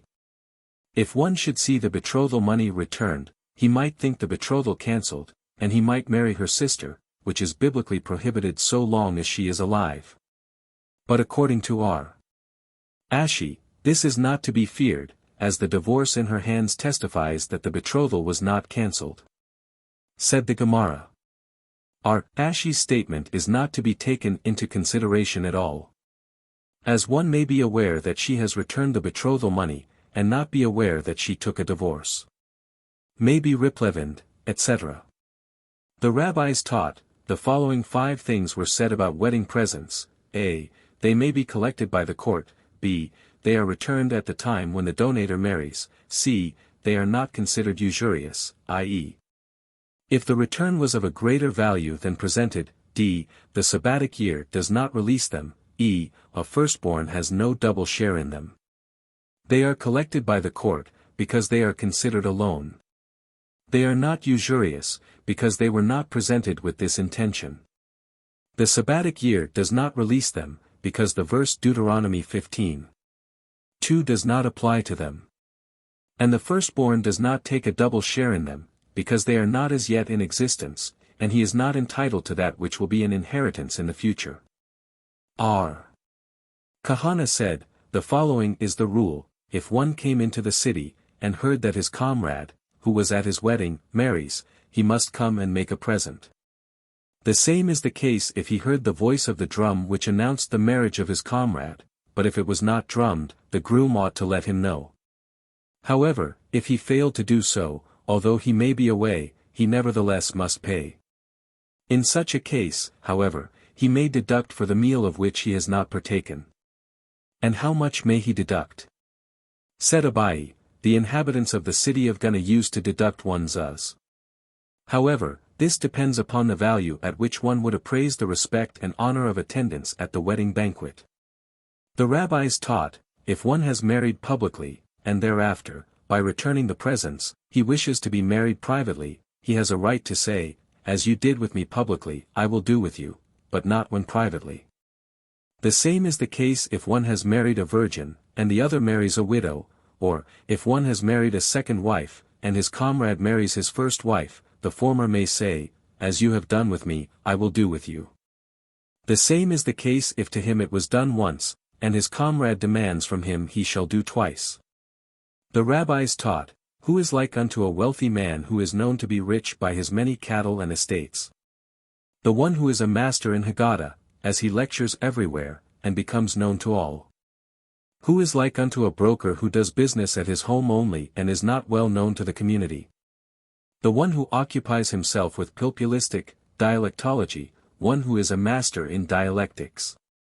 Who is like unto one who makes his living by selling things which are to be measured, who gathers his money little by little, which finally becomes a considerable amount? The one who gathers the decisions of the rabbis, little by little, and finally possesses a great deal of wisdom. However, all are dependent to the owner of wheat, which is the Gemara, as only by the studying of it are we able to understand the Mishnayth and the Baraithas. Our Fizera in the name of Rab said, it is written, Kerovi 15:15, all the days of the afflicted are evil. It means, the masters of Gemara, because they must find out how to decide the laws from the Mishnayth, which always need an explanation. But he that is of a cheerful heart, etc. means, the one who is a master in Mishnayth. Rabbah, however, maintains the reverse. He who is a master in Mishnayth cannot come to any conclusion about halakha, but he who is a master in Gemara knows how to decide halakkas. And this is what R. Mesharshia said in his name, it is written, Ekel X. 9. He that moves stones will be hurt through them, meaning the masters of the Mishnah. He that cleaveth wood will be endangered thereby, means the masters of Gemara, because they do not always succeed in finding out the correct decisions. R. Hanina said, all the days of the afflicted, etc., means him who has a bad wife. But he who is of a cheerful heart, etc., means him who has a good wife. R. Janae said, all the days of the afflicted, etc., means one who is effeminate. And he that is of a cheerful heart, etc., means him who is hardened to the ways of the world. R. Johanan said, by the first is meant him whose nature is merciful, and who takes to heart everything which happens to his fellow men, and by the second is meant him who is callous. R. Jehoshua b. Levi said, the first means him who is a pedant, and the second, him whose mind is worldly. 97. Mishnah 6. If one sends presents to the house of his betrothed's father, to the value of 100 manas, and has partaken of the betrothal meal, even for 1 dinar, they are not to be returned. If, however, he did not partake, they may be returned in case of retraction. If the presents were given for the purpose that the bride should bring them, after her marriage, to her husband's house, they are to be returned. But if such is to be used while she is yet in her father's house, they are not. Gemara, said Rabbah, it means if he has partaken of no less than the value of a dinar, but if less, he has a right to demand a return. Is this not self-evident?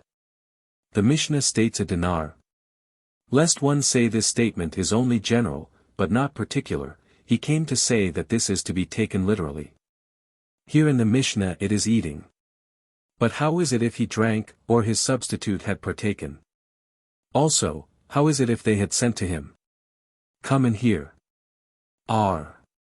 Jehudah in the name of Samuel said, it happened with one who had sent to his betrothed's father 100 karems containing pitchers of wine and oil, and vessels of silver and gold, and silk garments. And while he was joyful over the act, he rode on his horse to the gate of his betrothed's father, where they gave him a goblet of a warm beverage which he drank while sitting on the horse. Thereafter he died before marriage. And R. Aha, the mayor of that city, brought this case up before the sages in the college of Usha, and they decided, such presents as may become spoiled before marriage are not to be returned, but such as are in good condition may. Hence we see even if one has not eaten, but drunk, it is the same.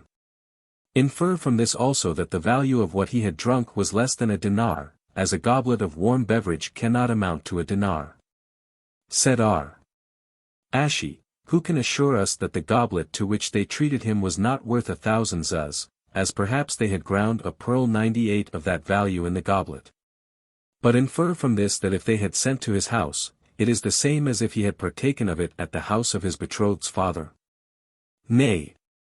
Perhaps at the gate of his betrothed's father is the same as if he had partaken of it inside the house.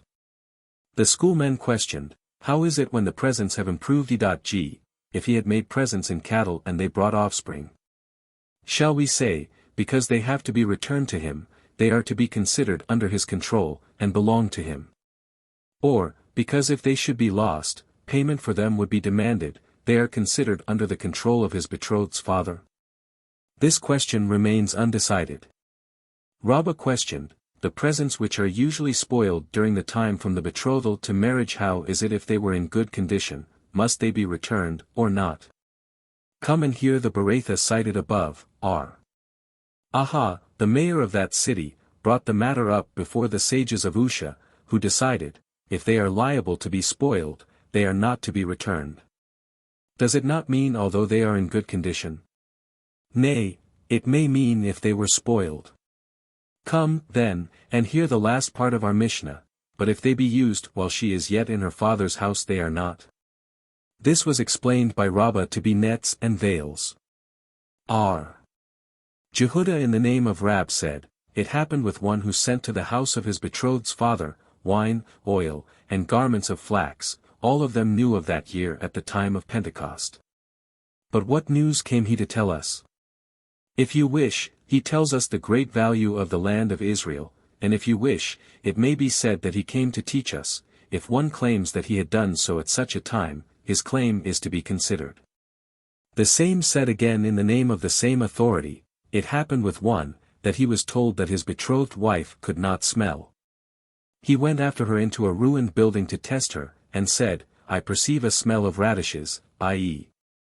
He kept in his pocket some for the purpose of testing her, whether she would smell them, and she answered him sarcastically, If one should furnish me with the dates of Jericho, I would eat them with the radishes I smell.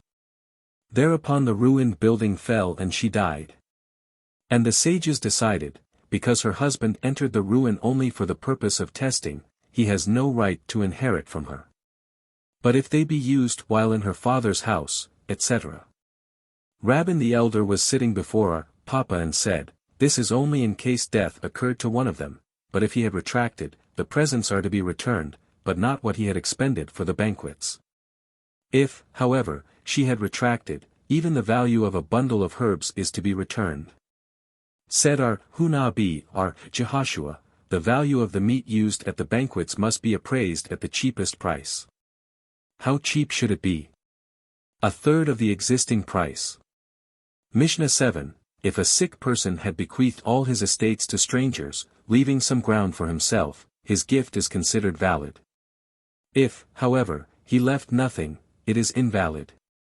Gemara, who is the Tana who holds that we may act in accordance with the supposed intention of the bequeather, as the Mishnah states, if he left nothing for himself it is invalid, which means, if the sick person becomes cured.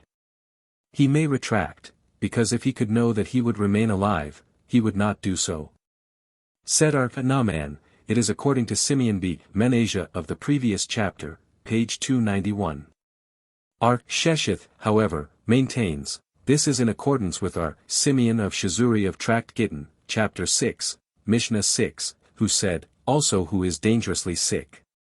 Who is the Tana of what the rabbis taught in the following Tosefta, if one was sick in bed, and he was questioned to whom he bequeathed his estates, and he said, I thought that I had a son, but now that I am convinced I have not.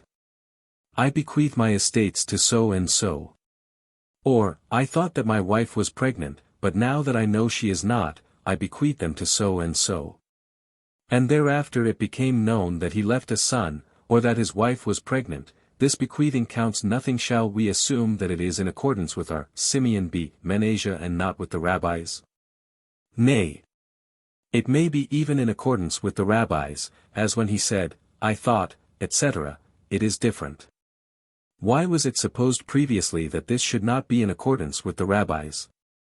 Lest one say that the sick person said it only to mention his sorrow, but he did not think that it should not be bequeathed if he did have a son, it comes to teach us that it is not so. R. Zerah in the name of Rab said, whence do we deduce that a gift of a sick person must be biblically considered? Because it is written, number 27. 8, then shall he cause to pass unto his daughter, i.e.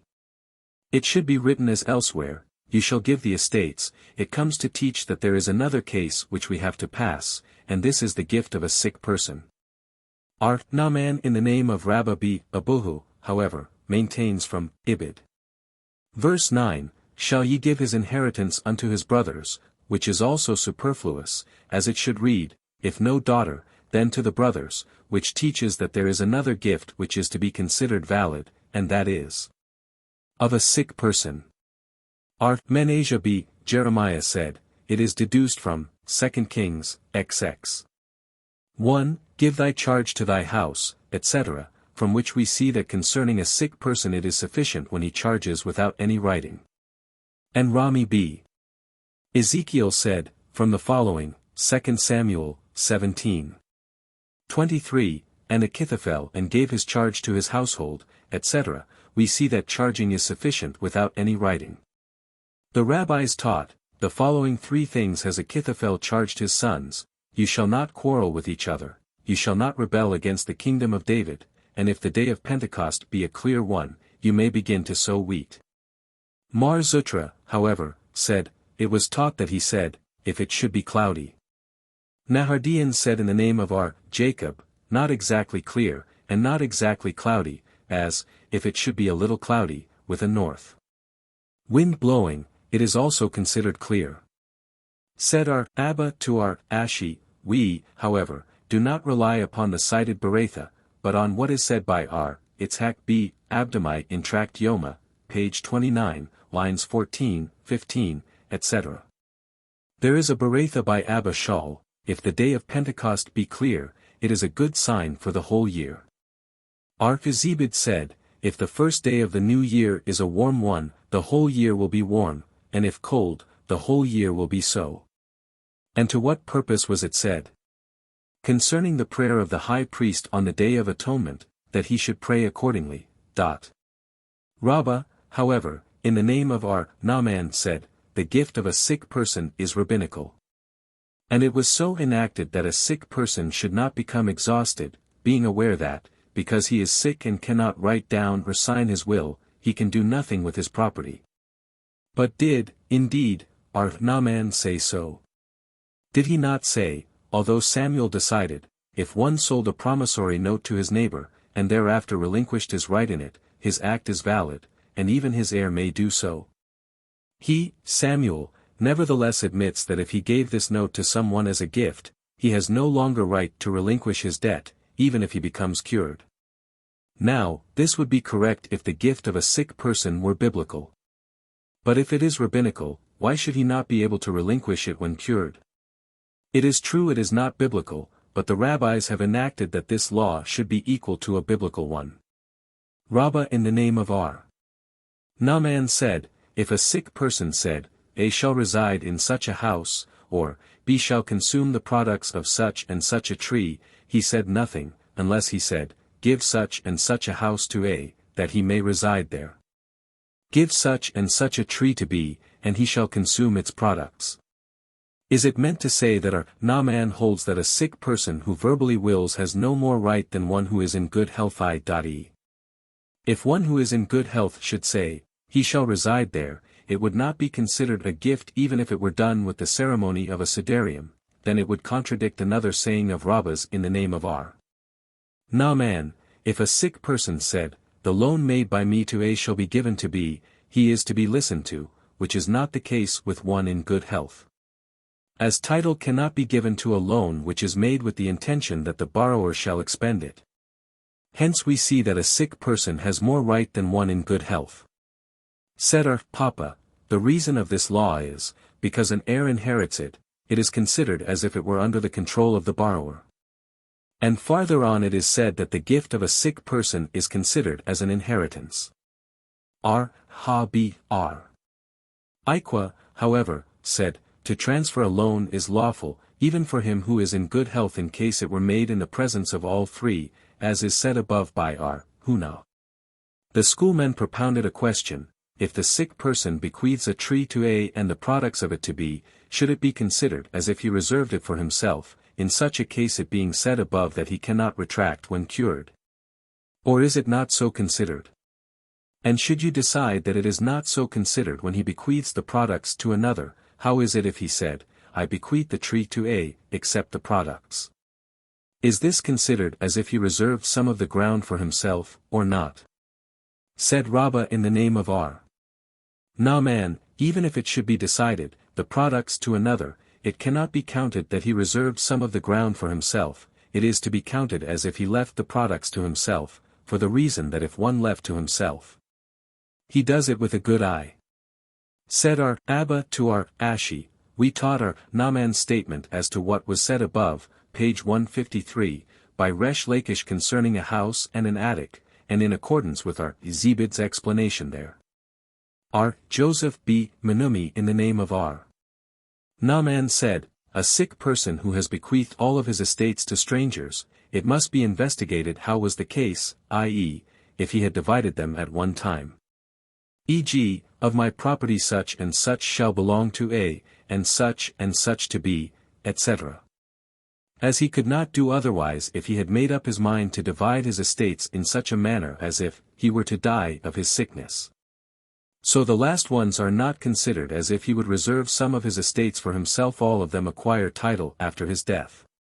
But in case of cure he may retract from all of them, even from the first, but if he so does after deliberating, i.e., such and such shall be to A, then stops, and some time thereafter adds, such and such to B, etc. In case he was cured of this sickness he may retract only from the last one. As he left nothing for himself, for it is to be supposed that if he knew he would be cured he would not give away the last of his estate so that he should remain a beggar, but not from the previous one. But why should not we suppose, even in the latter case, that his intention was concerning all of them, in case he should die, and the deliberation was as to who was more worthy to be his inheritor? Usually a sick person who expects to die makes up his mind for all his estates before he mentions any name. Menumi in the name of R. Naaman said, if a sick person has bequeathed all his estates to strangers, and thereafter is cured, he cannot retract, as it may be feared, perhaps, he has estates in another country. But does not our Mishnah state, in case he left nothing for himself, he may? And according to this theory, how can such a case occur? Said Ar Hama, it may occur, if he said, all my estates, wherever they may be found. Marbi R. Ashi said, our Mishnah means to say, in case it was clear to the people that he had no estates elsewhere. The schoolmen propounded a question, should a retraction in part be considered a retraction of all, or not, e.g. if he first bequeaths all his estates to A, and thereafter he bequeaths a part of same to B, which, according to the law, he may do, the question arises whether A has still the right to what was bequeathed to him at first. Or the retraction of a part annuls the first entirely.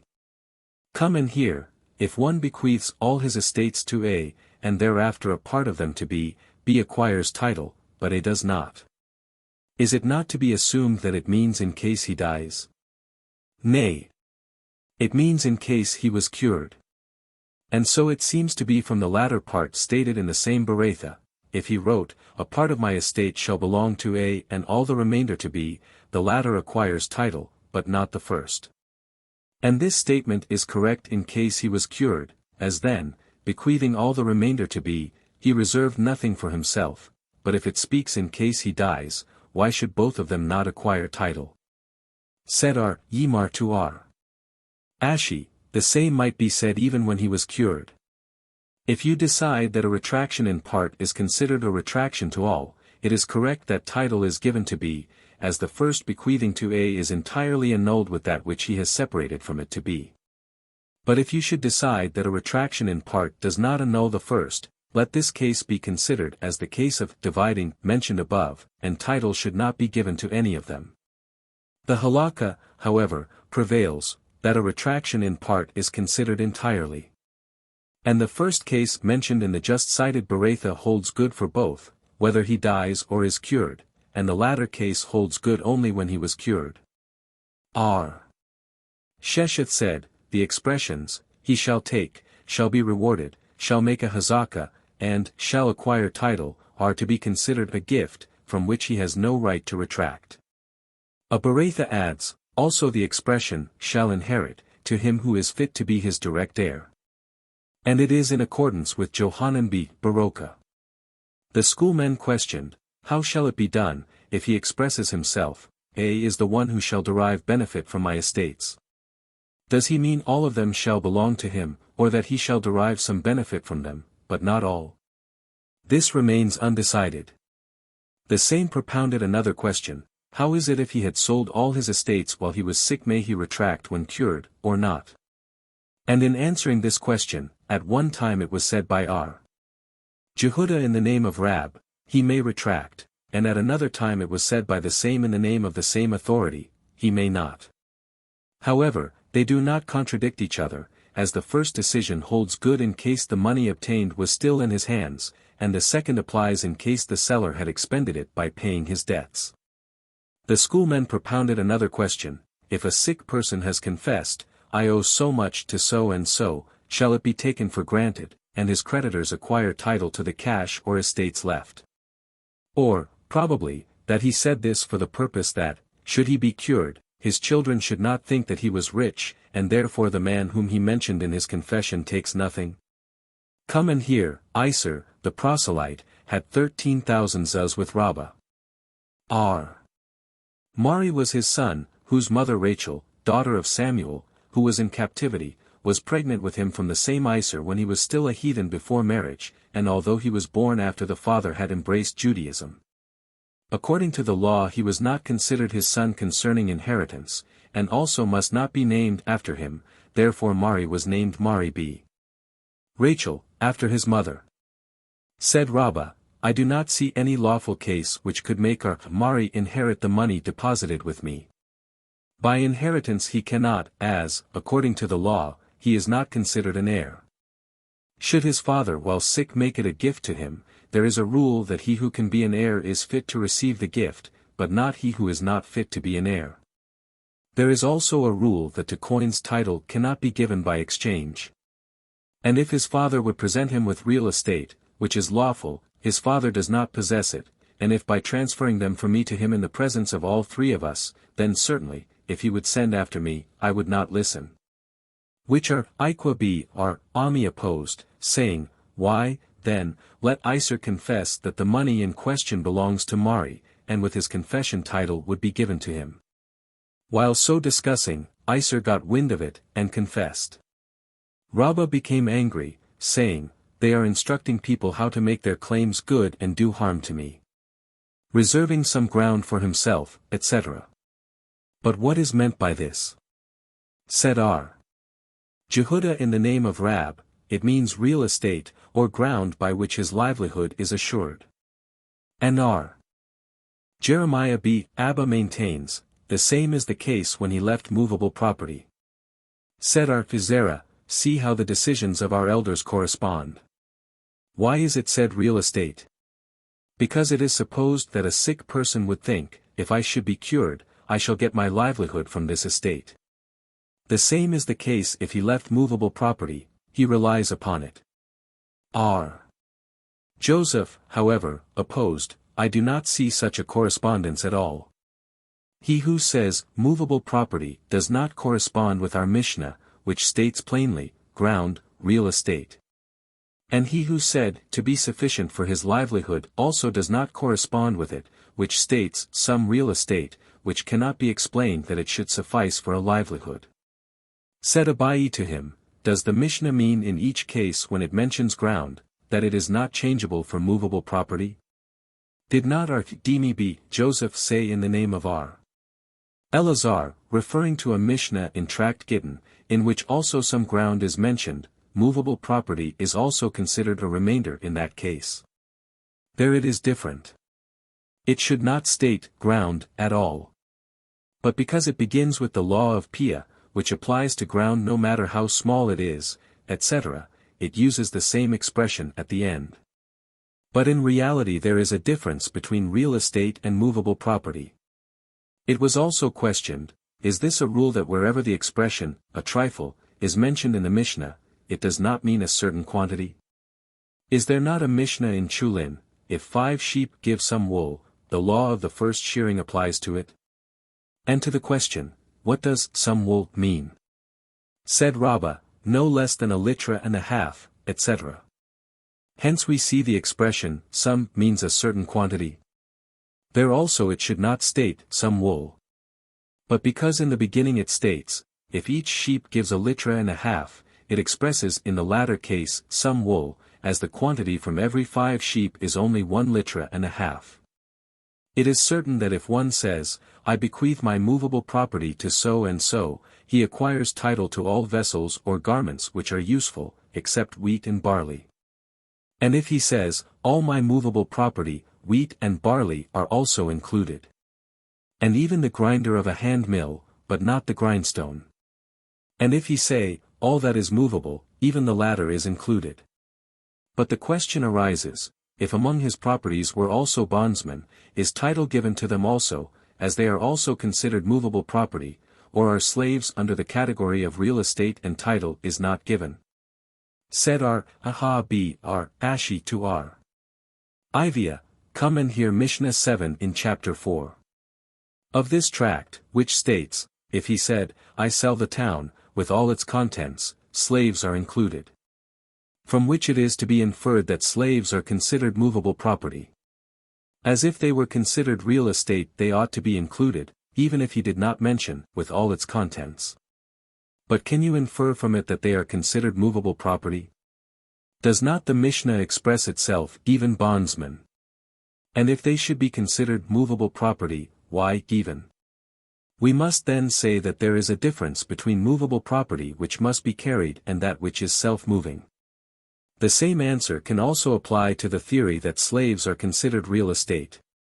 See previous volume, page 59. Rabbah in the name of R. Naaman said, in 5 cases the act of a gift is not considered unless the bequeather writes, all my estates, and they are, a sick person, his bondsman, his wife, his children. And the estates of a woman who has bequeathed them to someone for the purpose that her future husband should not demand them at the marriage. A sick person, as our Mishnah states, if he reserved nothing for himself, the bequeathing is not considered. A slave, as there is a Mishnah which states, if one has bequeathed all of his estates to a slave, the latter becomes free. If, however, he reserved some for himself, he does not. His wife, as is said above, if one bequeaths all his estate to his wife, it is considered that he has appointed her as a guardian only. To his children, as stated above, if one bequeaths all his estate to his children, but reserves for his wife some ground, she loses the right of her marriage contract. And the estate of a woman who desires to hide it from her future husband, as the Master said elsewhere, in such a case she must write all her estates, as only then she may retract after her marriage. But if she reserved something for herself, she loses the right. And in all those cases where they reserved for themselves movable property, their acts were invalid, except in the case of a marriage contract, to which the enactment of the rabbis was made for real estate only. Al-Mimar, however, maintains, if the movable property in question was mentioned in the marriage contract, and while bequeathing all his estate to his children he reserved it for himself, it is considered. And his wife does not lose her right in the marriage contract. If A bequeaths his estates to B, and among them were slaves, they are included, as they are also called estate, as said above. Earth is considered estate, as there is a Mishnah, estates which one can rely upon can be acquired with money, with a bill of sale, and with hazakah. Garments are also considered estate, as the same Mishnah adds, and to that which cannot be relied upon, title is given only by drawing. Coins are also considered estate, from the same Mishnah, which adds, such estates which cannot be relied upon may be obtained with that which may be relied upon. 99, here is repeated from Baba Kama, page 236, what happened to our Papa when he had to collect 12,000 zuz, as evidence that coins are considered estate. Deeds are also considered estate. As Rabbi B. Itzhak said, there are 2 kinds of deeds.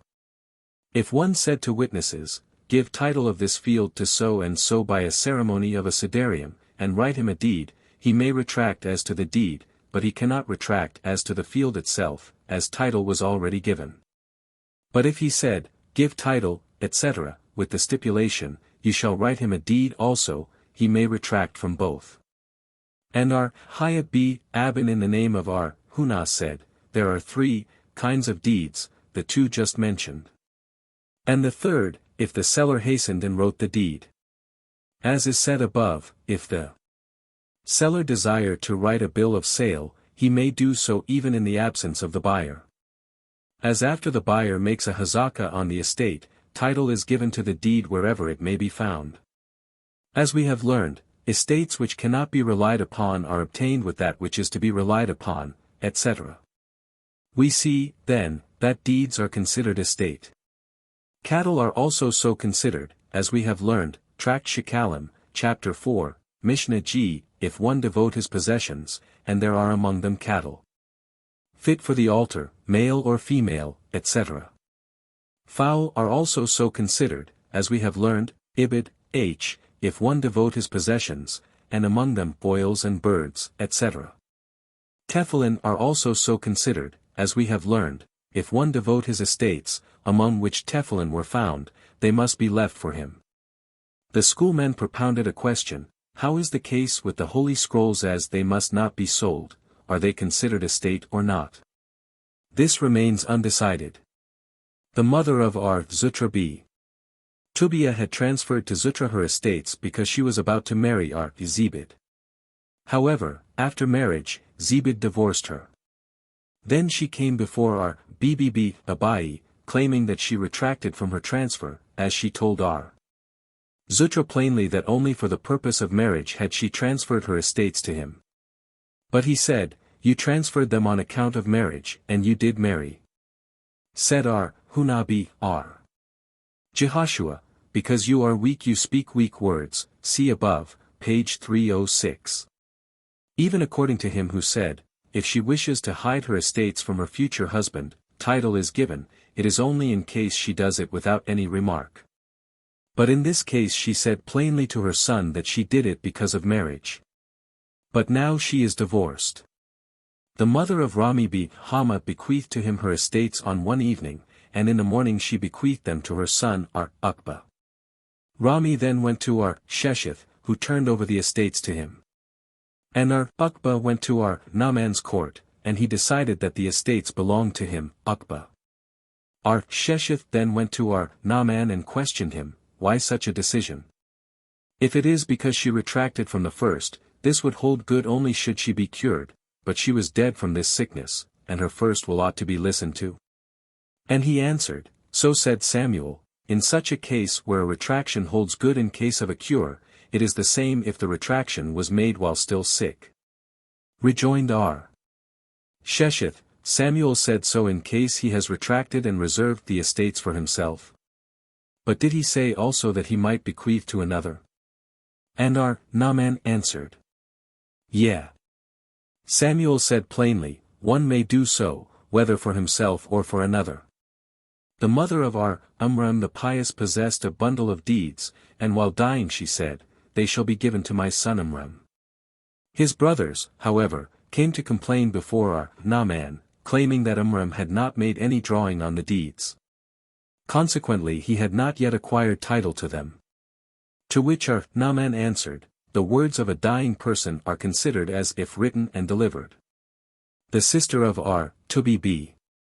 Matna bequeathed her estates to him on one morning, and in the evening came our Ahadbi, who cried before her, claiming that people would say, the one brother is a scholar and the other not, and she has bequeathed to him. When the case came before our Naaman, he decided as he said above in Samuel's name, that the retraction held good. The sister of our Demi B. Joseph owned a part of a vineyard, and every time she became sick, she used to present it to him, and when cured to retract. At one time she became sick and sent to him, come and acquire title to my estates. And he answered, I do not want them. She, however, sent again to him, come and acquire title to them, so that, according to the law, I shall not be able to retract. He then went, reserved a part thereof for her, and then the ceremony of a siderium was made. She again became cured, and again retracted, and came to our Naaman requesting that he should return to her estates. And our Naaman summoned our Demi before the court. But he was not willing to listen, saying, to what purpose shall I go? All that was done was in accordance with the law. She reserved of the estates for herself in case she should be cured, etc. He then sent to him, if you will not appear before the court, I shall prick you so that blood will not run, i.e., put him under the ban. Then our Naaman examined the witnesses how was the case. And they said, the woman said thus, woe is me. I am dying, and then she said her will. To which our Naaman gave his decision, in such a case it is considered that she made the will because she was afraid she would die, and a will made in the fear of death may be retracted. It was taught, concerning a gift and part of a sick person, it was said before Rabbah, in the name of Mar Zutra the son of our Naaman, who said in the name of his father, in one respect it is equal to a gift by one in good health.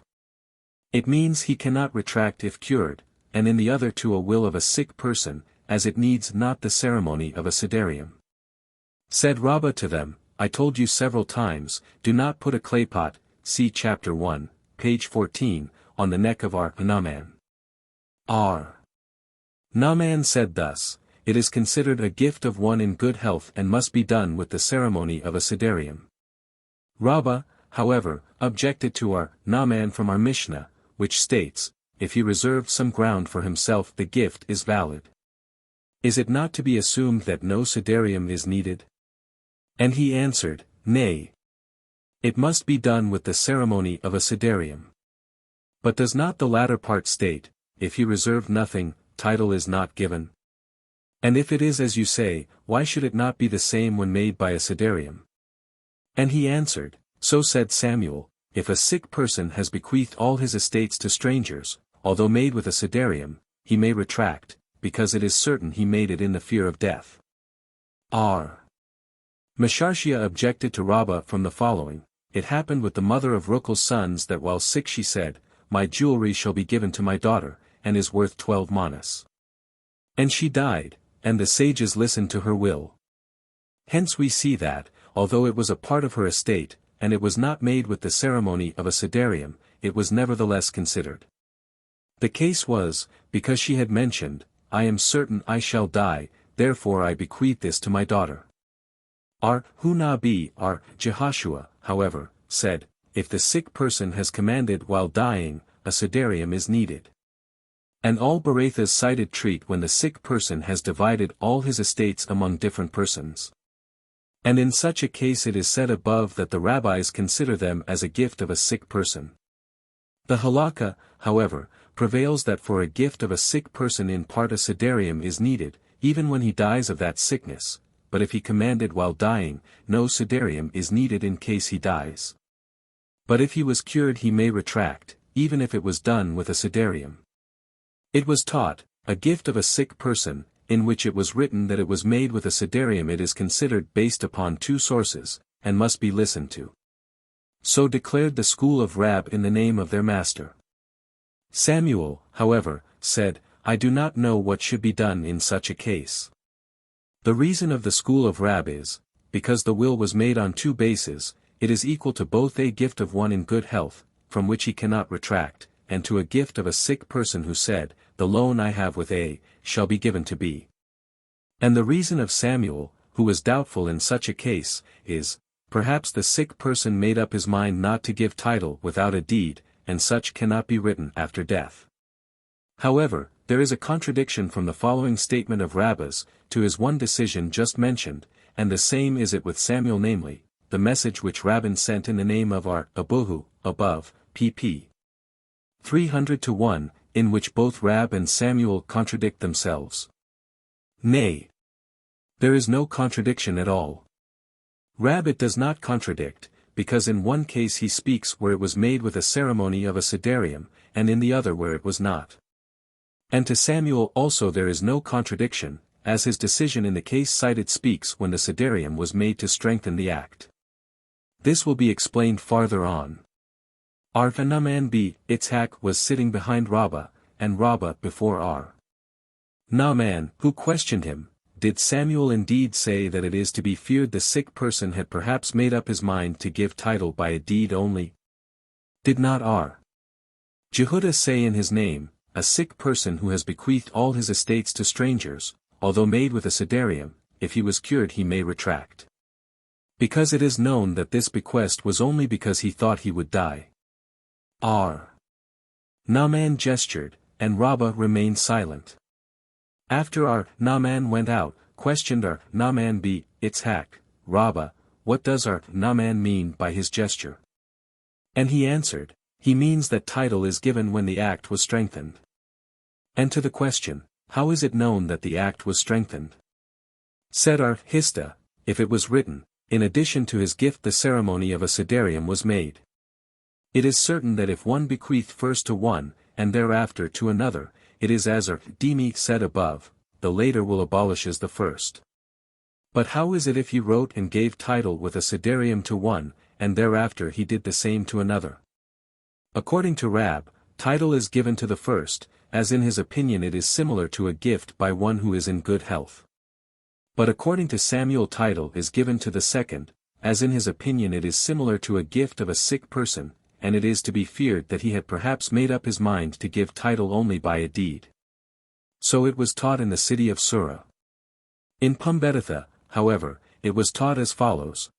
Jeremiah b. Abba said, a message was sent from the college to Samuel, let the master teach us how is the law if one has bequeathed his estate to strangers with a sidarium. And his answer was, after a sidarium, nothing can be done. The schoolmen, however, understood that Samuel's decision was only if it was bequeathed to another, but if he became cured and wished to retract for the sake of himself, he might do so. Said Hista to them, when Huna came from Kufri, he explained that Samuel meant to say it holds good in any event, i.e., he cannot retract even for himself. There was one who bequeathed his estates with a sidarium while he was sick, and thereafter became cured and wanted to retract, and brought up his case in the court of Huna. And Huna said to him, I can do nothing for you, as you acted not in accordance with those who wish to retract after cure. They usually give title with one of the two, a document or a sidarium. You, however, have done both. And such an act can by no means be abolished. There was a deed of gift in which it was written, while I live and after my death. Rab considered this as a will upon death, because death was mentioned. And Samuel considered it as a gift by one in good health, because while I live was mentioned, explaining that the word death is to be interpreted from time everlasting. Said Allah, the sages of Nahardia decided, the halakha prevails with Rab. Said Rabbah, if, however, it was written, while I still live, title is given. And Amimar said, the halakha does not prevail with Rabbah. Said Ashi to him, is this not self-evident? Have not the Nahardians decided, the halakha prevails with Rab? And he rejoined. One might say, when still alive. Rab also admits, I came to say that it is not so. There was such a case, which came before Naaman in the city of Nahardia, and he sent the plaintiff to Jeremiah b. Abba in the city of Shumtamiah, saying, Nahardia is the city of Samuel, and we cannot act against him, though the halakha prevails with Rab. There was also such a case which came before Rabbah, and he decided in accordance with his own theory. And the plaintiff was a woman, who troubled him very much, saying, his decision was not in accordance with the law. He said then to Papa B. Hanan, who was his scribe, write her a document that she won the case. But at the bottom write a few words from a Mishnah in Middlegate, he may hire other laborers or deceive them, that the court to which she shall bring my judgment will understand that I do not agree with it. And she exclaimed, I see you desire to fool me, may your ship sink. Rabbah's followers dipped his clothes in water, to overcome the curse of the woman. However, they did not succeed, as Rabbah was punished for this. Mishnah 8. If in the deed it was not mentioned that he was sick, and he claims that he was sick at the time of writing and had a right to retract, while the plaintiff claims that he was in good health, it is for him to bring evidence that B was sick. So is the decree of our mayor. The sages, however, say, there is a rule that it is always for the plaintiff to bring evidence. Gemara, there was a deed of gift in which it was written that it was done while he was sick in bed. But it was not mentioned that he died from that sickness. And Rabbah said, it does not matter, as in reality he did die, and his grave is evidence. Said Abai to him, but what evidence is this that he died from that sickness? Perhaps he was then cured, retracted, and thereafter died of another sickness? And that this is to be feared we may infer from a ship which sinks, when it is seldom that the men on board are saved. And, nevertheless, we apply to such a case both the rigorous law concerning life and the rigorous law concerning death, i.e., the wives of those who were on board are not allowed to marry, as perhaps their husbands are not dead, but have drifted to the shore at another place and remain alive, and also must not partake of terumah in case their husbands were priests, as perhaps they are dead. So much the more in our case, in which the majority of sick persons become cured. Should we not fear that, because it was not mentioned in the deed that he died from that sickness, he was cured? Said Hunabi Jehoshua, The decision of Rabbah in this case is in accordance with our Nathan of the following Beretha. In such a case as stated in our Mishnah, it depends on circumstances who has to collect from whom. If he, the bequeather, has to take out of their hands, he can do so without any evidence, but if they have to collect from him, evidence must be brought. So is the decree of our Jacob. R. Nathan, however, maintains, if the case comes on while he is in good health, it is for him to bring evidence that he was sick when the deed was written. On the other hand, they have to bring evidence that he was in good health, if the case comes on while he is sick. Hence we see that our Nathan's decision is according to the circumstances at the time the case is before the court. And the same is Rabbah's theory. The sages, however, say, etc. What kind of evidence is required? According to our Huna, witnesses shall testify that he was in good health when the deed was written. And according to our Hista and Rabbah B.R. Huna, the evidence should be by approval of this deed, i.e., the defendant claims that he was then sick, and consequently the deed is valueless. But if they bring evidence from the court that it was approved by it, he must not be trusted, as it is to be supposed that the court would not approve it if it was not aware that he was in good health. Our Huna, who required witnesses, maintains, our Meir and the sages differ as our Jacob and our Nathan do. And our Hista and Rabbah B. our Huna maintain, they, Meir and the rabbis, differ as to whether a deed which is admitted by the signer must be approved by the court or not. According to our Meir, it is not necessary, and according to the rabbis, it is. Rabha is also of the opinion that the evidence in question must be witnesses. Said Abai to him, what is your reason? Shall we assume that because all other documents state it was done when he was on his feet and in good health, and here it is not so mentioned, it is to be assumed that he was then sick? Why not say to the contrary, as in all documents of a sick person it is written, it was done while he was sick in bed, and here it is not mentioned, it is to be assumed that he was then in good health? And he answered, since it can be so said, and also the contrary, therefore we leave the money or the article in the hands of its possessor, and it is for the plaintiff to bring evidence. The decision of this question is still in discussion, as are Johanan and Resh Lakish also differ. According to the former, witnesses are required, and according to the latter, the approval of the deed. R. Johanan objected to Resh Lakish from the following, it happened in the city of Bnei Brak that one sold the estate of his father, and died, and his relatives complained that he was not of age when he died. And they came and questioned R. Akiba whether they had a right to examine the corpse. And his answer was, first, you are not allowed to disgrace the dead, and secondly, the signs of maturity are subject to change after death. Now, according to my theory that witnesses are required, it is correct, as the buyers required evidence from the relatives, which they could not give, they asked for permission to examine the corpse. But according to your theory that the evidence should be by approval of the deed, let them, then, approve the documents, and hold the goods without any examination. And Resh Lakish answered, do you think that his estates were still in the possession of his relatives, and the buyers were the plaintiffs?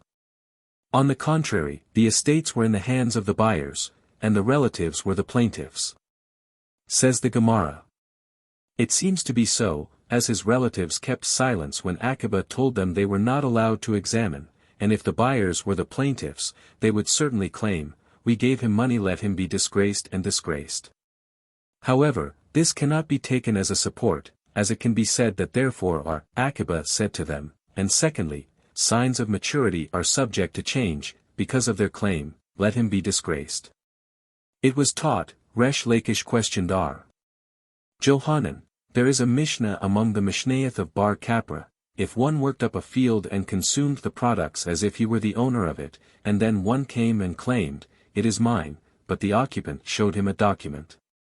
Whether bill of sale or deed of gift, and the plaintiff said, I do not recognize such a document at all, the signatures which are on the document must be approved by the court, i.e., it is sufficient that the witnesses should testify before the court that they recognize their signatures, but it is not necessary that they should testify that the sale or gift was made in their presence. If, however, the plaintiff claims, "I recognize this deed, but it was written only upon your request for a special purpose, but I never sold," or, "I sold to you and never took any money," if the plaintiff brings evidence, then it must be done accordingly, but if there is no evidence, the deed is in force. Shall we assume that it is according to our Mayor, who said, "If one recognizes his document, the approval of it is not necessary, and not in accordance with the rabbis?" And our Johanan answered, "Nay. I say that all agree such a document does not need any approval." Said Resh Lakish again, "But there is a Mishnah that they do differ." And he answered, that Mishnah treats that the witnesses themselves impair the deed, i.e., they testified that they signed it illegally. But can he, the giver of the document, be supposed to impair it? Rejoined Resh Lakish, "But in your name it was said that you would approve the claim of the relatives who asked permission for the examination, cited above, as it seemed to you they were right." To which our Johanan rejoined, "This was said by Elazar, but I never said such a thing." Said our Zerah, "If our Johanan denies what was said by Elazar his disciple, will he also deny what was said by our Janeh his master?" The same said in the name of Rabbi, "If one admits that he wrote this document, it must nevertheless be approved." To which our Johanan said, answering him, "Rabbi, is this not the same as our Mishnah states? The sages, however, say, it is for the plaintiff to bring evidence. And there is no other evidence but the approval of the document. And therefore, adds our Zerah, it seems that our master Joseph J.S. right when he states in the name of our Jehuda, quoting Samuel, that the rabbis said approval is not needed to a document which is admitted by the signer. And he who holds that he still needs an approval is our Mayor. Also, by the expression of our Johanan, all agree, is meant the rabbis, as our Mayor was only a single individual who so holds. But does not the Mishnah state the reverse? And also the Bereitha, does it not state in the name of the sages that it must be approved? Reverse the names in the Mishnah, as well as in the Bereitha. But was it not stated above that our Johanan is the one who requires that the evidence mentioned in the Mishnah should be witnesses? This statement is also to be reversed, i.e., our Johanan said, the evidence should be with the approval of the deed. Then the objection must be reversed also, not that our Johanan objected to Resh Lakish, but the reverse? Nay. So said our Johanan to Resh Lakish, according to my theory that I require the evidence should be by the approval of the deed, it is correct that the buyers took possession of the estate which was sold to them by the alleged minor. But according to your theory, how can there be such a case that the buyers should possess the estate? Where could they find witnesses who should testify that he was of age? And Resh Lakish answered him, I admit to you that the claim of the relatives ought not to be taken into consideration, for what was their claim as against the deed in which witnesses signed that he was of age? And there is a rule that witnesses have the preference, as it is assumed that witnesses would not testify unless they were aware of the case. Hence concerning this deed they would not sign it if they were not aware that he was of age. It was taught, what must be the age of one who has the right to sell the estates left him by his father? Rabbah in the name of our Naaman said, 18. And our Huna b. Hina in the name of the same authority said, 20. Our Zerah objected from the above case which happened in the city of Bnei Brak, to whom our Akiba said, the signs of maturity are subject to change after death. And this can be correct in him who said 18, as then his relatives questioned the law if the corpse might be examined.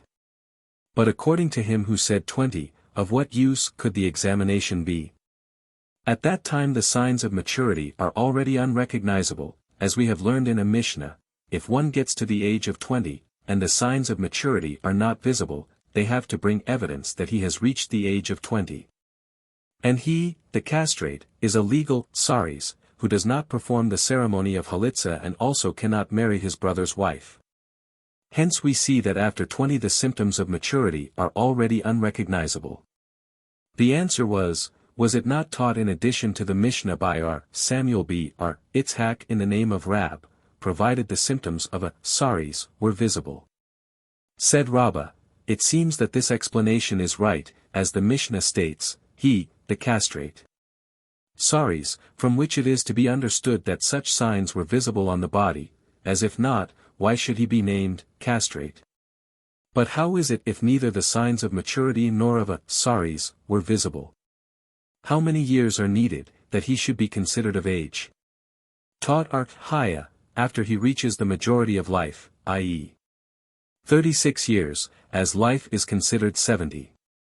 It happened that such cases were brought before our Haya by the mothers, questioning him, what must be done, that the signs of age should appear? And he used to answer, if the lad was thin, see he should become fat, and if he was fat, he would advise that they should make him thin, as sometimes the signs came earlier because of thinness, and sometimes because of fatness. The schoolmen propounded a question, how is he to be considered during the 19th year 19, which is still not of age, or 20? Rabbah in the name of our Naaman said, the whole 20th year, is he considered 19? And Rabbah b. r. Sheila in the name of the same authority said, as 20. The statement of Rabbah, however, was not heard from him plainly. But it was so judged from the following act: there was a lad who was between 19 and 20, who used to sell his father's estate, and Rabbah had annulled all his acts. People who saw this thought that it was because he considered him not of age. In reality, however, Rabbah did so because signs of foolishness were seen in him, as he used to free all his slaves. 100. Gittel b. Menarshia sent a message to Rabbah, let the master teach us. How should a girl of 14 years and 1 day who has a knowledge of business be considered?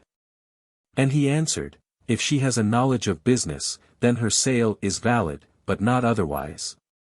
Why was the question for a female and not for a male child? Because so was the case. There was one lad, less than 20, who had sold the estate of his father.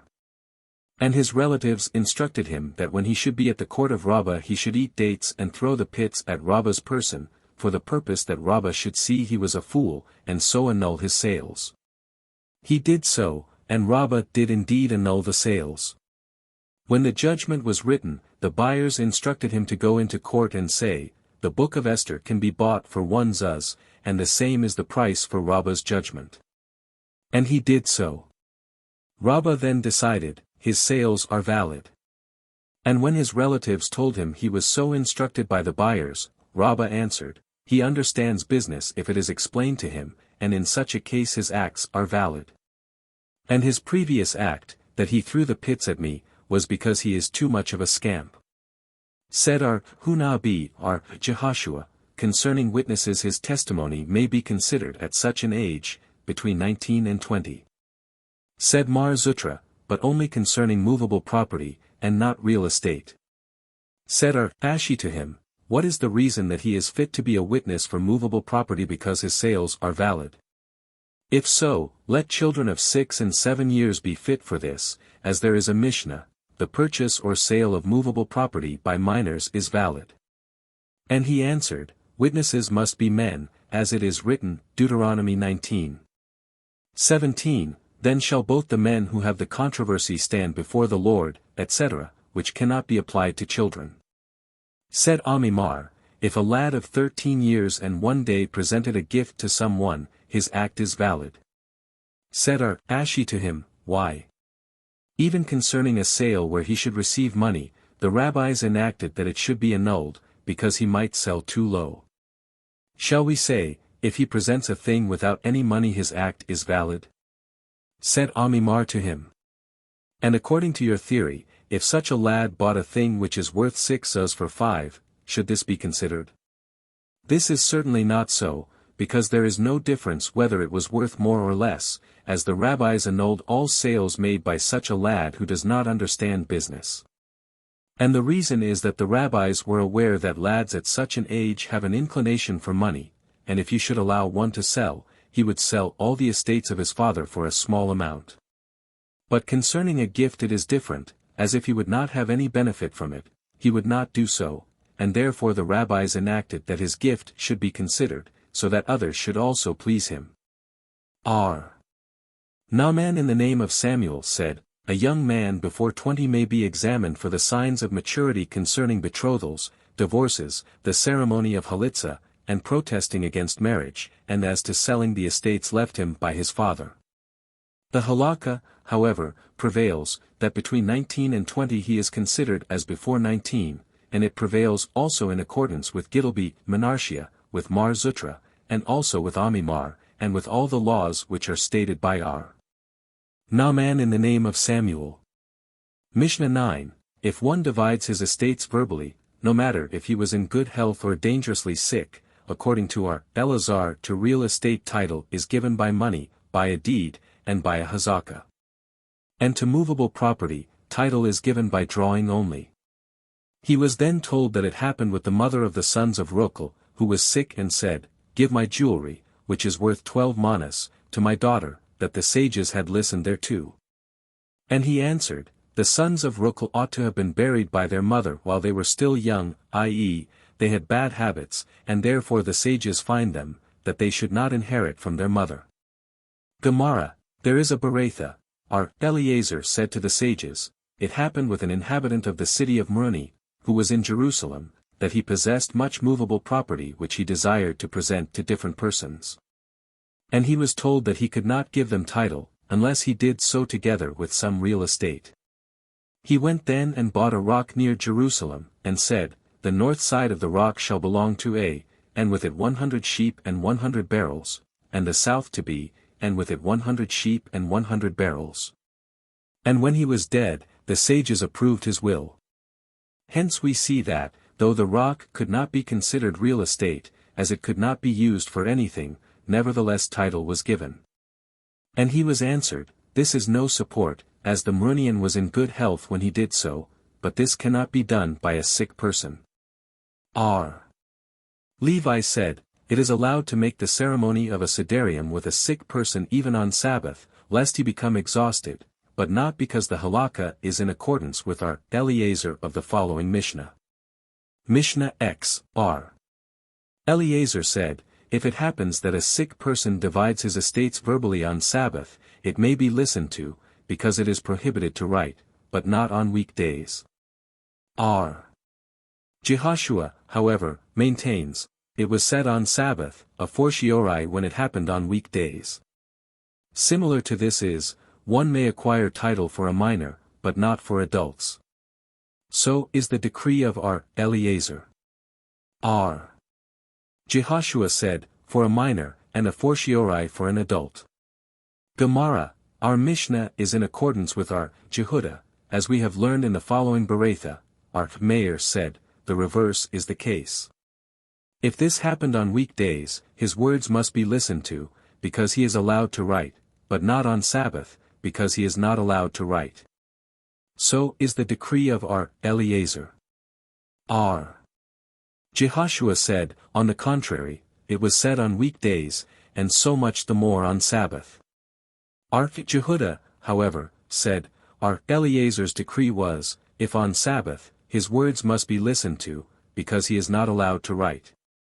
But not on weekdays, when he is allowed to write. And Jehoshua's decree was to the contrary. And the same is the case as to the latter part of the Mishnah. Mishnah 11. Suppose a house falls upon A and his father, or on any persons, that one of them has to be bequeather and the other inheritor, and it is not known who dies first, and to the estate there is a claim from the widow for her marriage contract. And from other creditors. The heirs of the father say that the son died first, and the creditors say that the father died first, and the son afterward. I.e., the creditors of the son who had a right to the estate only if he died after his father, so that with the death of his father the inheritance came to him.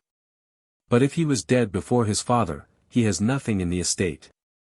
And this is what his brothers claim, that the creditors have no right in the estate left by their father. Concerning a marriage contract, that will be explained in the Gemara. According to the school of Shammai, they have to divide. And according to the school of Hallel, the estate must be left in the hands of the present occupants. 101.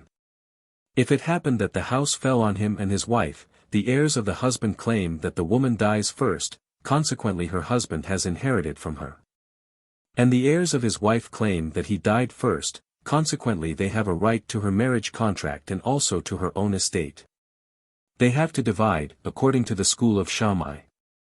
But the school of Hallel say, they must leave the estate in the hands of its present occupant. And the occupants are to be considered as follows: the estates belonging to the marriage contract are to be considered as in the hands of the husband's heirs.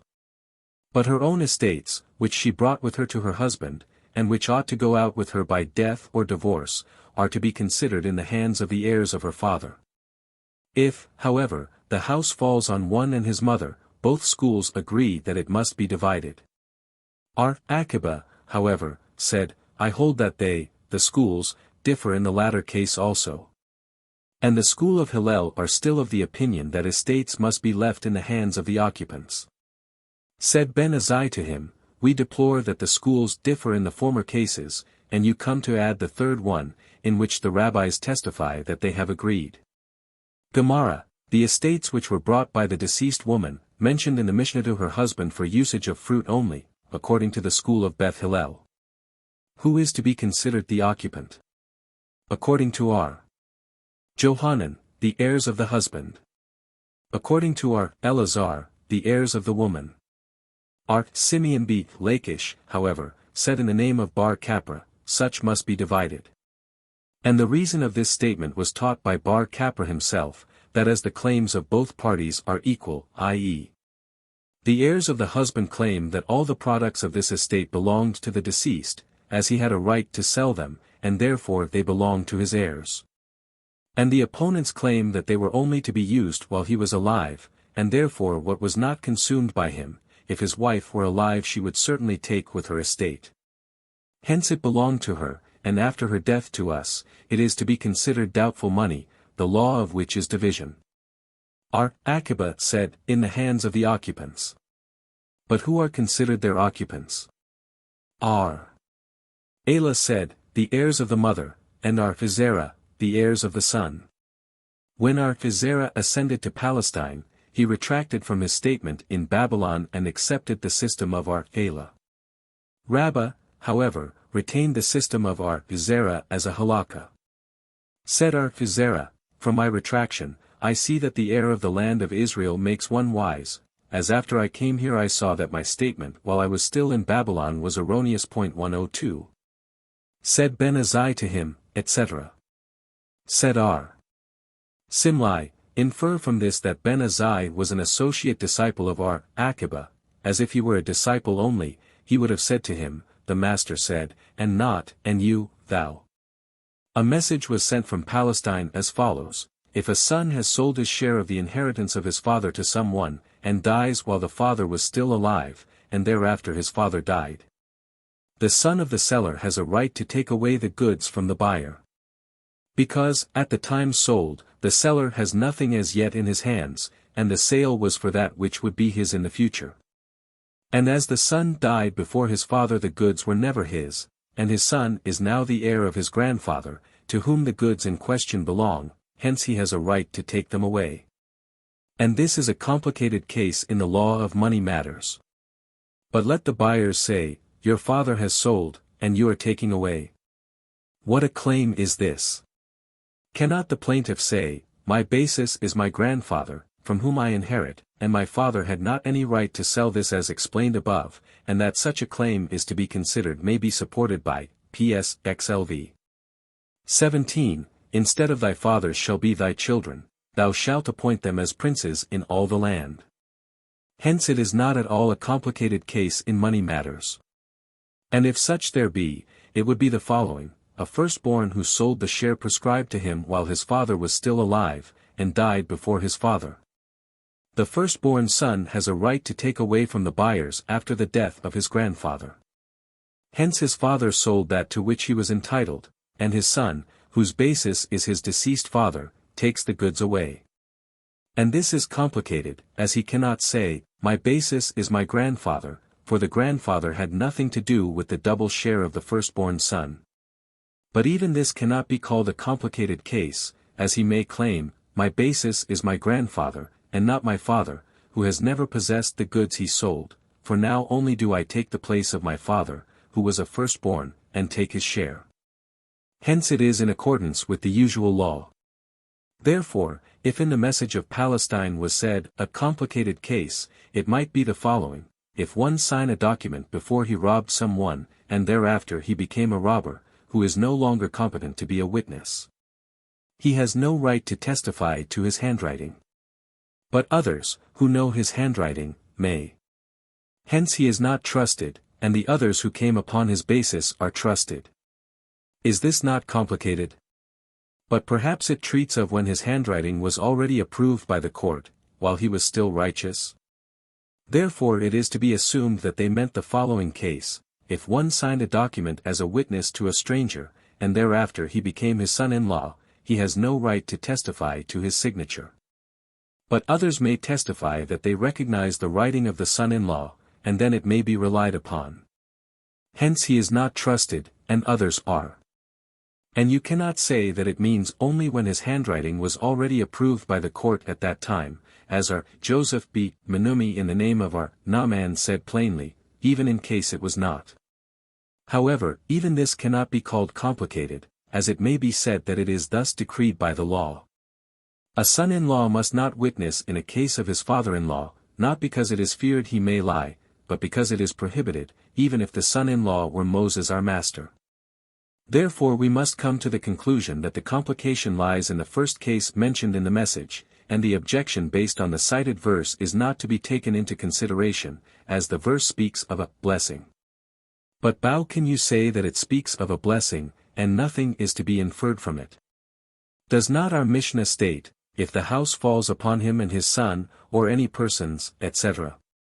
Does it not mean, by the heirs of the father, grandsons, and any persons, brothers of the deceased? Now, if you bear in mind that one cannot say, I come on the basis of my grandfather, as the cited verse cannot serve as a support, then, even when the son dies first, how is it? Let the creditors say, we claim the inheritance of the father. Nay. By the heirs of the father is meant the deceased's brothers, and by any persons, his uncles, brothers of his father. One and his mother, etc. Our Shesheth was questioned, nay. A son inherits from his mother when he is already in the grave, so that his brothers from his father's side should inherit from him. The illustration may be found above, page 317. Answered R. Shesheth, this we have learned in the following Beretha: if the father was taken into captivity and died there, and at the same time his son dies in his country, or vice versa, and it was not known who died first. The heirs of the father and the heirs of the son, on his mother's side, may divide among themselves the inheritance. Now, if the son while in the grave could inherit from his mother, even if he dies first, let him inherit from his grandfather on his mother's side, and then his brothers on the father's side would inherit from him.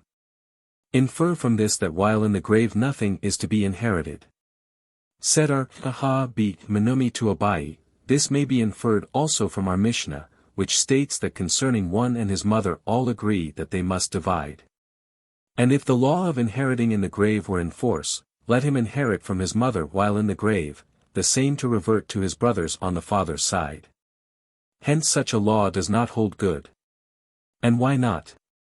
Said Abai, there is the same expression in the scripture concerning the inheritance of a husband from his wife, and a son from his mother. As the first does not inherit while in the grave, so it is with the second, etc.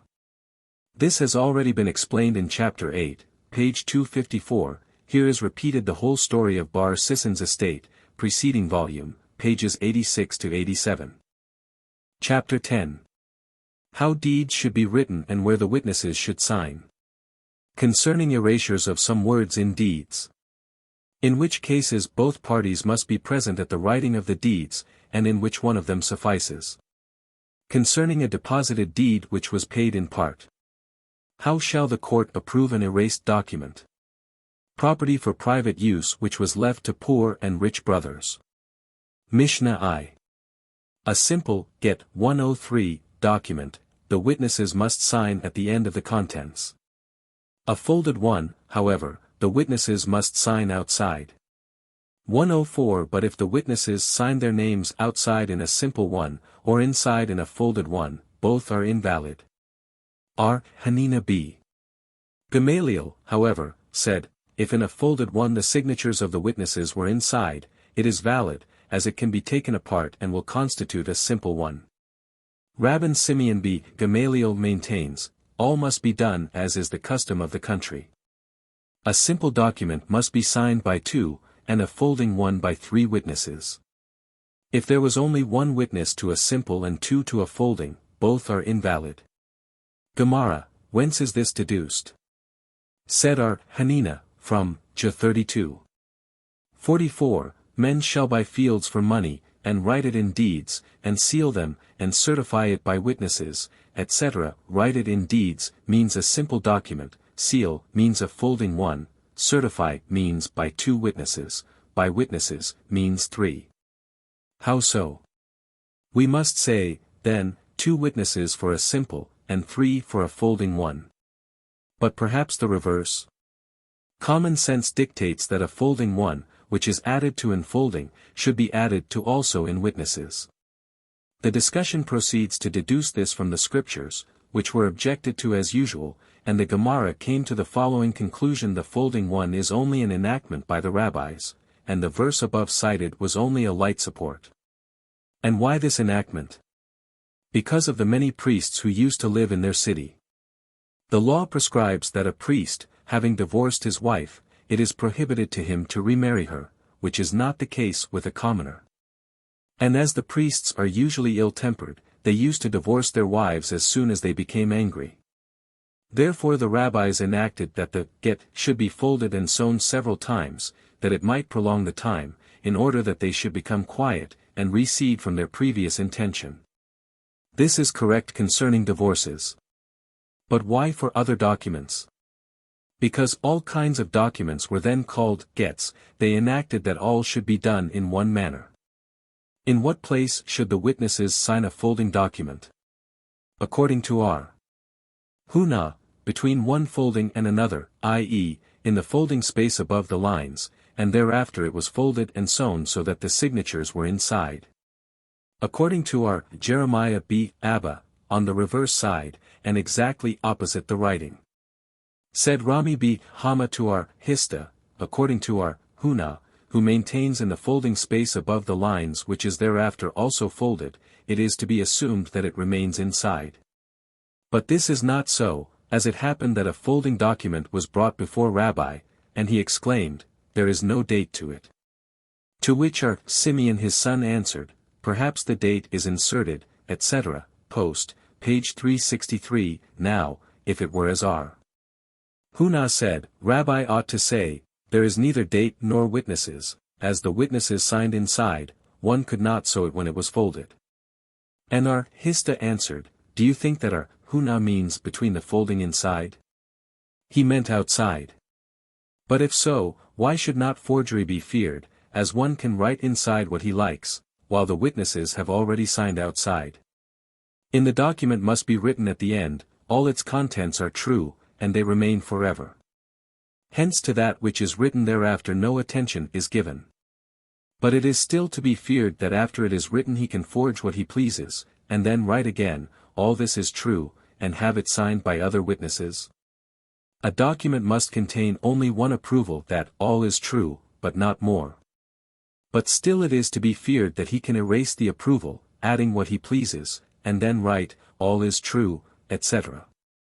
To this it was said by Johanan, if there was inserted a word between the lines, and thereafter the witnesses testify it was inserted at their instance and they approve it, the document is valid.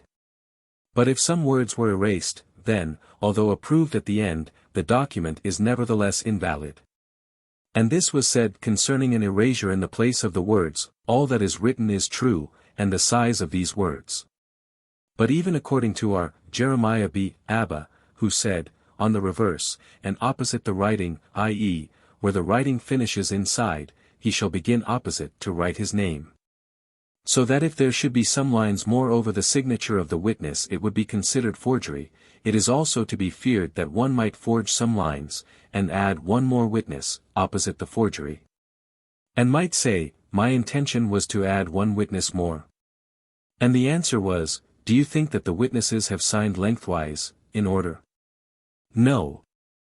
They signed one under the other, so that no more lines after the witnesses' signatures could be added. 105. R. Itzhak b. Joseph in the name of R. Johanan said, to all the erasures which are in the document must be written at the end, with this signature we approve them, etc., and in the meantime they must mention the abstract of the contents in the last line. And why so? Said R. Because the last line is not taken into consideration, as it can easily be forged. As usually the witnesses do not sign so near to the writing that one line could not be inserted, and therefore if the abstract of its contents is written attention is given, but not to something new. And to the question of R. Naaman, what is the basis of your statement? He answered, the following Beretha, if the signatures of the witnesses were separated by a space of 2 lines from the writing, the document is invalid, but if by 1 line, it is valid. Let us, then, see what is the reason that 2 lines space make the document invalid. Is it not because one can forge the 2 lines? But the same can be done with 1 line also. We must then say that if a new sentence is written on the last line it is not taken into consideration. And so it is. The schoolmen propounded a question, how is it if there is space for 1 line and a half? Come and hear the following, if there is space for 2 lines, it is invalid, for less than 2, it is valid. If there were 4 or 5 witnesses to a document and one of them was found to be a relative, or incompetent for sonic other reason to be a witness, the document may remain in force by the remaining witnesses. And this is a support to Hezekiah, who said, if there was a space left, and this was filled up with the signatures of relatives as witnesses, the document is valid. And do not be surprised at such a law. Why should not the signatures of the relatives who are not competent to witness in that case harm this document? As such a law is to be found concerning a sukkah, if on the roof of the sukkah was space to the size of 3 spans uncovered, it makes the sukkah invalid, but if it was covered with illegal things, the size of 4 is needed to make it invalid. The schoolmen questioned, in the 2 lines in question, is it meant with their usual space or without? Said Naaman b. Itzhak, common sense dictates that their space is included. As if it were supposed that it meant without, of what use could be the size of 1 line without any space to it? If one should come to forget this line, he would then be compelled to write it in such characters that it would be entirely different from the original and immediately recognized. Infer from this, therefore, that, with their space, is meant. R. Sabathi said in the name of Hezekiah, the space of the 2 lines in question means of the handwriting of the witnesses, not of the scribes. As if one wants to forge, he does not go to the scribes, and usually the handwriting of a commoner is larger than that of a scribe. And what size is meant? Said Itzhak b. Elazar, as in writing, e.g. KZLG. Which makes 2 lines in 4 spaces. According to Haya b. Ami in the name of Ula, 2 lines and 3 spaces. According to Abuhu, 1 line and 2 spaces. 106 said Rab, this was all said about the space between the contents of the document and the signature of the witness. But from the signature of the witness to the approval of the court, it does not matter how much space is left. R. Johanan, however, said, all this was said concerning the space from the contents to the signatures of the witnesses. But concerning the space from the signatures of the witnesses to the approval of the court, even if there was 1 line, it is invalid. 107.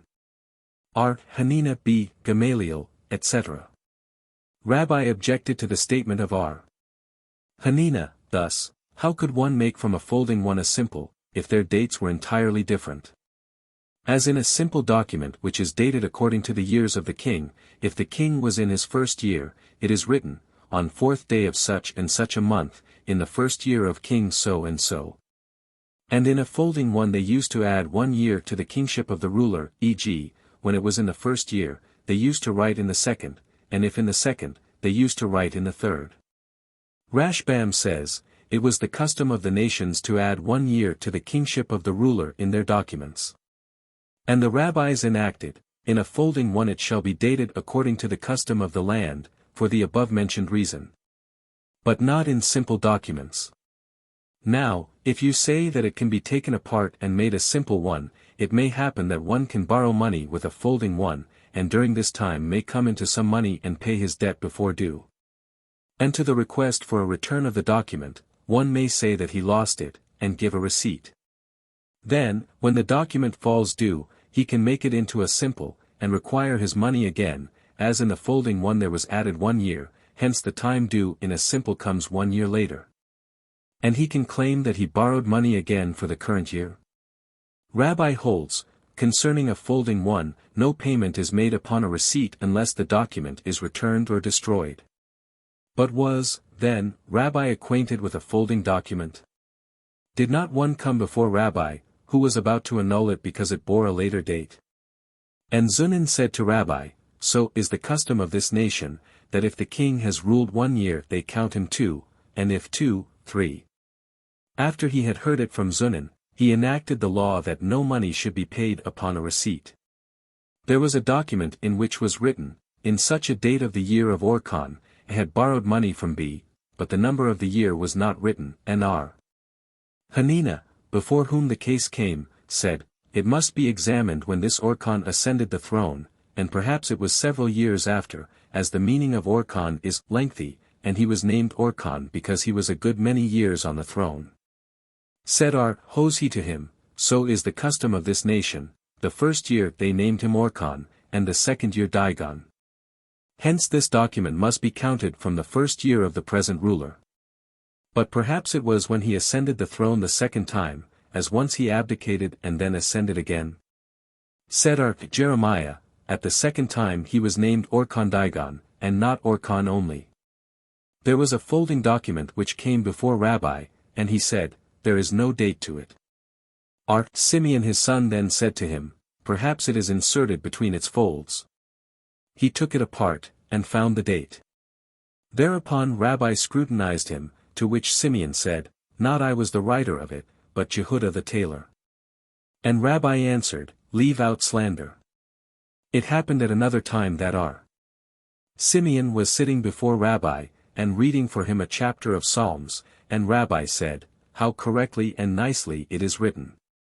To which Simeon answered, not I, but Jehudah the tailor, wrote it.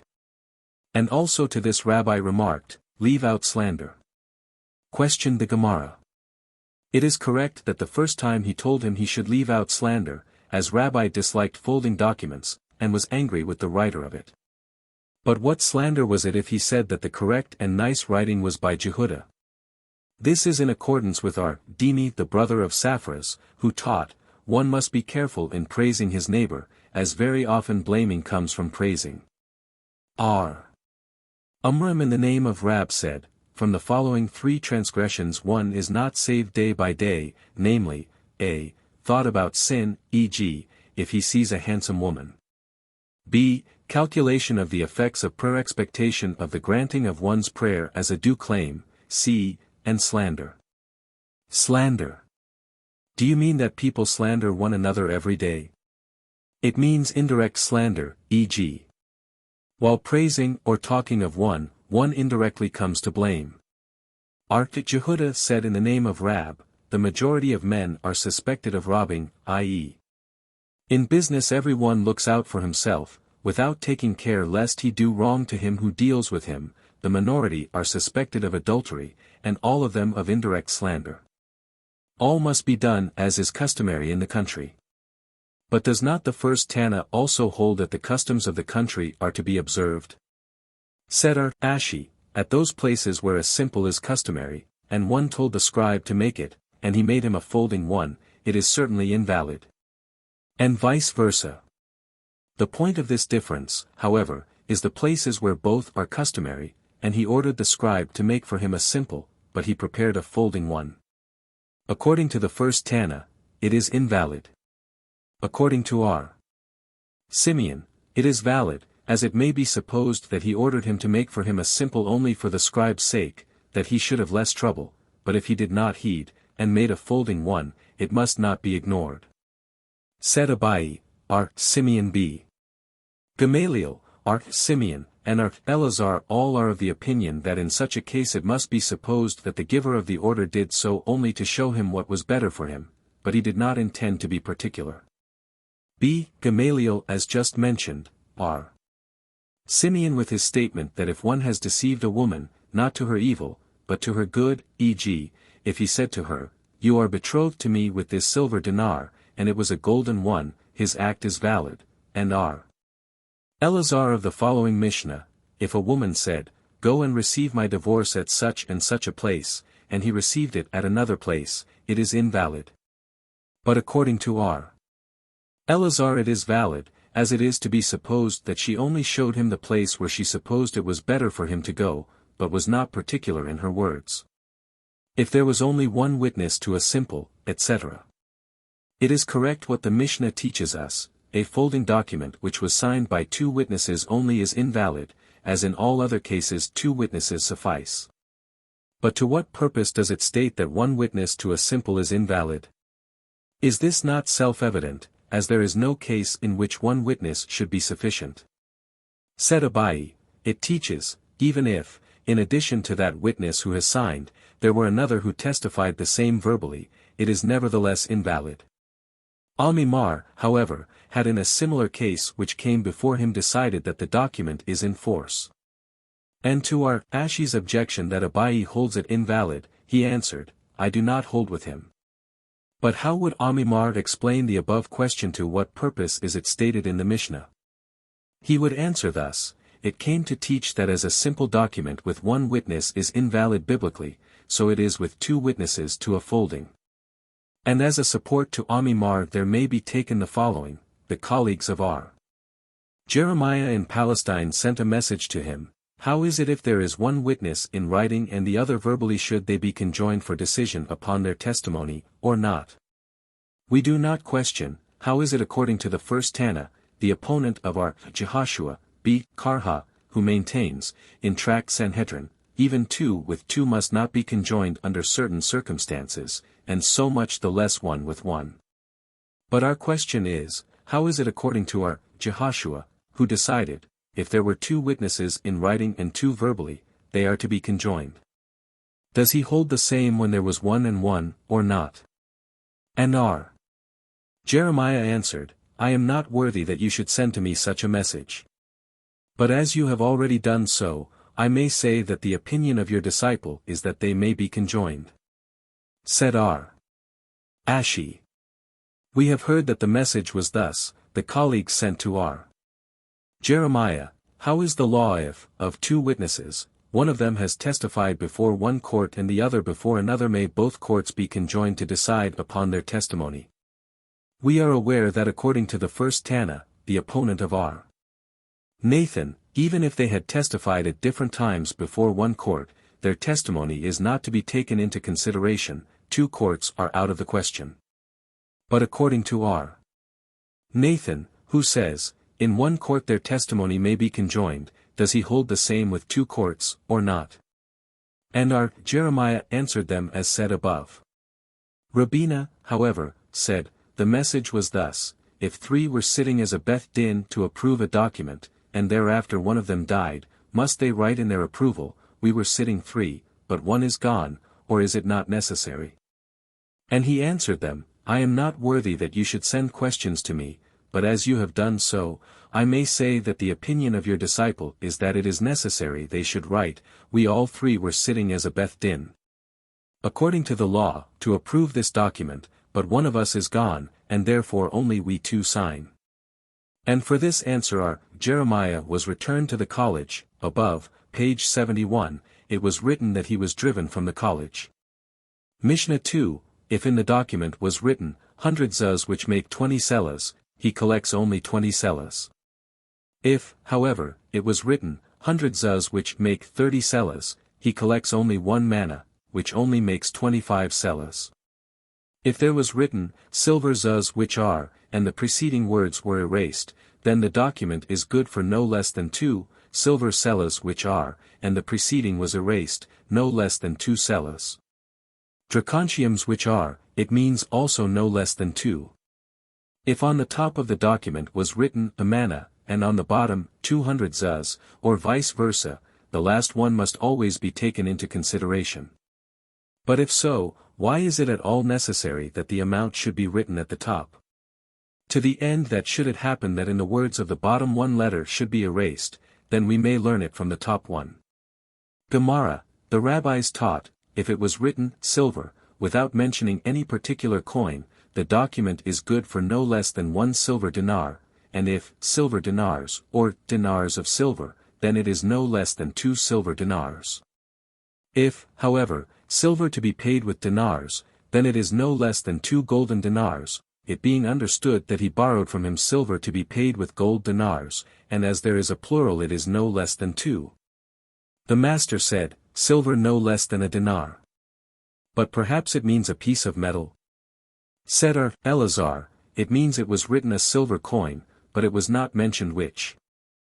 But if so, why should it not mean perutas? Said Papa, it treats of those places where the perutas were not made of silver. The rabbis taught, if the documents read gold, it is not less than a golden dinar, golden dinars, or dinars of gold, it is not less than 2 golden ones. If, however, it was written, gold to be paid with dinars, he must pay in gold the value of 2 silver dinars. But why should this not be explained? He shall pay him in good gold to the value of 2 golden dinars. Said Abai, the defendant has always the preference, i.e., by the general name dinar is meant a silver one. Of a golden dinar it must be said plainly golden, and as here it is mentioned to be paid with dinars, and the word gold is omitted, the holder of the document has to suffer.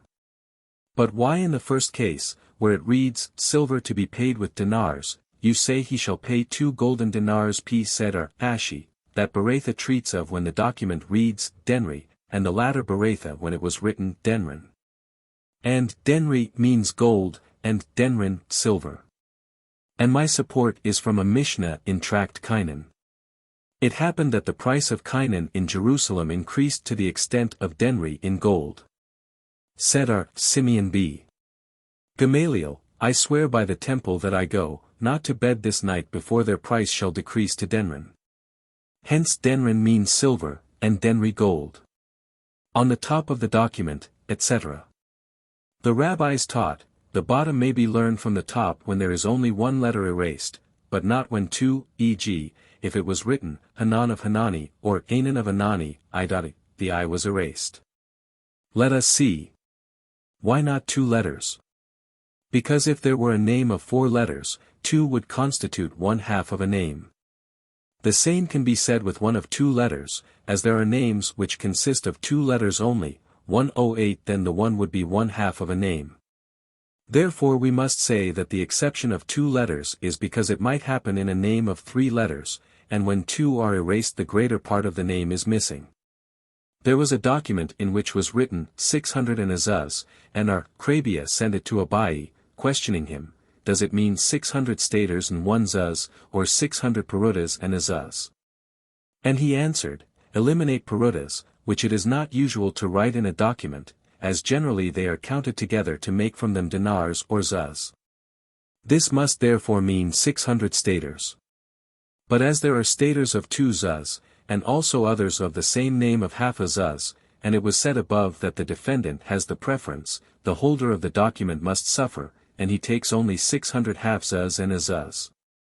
Abai said, if one desires that his signature shall be known in the court, he shall not write it at the bottom of a paper, as one can find it, but write at the top that he owes him money. And there is a Mishnah, if one shows a document with his handwriting that he owes him money, he may collect from unencumbered estates. There was a tollmaster of a bridge who was a Jew, who said to Abai, let the master show me his signature. As it is my custom to allow the rabbis to pass without pay, I would leave it with my assistants so that if it should happen you would like to pass, they will not demand payment.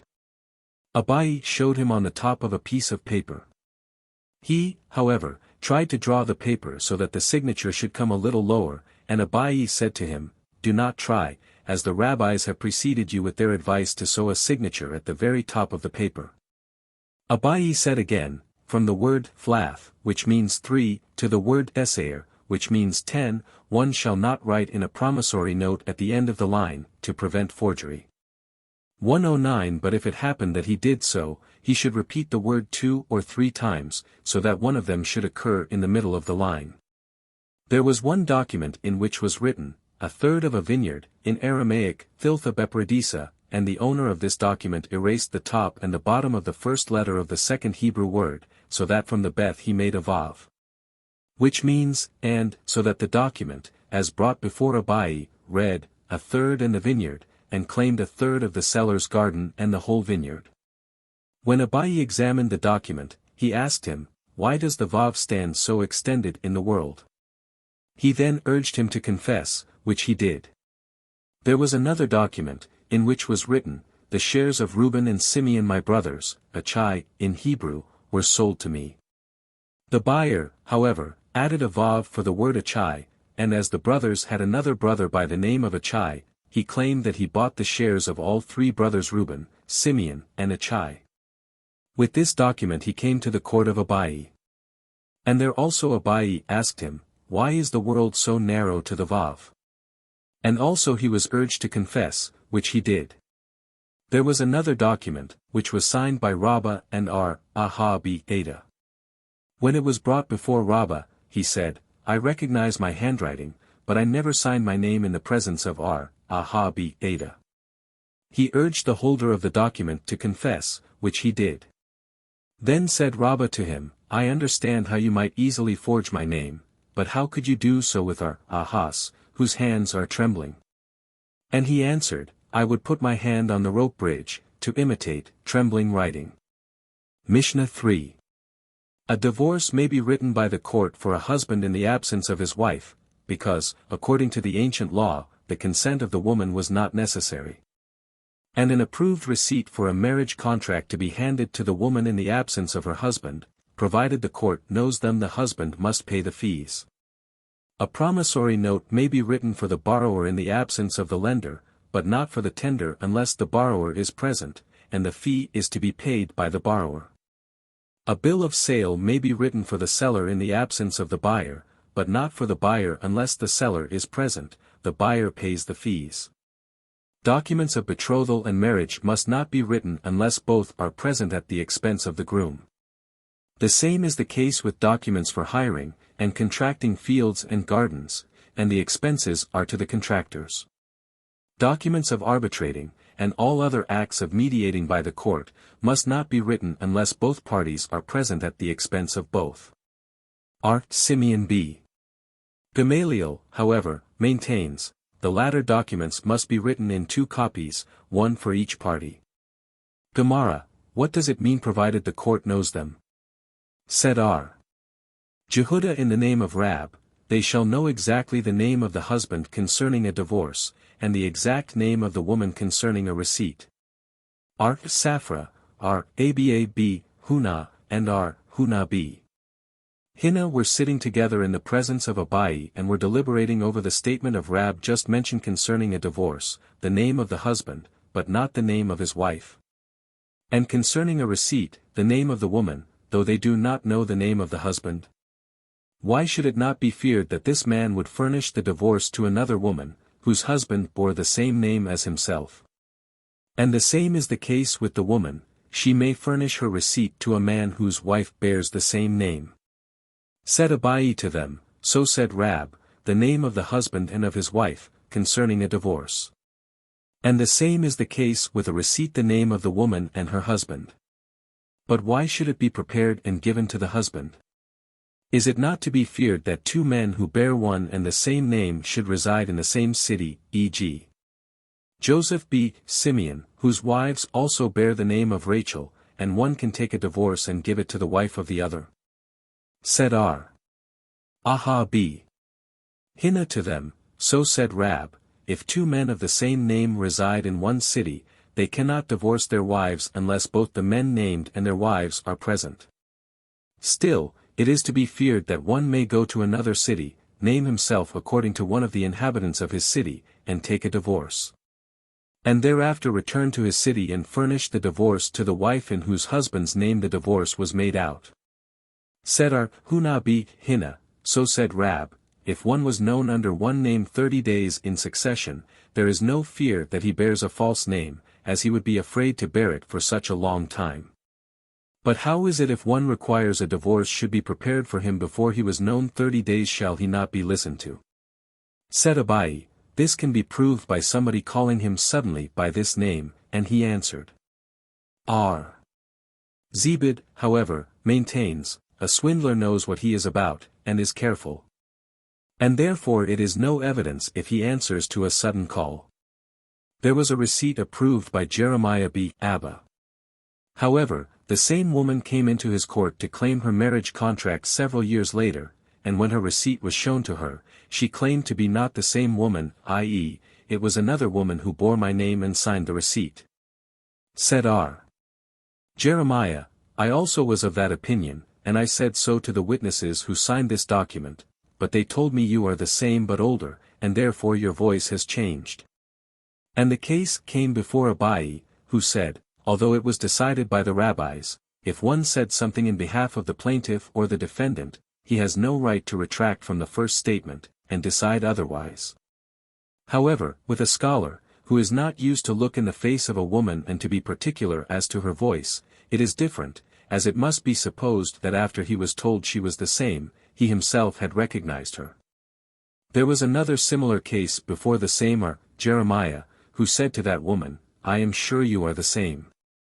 And also here Abai decided, although a rabbi is not used to look in the face of a woman, etc.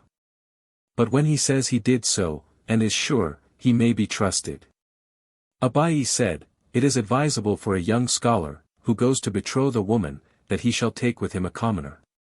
As otherwise they may substitute another woman, and he will not notice it. The husband must pay the fees, etc. Why so? Because it is written, Deuteronomy 24. 1, he may write and give, which means at his expense. In our time, however, it is not so customary, because the rabbis put the expenses to the account of the woman, in case the husband should decline to bear the expenses and postpone the divorce in a case where the woman is compelled to demand it. Paid by the borrower, etc. Is this not self-evident? It treats even where he takes money for business at a half profit. The buyer pays the fees, etc. Is this not self-evident? It treats even in case the seller sold his field because of its infertility. The expense of the groom, etc. Is this not self-evident? It means even if he were a scholar and the court were certain that they would be pleased to have him as a son-in-law even at their expense. The expenses are to the contractors, etc. Is this not self-evident? It speaks even in case it must remain for a year or two unfertilized for the sake of the estate. Arbitrating, etc. What kind of documents is meant? In this college it was explained, the documents of the claims which the scribes of the court have to copy so that the parties should not change afterwards. Jeremiah b. Abba said, it means, in case each one chooses his arbitrator. One for each party, etc. Shall we assume that the point of their difference is, if one may be compelled not to act like a sodomite? According to the first Tana, if one declines to pay the half of the expenses, it is an act of a sodomite, and he must be compelled to do so. And according to our Simeon, it is not, and he must not be compelled. Nay. All agree that such cases are to be compelled. Here, however, it is different, as the reason of our Simeon's decision is, one may say, I would not like that my claim and my decided right should always be before your eyes, while I do not possess them. And this would be a burden to me, as if a lion would lie at my house, fearing every time that you might come to quarrel with me. Mishnah 4. If one has paid a part of his debt and deposited his document with someone, with the stipulation, if I should not pay you from date until a certain day, you may return this document to the lender, and finally he failed to pay, according to our Jose, the depositary may return, and according to our Jehuda, he must not. Gemara, what is the point of their difference? Our Jose holds, and as Makta 110 gives title. And our Jehuda maintains, it does not. Said our Naaman in the name of Rabba B. Abuhu, quoting Rab, the halakha prevails with our Jose. When they came to say the same before our Ami, he said to them, after such an authority as Johanan teaches us, once and twice, that the halakha prevails with our Jose, what can I do? However, the halakha does not prevail with our Jose, remarks the Gemara. Mishnah v. If it happened to one that a promissory note became erased, he must find witnesses who are aware of the date when it was written, and bring them before the court, and they have to make the following approval. A. The son of B. came here with his note, which was erased on such and such a day, and C and D were his witnesses. Gemara, the rabbis taught, the approval must be written as follows: we three, E, F, G, the undersigned, were sitting together, and before us was brought by A, the son of B, an erased note, which was signed on such and such a day. And C and D are his witnesses. And then if there be added, we have examined the testimony of the witnesses, and have found it correct, the holder of the document may collect with it, without further evidence. If, however, this were not remarked, he must bring evidence. If a document was torn, it is invalid, but if it was torn of itself, it is valid. If it was erased or faint, if still recognizable, it is valid. What does it mean, was torn, and was torn of itself? Said our Jehuda, if it was torn by the court. And of itself means not by the court. How is it to be known that it was torn by the court? Said our Jehuda, if the places where the signatures of the witnesses, the date, and the amount were written are torn. Abai, however, said, the court used to tear it in its length and width. There were Arabs who came to Pumbeditha, who used to compel the inhabitants to submit to them the deeds of their estates. The inhabitants of the city came to Abai with their deeds, requesting him to take a copy of them, so that, in case they should be compelled to deliver to the Arabs the originals, the copies should remain, so that in the future they could be sued. Said he, what can I do for you, since our Safra long ago decided that two deeds must not be written for one field, because it might happen that one would seize it once, and again thereafter. They, however, troubled him, and he said to his scribe, write for them on an erased paper, and the witnesses shall sign on the paper which is not erased, as such a deed is invalid. Said our Ha-B. Menumi to him, but perhaps the writing will be recognizable, and then it will be valid, as stated in the Beretha above? And he answered, I did not say he should write a correct deed, I meant he should write some letters of the alphabet.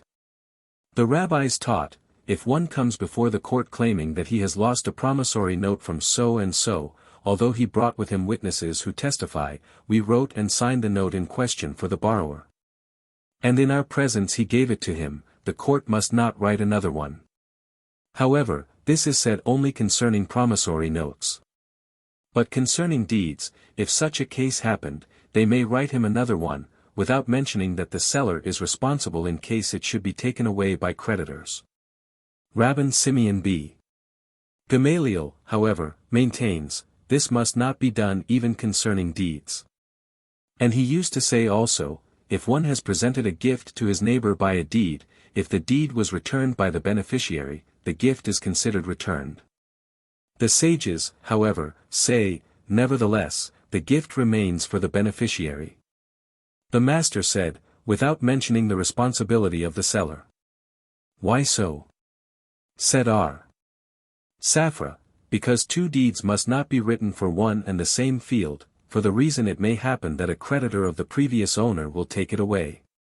Then, the buyer who has two deeds may use both deeds to take away the estates which were sold by A to D and E, i.e., A had sold a field to B, which was encumbered to C, the creditor of A, and C proclaimed his right to it. Then B proclaimed his right, based upon the deed, to the estate encumbered to C, and took away the estate from D, who bought it from A at a later date. After he did so, and the deed was torn by the court, he, B, would make a bargain with C that for a certain amount he should not hasten to take possession of the field to which he was entitled, but should wait a few years and then do it. For the purpose that C's first claim should be forgotten, and later on, when C should take possession of the field which was until now in the hands of B, it should seem to be as a new claim. And then, on the basis of the second deed retained by him, B, he should also take away from E the estates bought by him from A at a later date. Says the Gemara. But as the promissory note of the creditor was torn by the court when he took away from him the first time, how came he to proclaim his right again? And should one say, in case it was not torn? Did not R. Naaman say, the following is the order of claims before the court. The lender comes to the court to complain that the borrower does not pay his debt. Then the court summons him, and if he does not appear it puts him under the ban, and a replevin is given to the lender, that he may levy on the estates of the borrower or of those who bought same from him at a later date than that of the promissory note. And when the creditor finds such estates in some other city, the court of that city tears the replevin and substitutes a document that he may collect such and such an amount from such and such estate. After the appraisement shall be made for the court. And after this is done, the court furnishes him with a memorandum of the appraisement and tears the previous document. Hence a replevin in which it is not mentioned that the promissory note of the borrower was torn by us must not be taken into consideration by any court. And a document which was given for appraisement in which it is not mentioned that the replevin of such and such a court was torn by us is also not to be taken into consideration. The same is the case with the memorandum of appraisement with which the court furnishes him, if it is not mentioned that the document giving the right to make an appraisement of the estate for the debt of so and so was torn by us.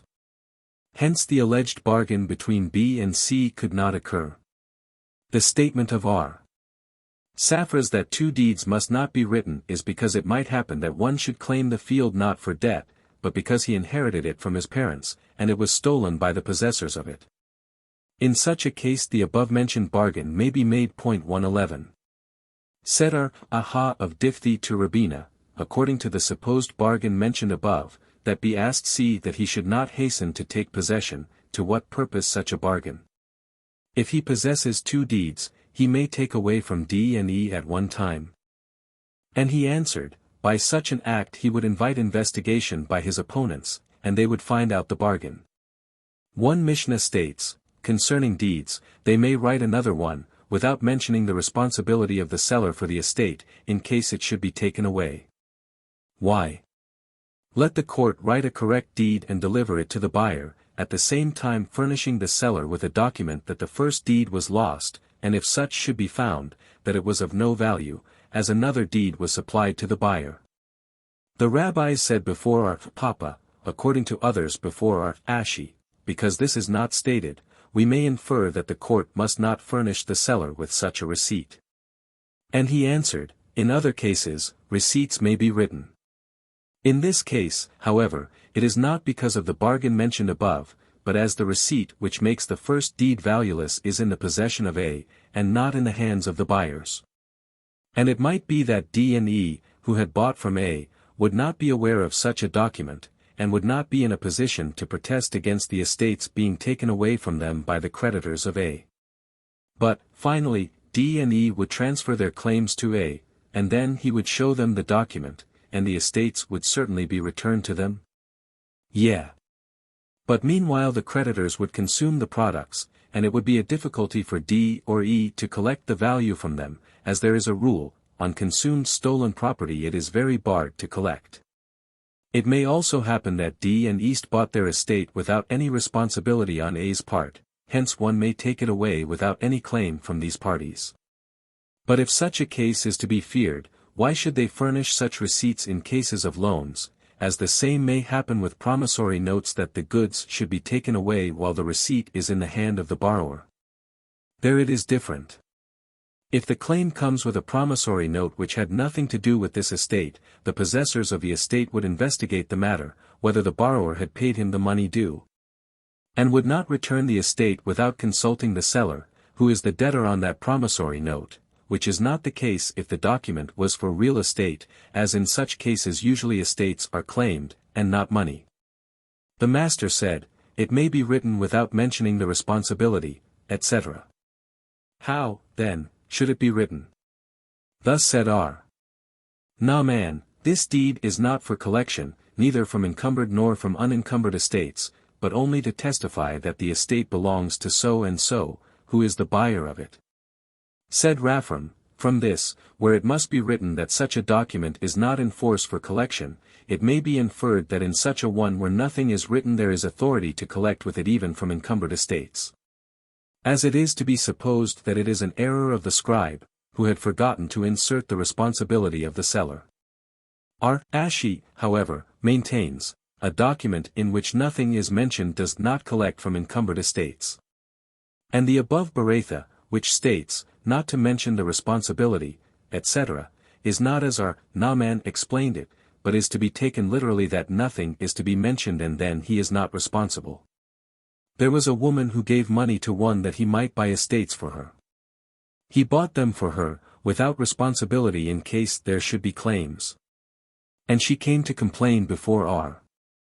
Naaman, who said, "The woman is right, as she sent to you to the end that she should have benefit, but not that she should suffer damage. You, therefore, have to buy from the woman without responsibility, and thereafter to sell to her with your responsibility." It is said above by R. Simeon B. Gamaliel, "If one has presented a gift, the gift is considered returned." What is his reason?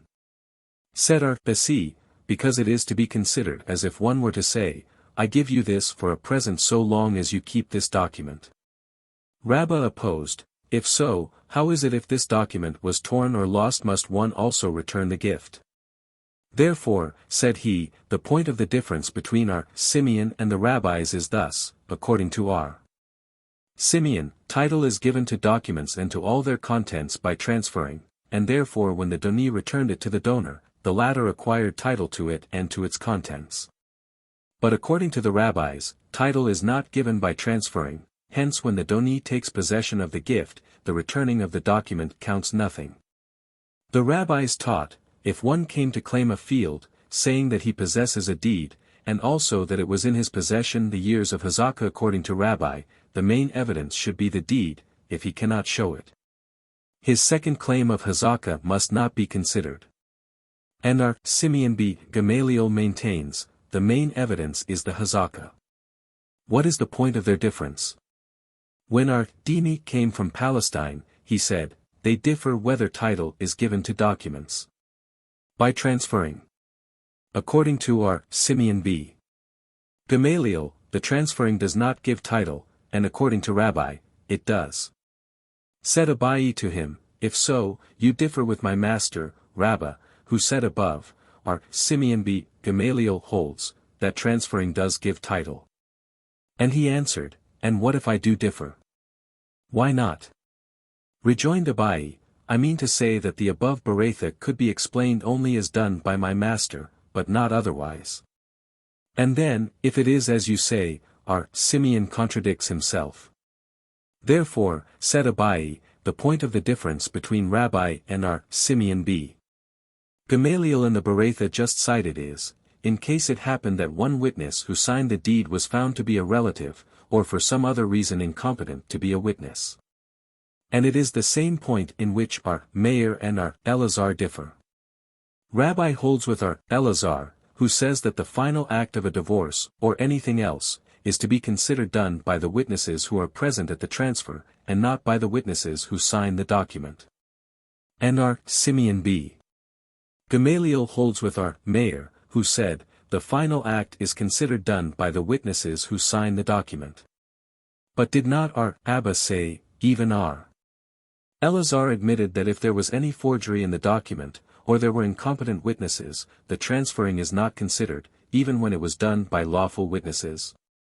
Therefore said Rabina, all agree that if the court said, we have investigated the testimony of the witnesses, and found it false, or that one of them was incompetent, the document is invalid, as R. Abba declared. And the above Tanaim differ concerning a document without witnesses at all.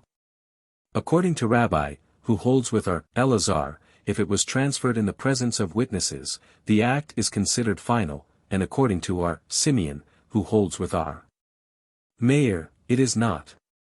And if you wish, it may be said that the point of their difference is, whether a document which the signer admits must or must not be approved by the court. According to Rabbi, it must not, and according to our Simeon, it must. But have we not heard just the reverse in Middlegate, page 11? The rabbis taught. Therefore we must say that the point of their difference is, if one is obliged to convince the court of all the evidence one mentioned at the beginning of the trial, or it is sufficient if he convinces it of one part of it, i.e. if he said, first, my evidence is a deed, and also hazakah, and thereafter he was able to convince the court of the hazakah only.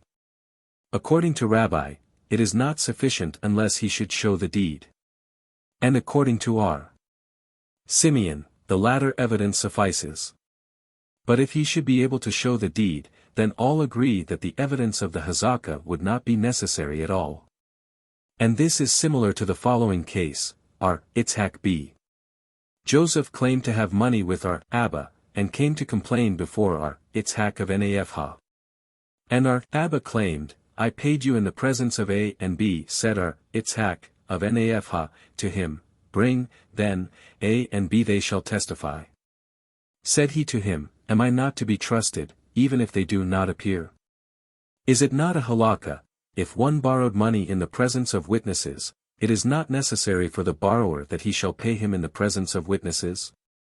Rejoined the former, I hold with the halakha which was said by you, Master, in the name of our Ada b. Ahaba, quoting Rab, if one says, I paid you in the presence of A and B, it is necessary for him that A and B shall come and testify. Said our Abba again, but did not our Gittel say in the name of Rab, the halakha prevails with Rabban Simeon b. Gamaliel? And even Rab, his opponent, meant with his statement only to make his evidence clear before the court, but not because the law dictates so. And our Itzhak answered, I also mean you shall make your evidence clear before the court, as I hold with Rabbah, and if you are not able to do so, you must pay. Mishnah 6, if one has paid a part of his debt, according to our Jehudah, the promissory note must be changed, i.e., the old note must be torn, and a new one made for the balance. According to our Jose, the lender has to give a receipt for the amount paid. Said our Jehudah, then, according to you, the borrower must watch his receipt so that it shall not be consumed by mice. Answered our Jose, yeah. This is better for the lender, as if it should be a difficulty for the borrower to watch the receipt he will pay the whole debt sooner, and we must not impair the right of the lender. Gemara, said our Huna in the name of Rab, the halakha prevails neither with our Jehudah nor with our Jose, but the court must tear the first note and write him another one with the same date as the first. Said our Naaman, according to others our Jeremiah b. Abba, to our Huna, if Rab were aware of the following beretha, the witnesses tear the note, and write for him another one with the same date as the first, he would retract from his statement that this must be done by the court. And he answered, he was aware of this beretha, and nevertheless he did not retract, for the reason that only the court has the power to collect money, which therefore may tear and write another one with the former date. But not witnesses who have done the message they were ordered to, as they have no right to do the same again without a new order. Is that so? Did not our Jehudah say in the name of Rab, if a deed was lost, witnesses may write another one, even if this occurred 10 times, to one field? Said our Joseph, Rab meant a deed of gift. And Rabbah said, Rab meant a document without any responsibility of the estate for other claims.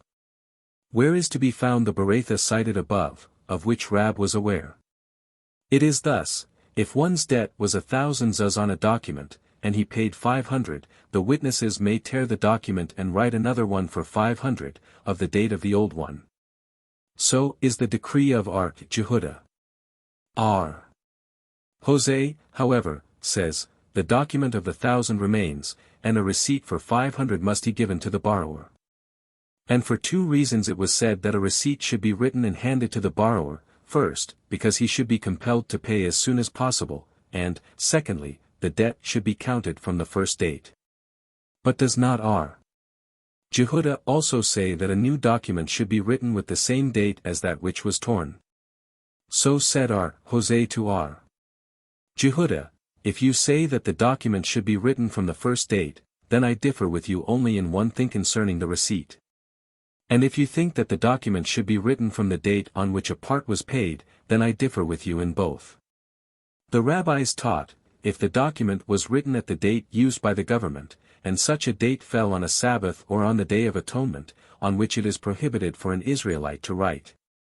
This note is to be considered written with a later date, which is valid. So is the decree of Jehuda. But according to Hosea, it is invalid.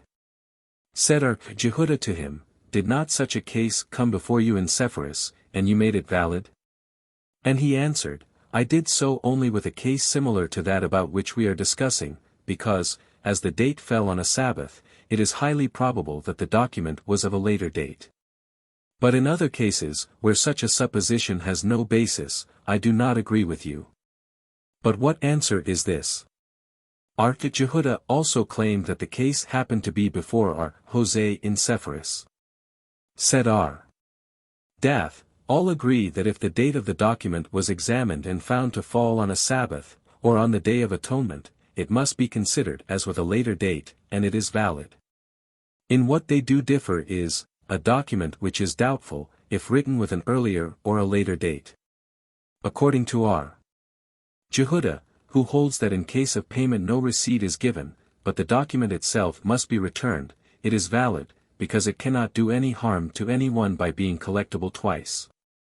And according to Hosea, who holds that for a payment in part the document must not be returned, and only a receipt is furnished, it is invalid, because he can collect with it the whole amount, as the receipt is in the hands of the borrower. Said Hunabi. Jehoshua, even according to them who say that a receipt may be written, it is only if a part or a half was paid, but for the whole amount no receipt is written, but he must return him the note, and if lost, he loses his money. Says the Gemara. In reality it is not so, as a receipt may be written even on the whole amount, as it happened with Yitzhak b. Joseph, who had money with Abba, and when he demanded his money, Abba demanded his promissory note. And Yitzhak answered, the note is lost, and I will give you a receipt. And he answered, there are both Rab and Samuel who taught that we do not write a receipt. And when this case came before Hanina b. Papi, he said, Rab and Samuel were so beloved by us that if some would bring the earth of their graves we would keep it always before our eyes, but notwithstanding this, there are both Johanan and Resh Lakish who decided that a receipt should be given, and the same was said by Rabban when he came from Palestine in the name of Ilah. Common sense also dictates so. As how can it be supposed that if the creditor lost the promissory note the debtor may consume the whole amount and enjoy himself? Abaye opposed, but after your theory that a receipt is to be written, how is it if the receipt is lost should the lender collect the money again and enjoy himself? Said Rabbah to him, yeah. So is the law, as we read in the scriptures, the borrower is a servant to the lender, Parov 22. 7, said Yema, according to others Jeremiah of Diphthi, to Kana, what is the basis of our custom that we write documents with later dates, and we also write receipts? And he answered, that which Abba said to his scribe, when it shall happen that you have to write a document with a later date, you must write as follows, this document was post-dated by us for a certain reason, and is dated not with the date it was ordered, but of today. Said Ashi to Kana, however, in our day and in our country we do not act likewise. It is since Saphras said to his scribe, should you have to write a receipt for a lost promissory note, then, if you are aware of the date the promissory note was given, you must write, the money which was due according to the note written on such and such a date was returned to the lender. And if you do not know the exact date, you must write, the money due on a note of so and so, to so and so, was paid, not mentioning the date at all, and then, if the note should appear again, it will be of no value. Said Rabina to Ashi, and according to others Ashi to Kana, But why is it not customary in our time to do so, as we write documents with later dates without mentioning that they are post-dated, and receipts with the date of payment, and we do mention the date of the document? And he answered, the rabbis enacted, one shall do so for his own sake, but if one does not care to do so, it will be his own fault if he should suffer damage. Said Rabbi B. Ashila to the scribes, if you should have to write a deed of gift, or deeds in which the seller does not take the responsibility of the estate for the future, you shall do as follows. If you remember the date when the donor or the seller told you in the presence of witnesses to do so, you shall write that date. And if you do not recollect the exact date, you may write the current date, and it will not be considered false. Rab told his scribes, and the same did Ar. Huna, when you are writing a document in the city of Shirley, although you were ordered to do so in the city of Haini, you must write in the document the city in which you are doing it, and not the city where you were ordered. Rabbah said, if one holds a promissory note for 100 zuz, and requests that it shall be rewritten in 2 notes, each of 50 zuz. His request is to be refused for the sake of both the lender and the borrower. For the lender it is better to have one document, as, should it happen that he pay the half, he will give him a receipt, which the borrower will have to watch. And therefore he will hasten to pay his debt. And for the borrower it is also better, as the law of a document paid in part is, that the lender must take an oath, and in case he is lacking cash the lender will give him time rather than take an oath. And he said again, if one has 2 notes of 50 each, and he requests that one of 100 should be made instead of the 2, also to this request no attention should be paid, and also for the sake of both. For the lender it is better, if 50 is paid, that the other document should remain in force, so that he will not be obliged to take an oath. And also for the borrower it is better, having paid 1 note, that he shall not be bound to watch the receipt for the other half. R. Ashi said, if the lender holds a promissory note for 100 zuz, and orders the scribe to write for him another note for 50 zuz, claiming that the half was paid by the borrower, he must not be listened to. Nor if he asks that the note should be written from that date, or from the current date. Why so? It is to be feared that the borrower has paid the whole amount, and to the demand that his note should be returned, he was answered, it was lost, and furnished him with a receipt instead. And this note for 50 zuz will collect from him, claiming that this note has nothing to do with the former one. Mishnah 7. If there were 2 brothers, one rich and one poor, and they inherited from their father a bath house or an olive press house, if for business, they must share equally. But if for private use, the rich one may say to the poor, you may hire slaves, that they shall heat the bath for your use. Or, you may buy olives and press them for your private use, but I shall not allow you to do this for a stranger, and you take the benefit. If it happen that in one city 2 persons bear one and the same name, they cannot give promissory notes to each other, nor can any of the inhabitants collect on a promissory note of one of them. If there were found a promissory note of one of the 2 persons by someone which is marked, paid, the other may also claim, my note is paid. How, then, shall they do, if they wish that their documents shall be of value?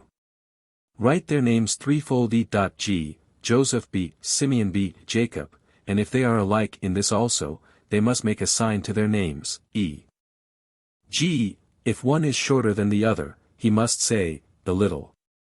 And if they are both of equal size, if one is a priest, he shall write, Cohen.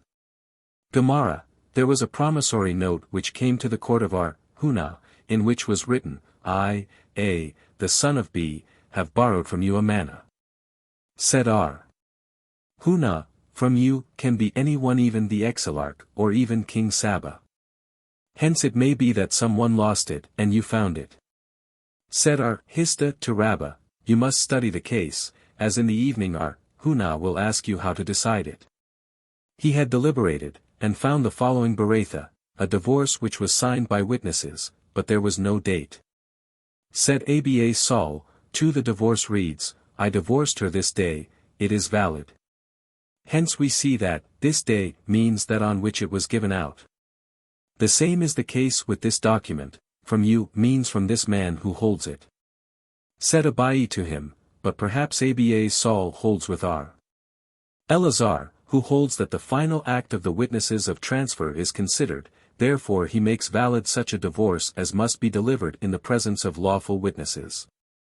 But in our case, why should it not be feared that the plaintiff found a lost note? And he answered, that such a supposition is not to be taken into consideration may be inferred from our Mishnah, which states, if there are two persons who bear one and the same name, they cannot give promissory notes to each other, nor to any of the inhabitants, etc. But if one of them has a promissory note from one of the inhabitants, it is valid, and he may collect. Now, why is it not to be feared that it was lost by the other person who bears the same name, and this plaintiff found it? Hence we see that this is not taken into consideration.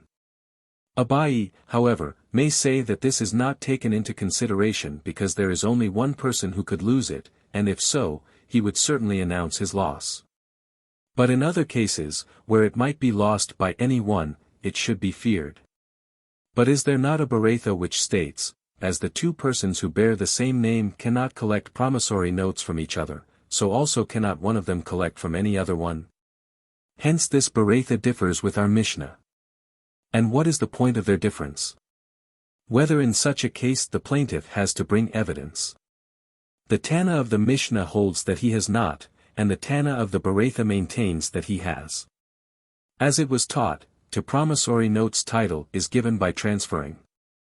However, according to Abai the holder of them must bring evidence that they were transferred to him. And Rabbah said, he must not. Said Rabbah, I infer my statement from the following Baratha, if one of the brothers holds a promissory note from someone, claiming that his father or his brother had transferred it to him, it is for him to bring evidence. Hence we see that this law holds good only concerning brothers, who usually hinder one another, and claim that their brother took it without their or their father's consent, but in all other cases no evidence is needed. Abai, however, maintains, on the contrary, this Baratha comes to teach, lest one say that concerning brothers, who hinder one another and are very careful with the inheritance, no evidence is needed for the one who holds the document. Although in all other cases it is, the Baratha came to state that it is not so. But there is another Baratha, as the persons who bear the same name are allowed to take promissory notes from others, so they may take from each other. And what is the point of their difference? Whether a promissory note may be written for the borrower in the absence of the lender. The Tana of our Mishnah holds that this may be done. Hence one of the two persons may go to the scribe, telling him that he wants to borrow from his fellow citizen, who bears the same name, some money. And after he receives such a promissory note, he may claim that this was given by the other to him. Therefore our Mishnah says that they cannot collect from each other. And the Tana of the Baratha holds, the promissory note must not be furnished to the borrower in the absence of the lender. Hence there is no fear. If a promissory note was paid, etc. We see, because a receipt was found. But how would it be if not? The promissory note would hold good. But our Mishnah states, nor can any of the inhabitants collect. Said R. Jeremiah, it speaks of when in the note his name was written threefold, but if so, let them see the receipt, to whom it was made out. Said R. Hosea, it speaks of when it was written threefold in the note, but not in the receipt. Abai, however, said, the Mishnah is to be explained thus, if there was found among the borrower's documents a writing, the promissory note which I gave to Joseph B. Simeon is paid, if he possess such from the other, both are considered paid. To write their names threefold, etc. There is a Baratha, if both were priests, they must write their names fourfold e.g., Joseph b. Jacob b. Itzhak b. Abraham, and that all the four names should be alike is very rare. Mishnah 8. If one, while struggling with death, says to his son, a promissory note among the notes I possess is paid, but I do not remember which, all of them are to be considered paid. If, however, one person has given two promissory notes, the larger amount is considered paid, and the smaller amount not. Gemara, Rabbah said, if one says, a promissory note from you, which I possess, is paid, and there were two from him, the larger amount is considered paid, and the smaller amount not. If, however, the debt you owe me is paid, all the promissory notes from him which are in his hands are considered paid. Said Rabina to him, according to your theory, if one says, my field is sold to you, does it mean that the largest he has is sold? And if he said, the field I possess is sold to you, does it mean all the fields? There it is different, as it is for the plaintiff to bring evidence, and if the buyer so claims, he has to bring evidence to what he claims. But here the creditor is the plaintiff. And if he says, your debt is paid, it is the best evidence that all the notes are paid. Mishnah 9, if one made a loan to his neighbor through a surety, he must not collect first from the surety, unless the borrower does not possess any estate. However, if the stipulation was made that he may collect from whom he pleases, then he may start with the surety. Simeon B. Gamaliel, however, is of the opinion that even in such a case the lender may not start with the surety, unless the borrower does not possess anything. And he used to say thus, if one made himself a surety to a woman for her marriage contract, and thereafter the husband was about to divorce her, the court should compel him to vow that from the time divorced he should not derive any benefit from his former wife, which means not to remarry her. For fear that the husband and his wife may have made a bargain to collect the money for the marriage contract from the surety, and thereafter he will remarry her. Gemara, and why should not the creditor collect from the surety? Both Rabbah and Joseph said, the surety may claim, I have given bail for the money in case the borrower should die or run away, but not if I deliver him to you. Naaman opposed, saying, such is the Persian law. But this is not so, as the Persians collect from the surety only, even when the borrower possesses estates. Naaman meant to say, such a law is similar to a Persian law, for which they give no reason, and therefore he says the Mishnah meant, he shall not summon the surety unless he has already summoned the borrower. So also we have learned in the following Beretha, if one made a loan to his neighbor through a surety, he must not summon the surety first, unless the stipulation was that he might collect from whom he pleased. Huna said, whence do we deduce that a surety is obliged to pay? From, Gen 43. 9, I will be a surety for him. Hista opposed, saying, he was not a surety only, but also a receiver, as it reads farther on, from my hand shalt thou require him, and also, Ibid 42. 37, deliver him into my hand, etc. Therefore said Itzhak, from, Perovi XX. 16, take away his garment, because he hath become surety for a stranger. Here is repeated from Middle Gate, page 305. See there. Amimar said, whether a surety has to pay or not, Jehuda and Jose differ. According to the latter, who holds that an asmaktha gives title, he is responsible, and according to the former, who holds that an asmaktha does not give title, the surety is not obliged to pay. Said Ashi to him, but is it not a fact that a surety is responsible, although it is now taken as a rule that an asmaktha does not give title? Therefore said Ashi, because of the pleasure that the lender trusted him on his word, the surety made up his mind that the lender should be paid under all circumstances, and such a case it is not considered as an asmaktha, but as a debt which ties upon himself, that he may collect from whom he pleases, etc.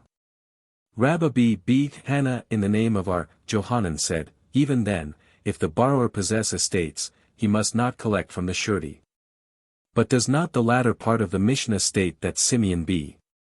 Gamaliel said so, from which it is to be inferred that the first Tana holds that he may collect from the surety in any event? The Mishnah is not complete, and should read thus, if one made a loan to his neighbor through a surety, he must not collect through the surety unless he had made the stipulation that he might collect from whom he pleased. But even then he collects from the surety in case the borrower does not possess any estate, but if he does, he must collect from the borrower first, and if it should not be sufficient, then from the surety. If, however, the surety was also the receiver of the loan for the borrower, then he may collect from the surety, although the borrower possesses estate. Simeon B. Gamaliel, however, maintains that even then he collects from the borrower if he possesses any estate. In the name of Johanan was said, First Gate, page 156. In that case the halakha does not prevail with R. Simeon b. Gamaliel. R. Huna said, if the surety said, lend to this man, and I am the surety, or, I will pay, or, count the debt to me, or, lend him, and I will give to you, all these versions are considered surety. If, however, he said to him, give to him, and consider me as receiving the money, or, give to him, and I will pay, or, count the debt to me, or, give to him, and I will return to you, all these versions are considered receipt. I.e. if he said, borrow from him, it means that he should be the debtor, in case he shall not pay, I will. But if he says, give to him, then the borrower is not considered here at all, as the lender gave by his order. The schoolmen propounded a question, how is it if he said, lend him, and count me as the receiver, or, give to him, and I will be surety? According to R. Itzhak, in the first case, in which he remarked, I will be the receiver, he must be so considered, although he said, lend him. And in the second case, in which he said, I will be surety, he is to be so considered, although he said, give to him. R. Hista, however, maintains, in either case he is considered a receiver, unless he said, lend him, and I will be the surety. And according to Rabbah, all the versions mentioned above are considered surety, unless he said, give to him, and I will return to you. Said Marbi, Amimar to R. Ashi, so said my father, if the expression was, give to him, and I will return you, then has the lender nothing to do with the borrower. Says the Gemara. In reality it is not so. The lender may collect the money from the borrower, unless the surety took the money from the hand of the lender and delivered it to the borrower. There was a judge who transferred the estate of the borrower to the lender, before the lender had demanded his money from the borrower, and R. Hanin b. R. Yeba removed the judge. Said Rabbah, who so wise to do such a thing, if not R. Hanin b. R. Yeba, as he holds that the estates of the debtor are his surety, and our Mishnah states, he must not collect from the surety, nor must he demand his debt first from the surety. There was a surety for orphans who had paid the lender before he notified the orphans, i.e. he was surety for the father of the orphans, who borrowed some money, and after his death he paid the lender from his own pocket, and then summoned the orphans to pay him from their estates. And R. Papa decided, to pay a debt for which there is no document is a meritorious act, to which orphans who are not of age cannot be compelled, and therefore the surety must wait with his claim until they shall become of age. R. Huna b. Jehoshua, however, maintains, the reason why the orphans have not to pay until they shall become of age is, because they are not aware that the deceased had not paid such a debt. And the difference of the two statements is, in case the deceased had confessed before his death that he had not yet repaid the debt.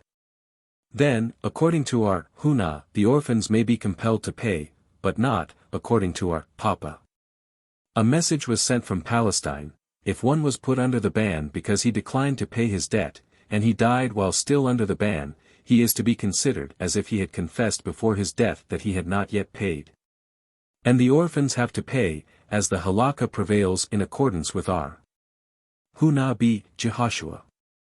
An objection was raised from the following, if the promissory note of the deceased was in the hands of the surety, who claims to have paid the lender, and he demands the debt from the orphan's estates.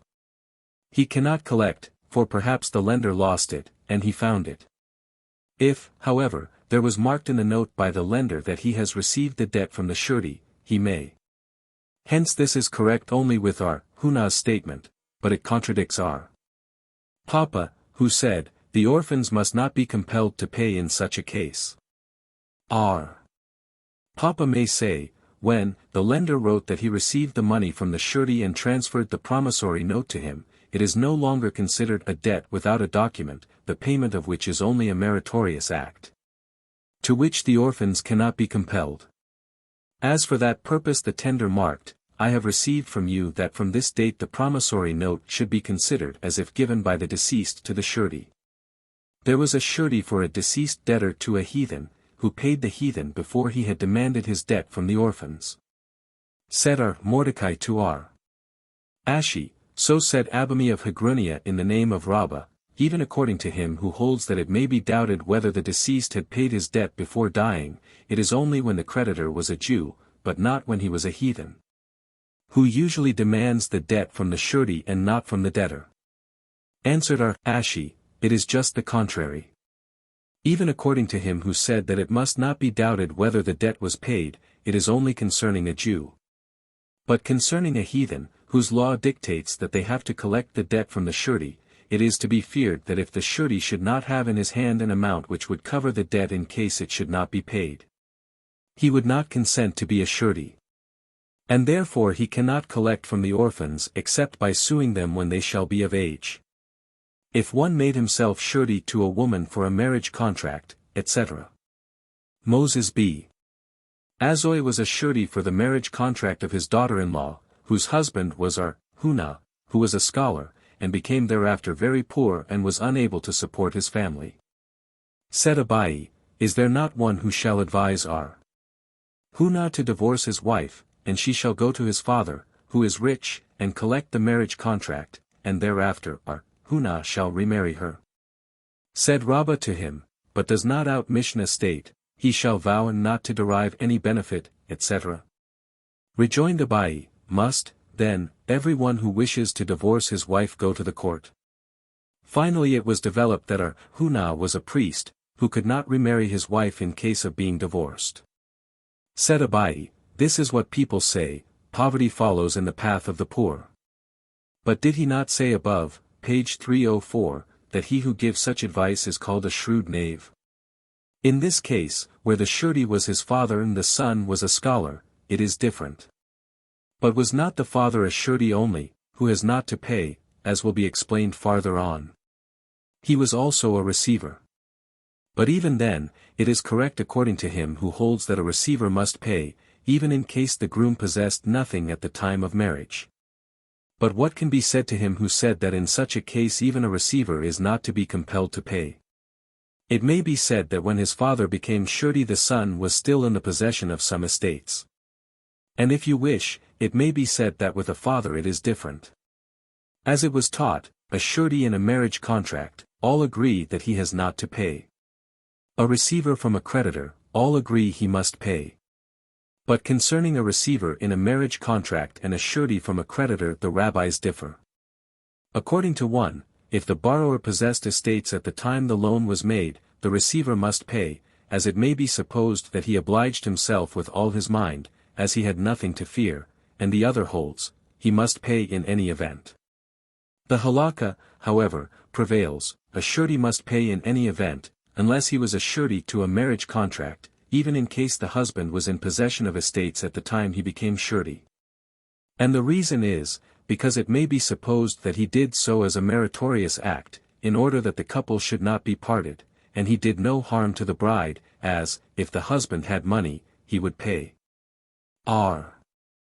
Hunah said, a sick person who has consecrated all his estates, and at the same time said, so and so has a manna with me, he may be trusted, as it is to be assumed that one would not use deceit against the sanctuary. Naaman opposed, is it, then, usual that one should use deceit against his children? And, nevertheless, both Rab and Samuel say, if a sick person said, so and so has a manna with me, if he added, give to him, he is to be listened to. But if he did not, he is not to be listened to. Hence we see that, if he did not say, give, his statement that so and so has a manna with him is considered as if he did so for the purpose that, should he be cured, his children should not think him very rich. Why should not the same be applied in the case of the sanctuary? Hunah speaks in case there was a promissory note, and only the sick person admitted that the note was a right one. If so, then we must say that the statements of Rab and Samuel applied even when there was no promissory note. But if so, it was a loan without a document, and both Rab and Samuel said, on such a loan one cannot collect, neither from the heirs nor from the buyers. Therefore said Naaman, in both cases it speaks of when there was a document, one case treats of when the note was approved, and the other when it was not. And then if he said, give, he approves the note, and is to be listened to. And if he does not say, give, the note remains unapproved. Rabbah said, a sick person who said, A has a manna with me, and thereafter the orphans claim that they have paid, they are to be trusted. If, however, he said, give a manna to A, and the orphans say they have paid, they are not to be trusted. But is not common sense against such a theory? It seems just the contrary. If the father said, give, and the orphans said, we did so, they may be trusted, but if the father said, A had a manna with me, it may be supposed they did not hasten to pay him, and why should they be trusted? Therefore if such a statement was made by Rabbah, it must be thus: if a sick person said, A has a manna with me, and the orphans thereafter said that after deliberating the deceased said, I have paid it already, they may be trusted. As it is probable the deceased remembered that he had returned it. But if the sick person says, give a manna, and thereafter the orphans claim the same as is said above, they are not to be trusted, as if it were for deliberation, he would not say it give. Rabbah questioned, if a sick person had confessed, i.e., his creditor came to him, saying, you owe me a manna, and he said, yeah, must the sick person also add, yeah, that those who are present shall be witnesses, as is required in such a case of one in good health, or not? And it is also a question whether he must say to the witnesses, mark this in writing, and also whether a sick person has the right to say, it was only a joke, or, this is out of the question. Concerning one who is dying, after deliberating, he came to the conclusion that all these are not necessary, as there is a rule, the words of a dying person are to be considered as written and delivered to whom it concerns. Mishnah X. If one borrows money on a promissory note, the lender has a right to collect from encumbered estates, and if without a note, but in presence of witnesses, the lender may collect from unencumbered only. If A holds a writing that B owes him money, not a promissory note, which usually must be drawn by witnesses, he collects from unencumbered estates only. A surety who has signed his name after the signatures of the document, so and so, am a surety, the lender may collect from the surety from unencumbered estates only, as it is considered a verbal surety. As there were no witnesses who testified to this. Such a case happened to come before our Ishmael, and he decided that he should collect from free estate. Ben Nanas, however, maintains, he must not collect from any estate.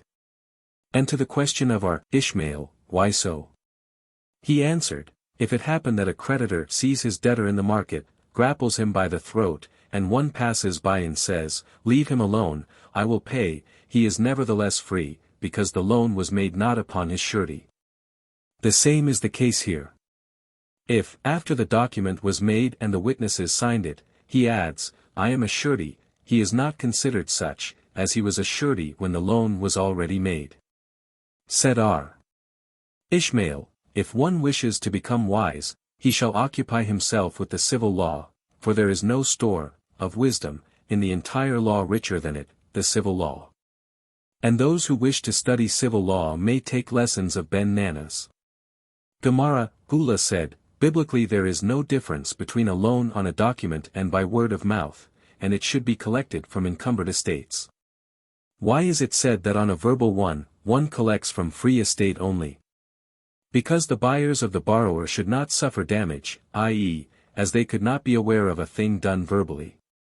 But when there is a document, it is their own fault if they do not investigate before they buy. Rabbah, however, maintains the contrary, both loans ought to be collected from free estates only, as, according to the biblical law, the estates are not mortgaged even if there is a document, unless it is so written. But why did the rabbis enact that a document collects from encumbered estate? In order not to close the door for borrowers. For a verbal loan, however, they did not enact, as it is not known to the people. And the buyers from the borrower could not know there was a loan. Did, indeed, Rabbah say so? Was not his decision, in chapter 8, page 274, that a firstborn takes a double share in the estate collected after the death of the father?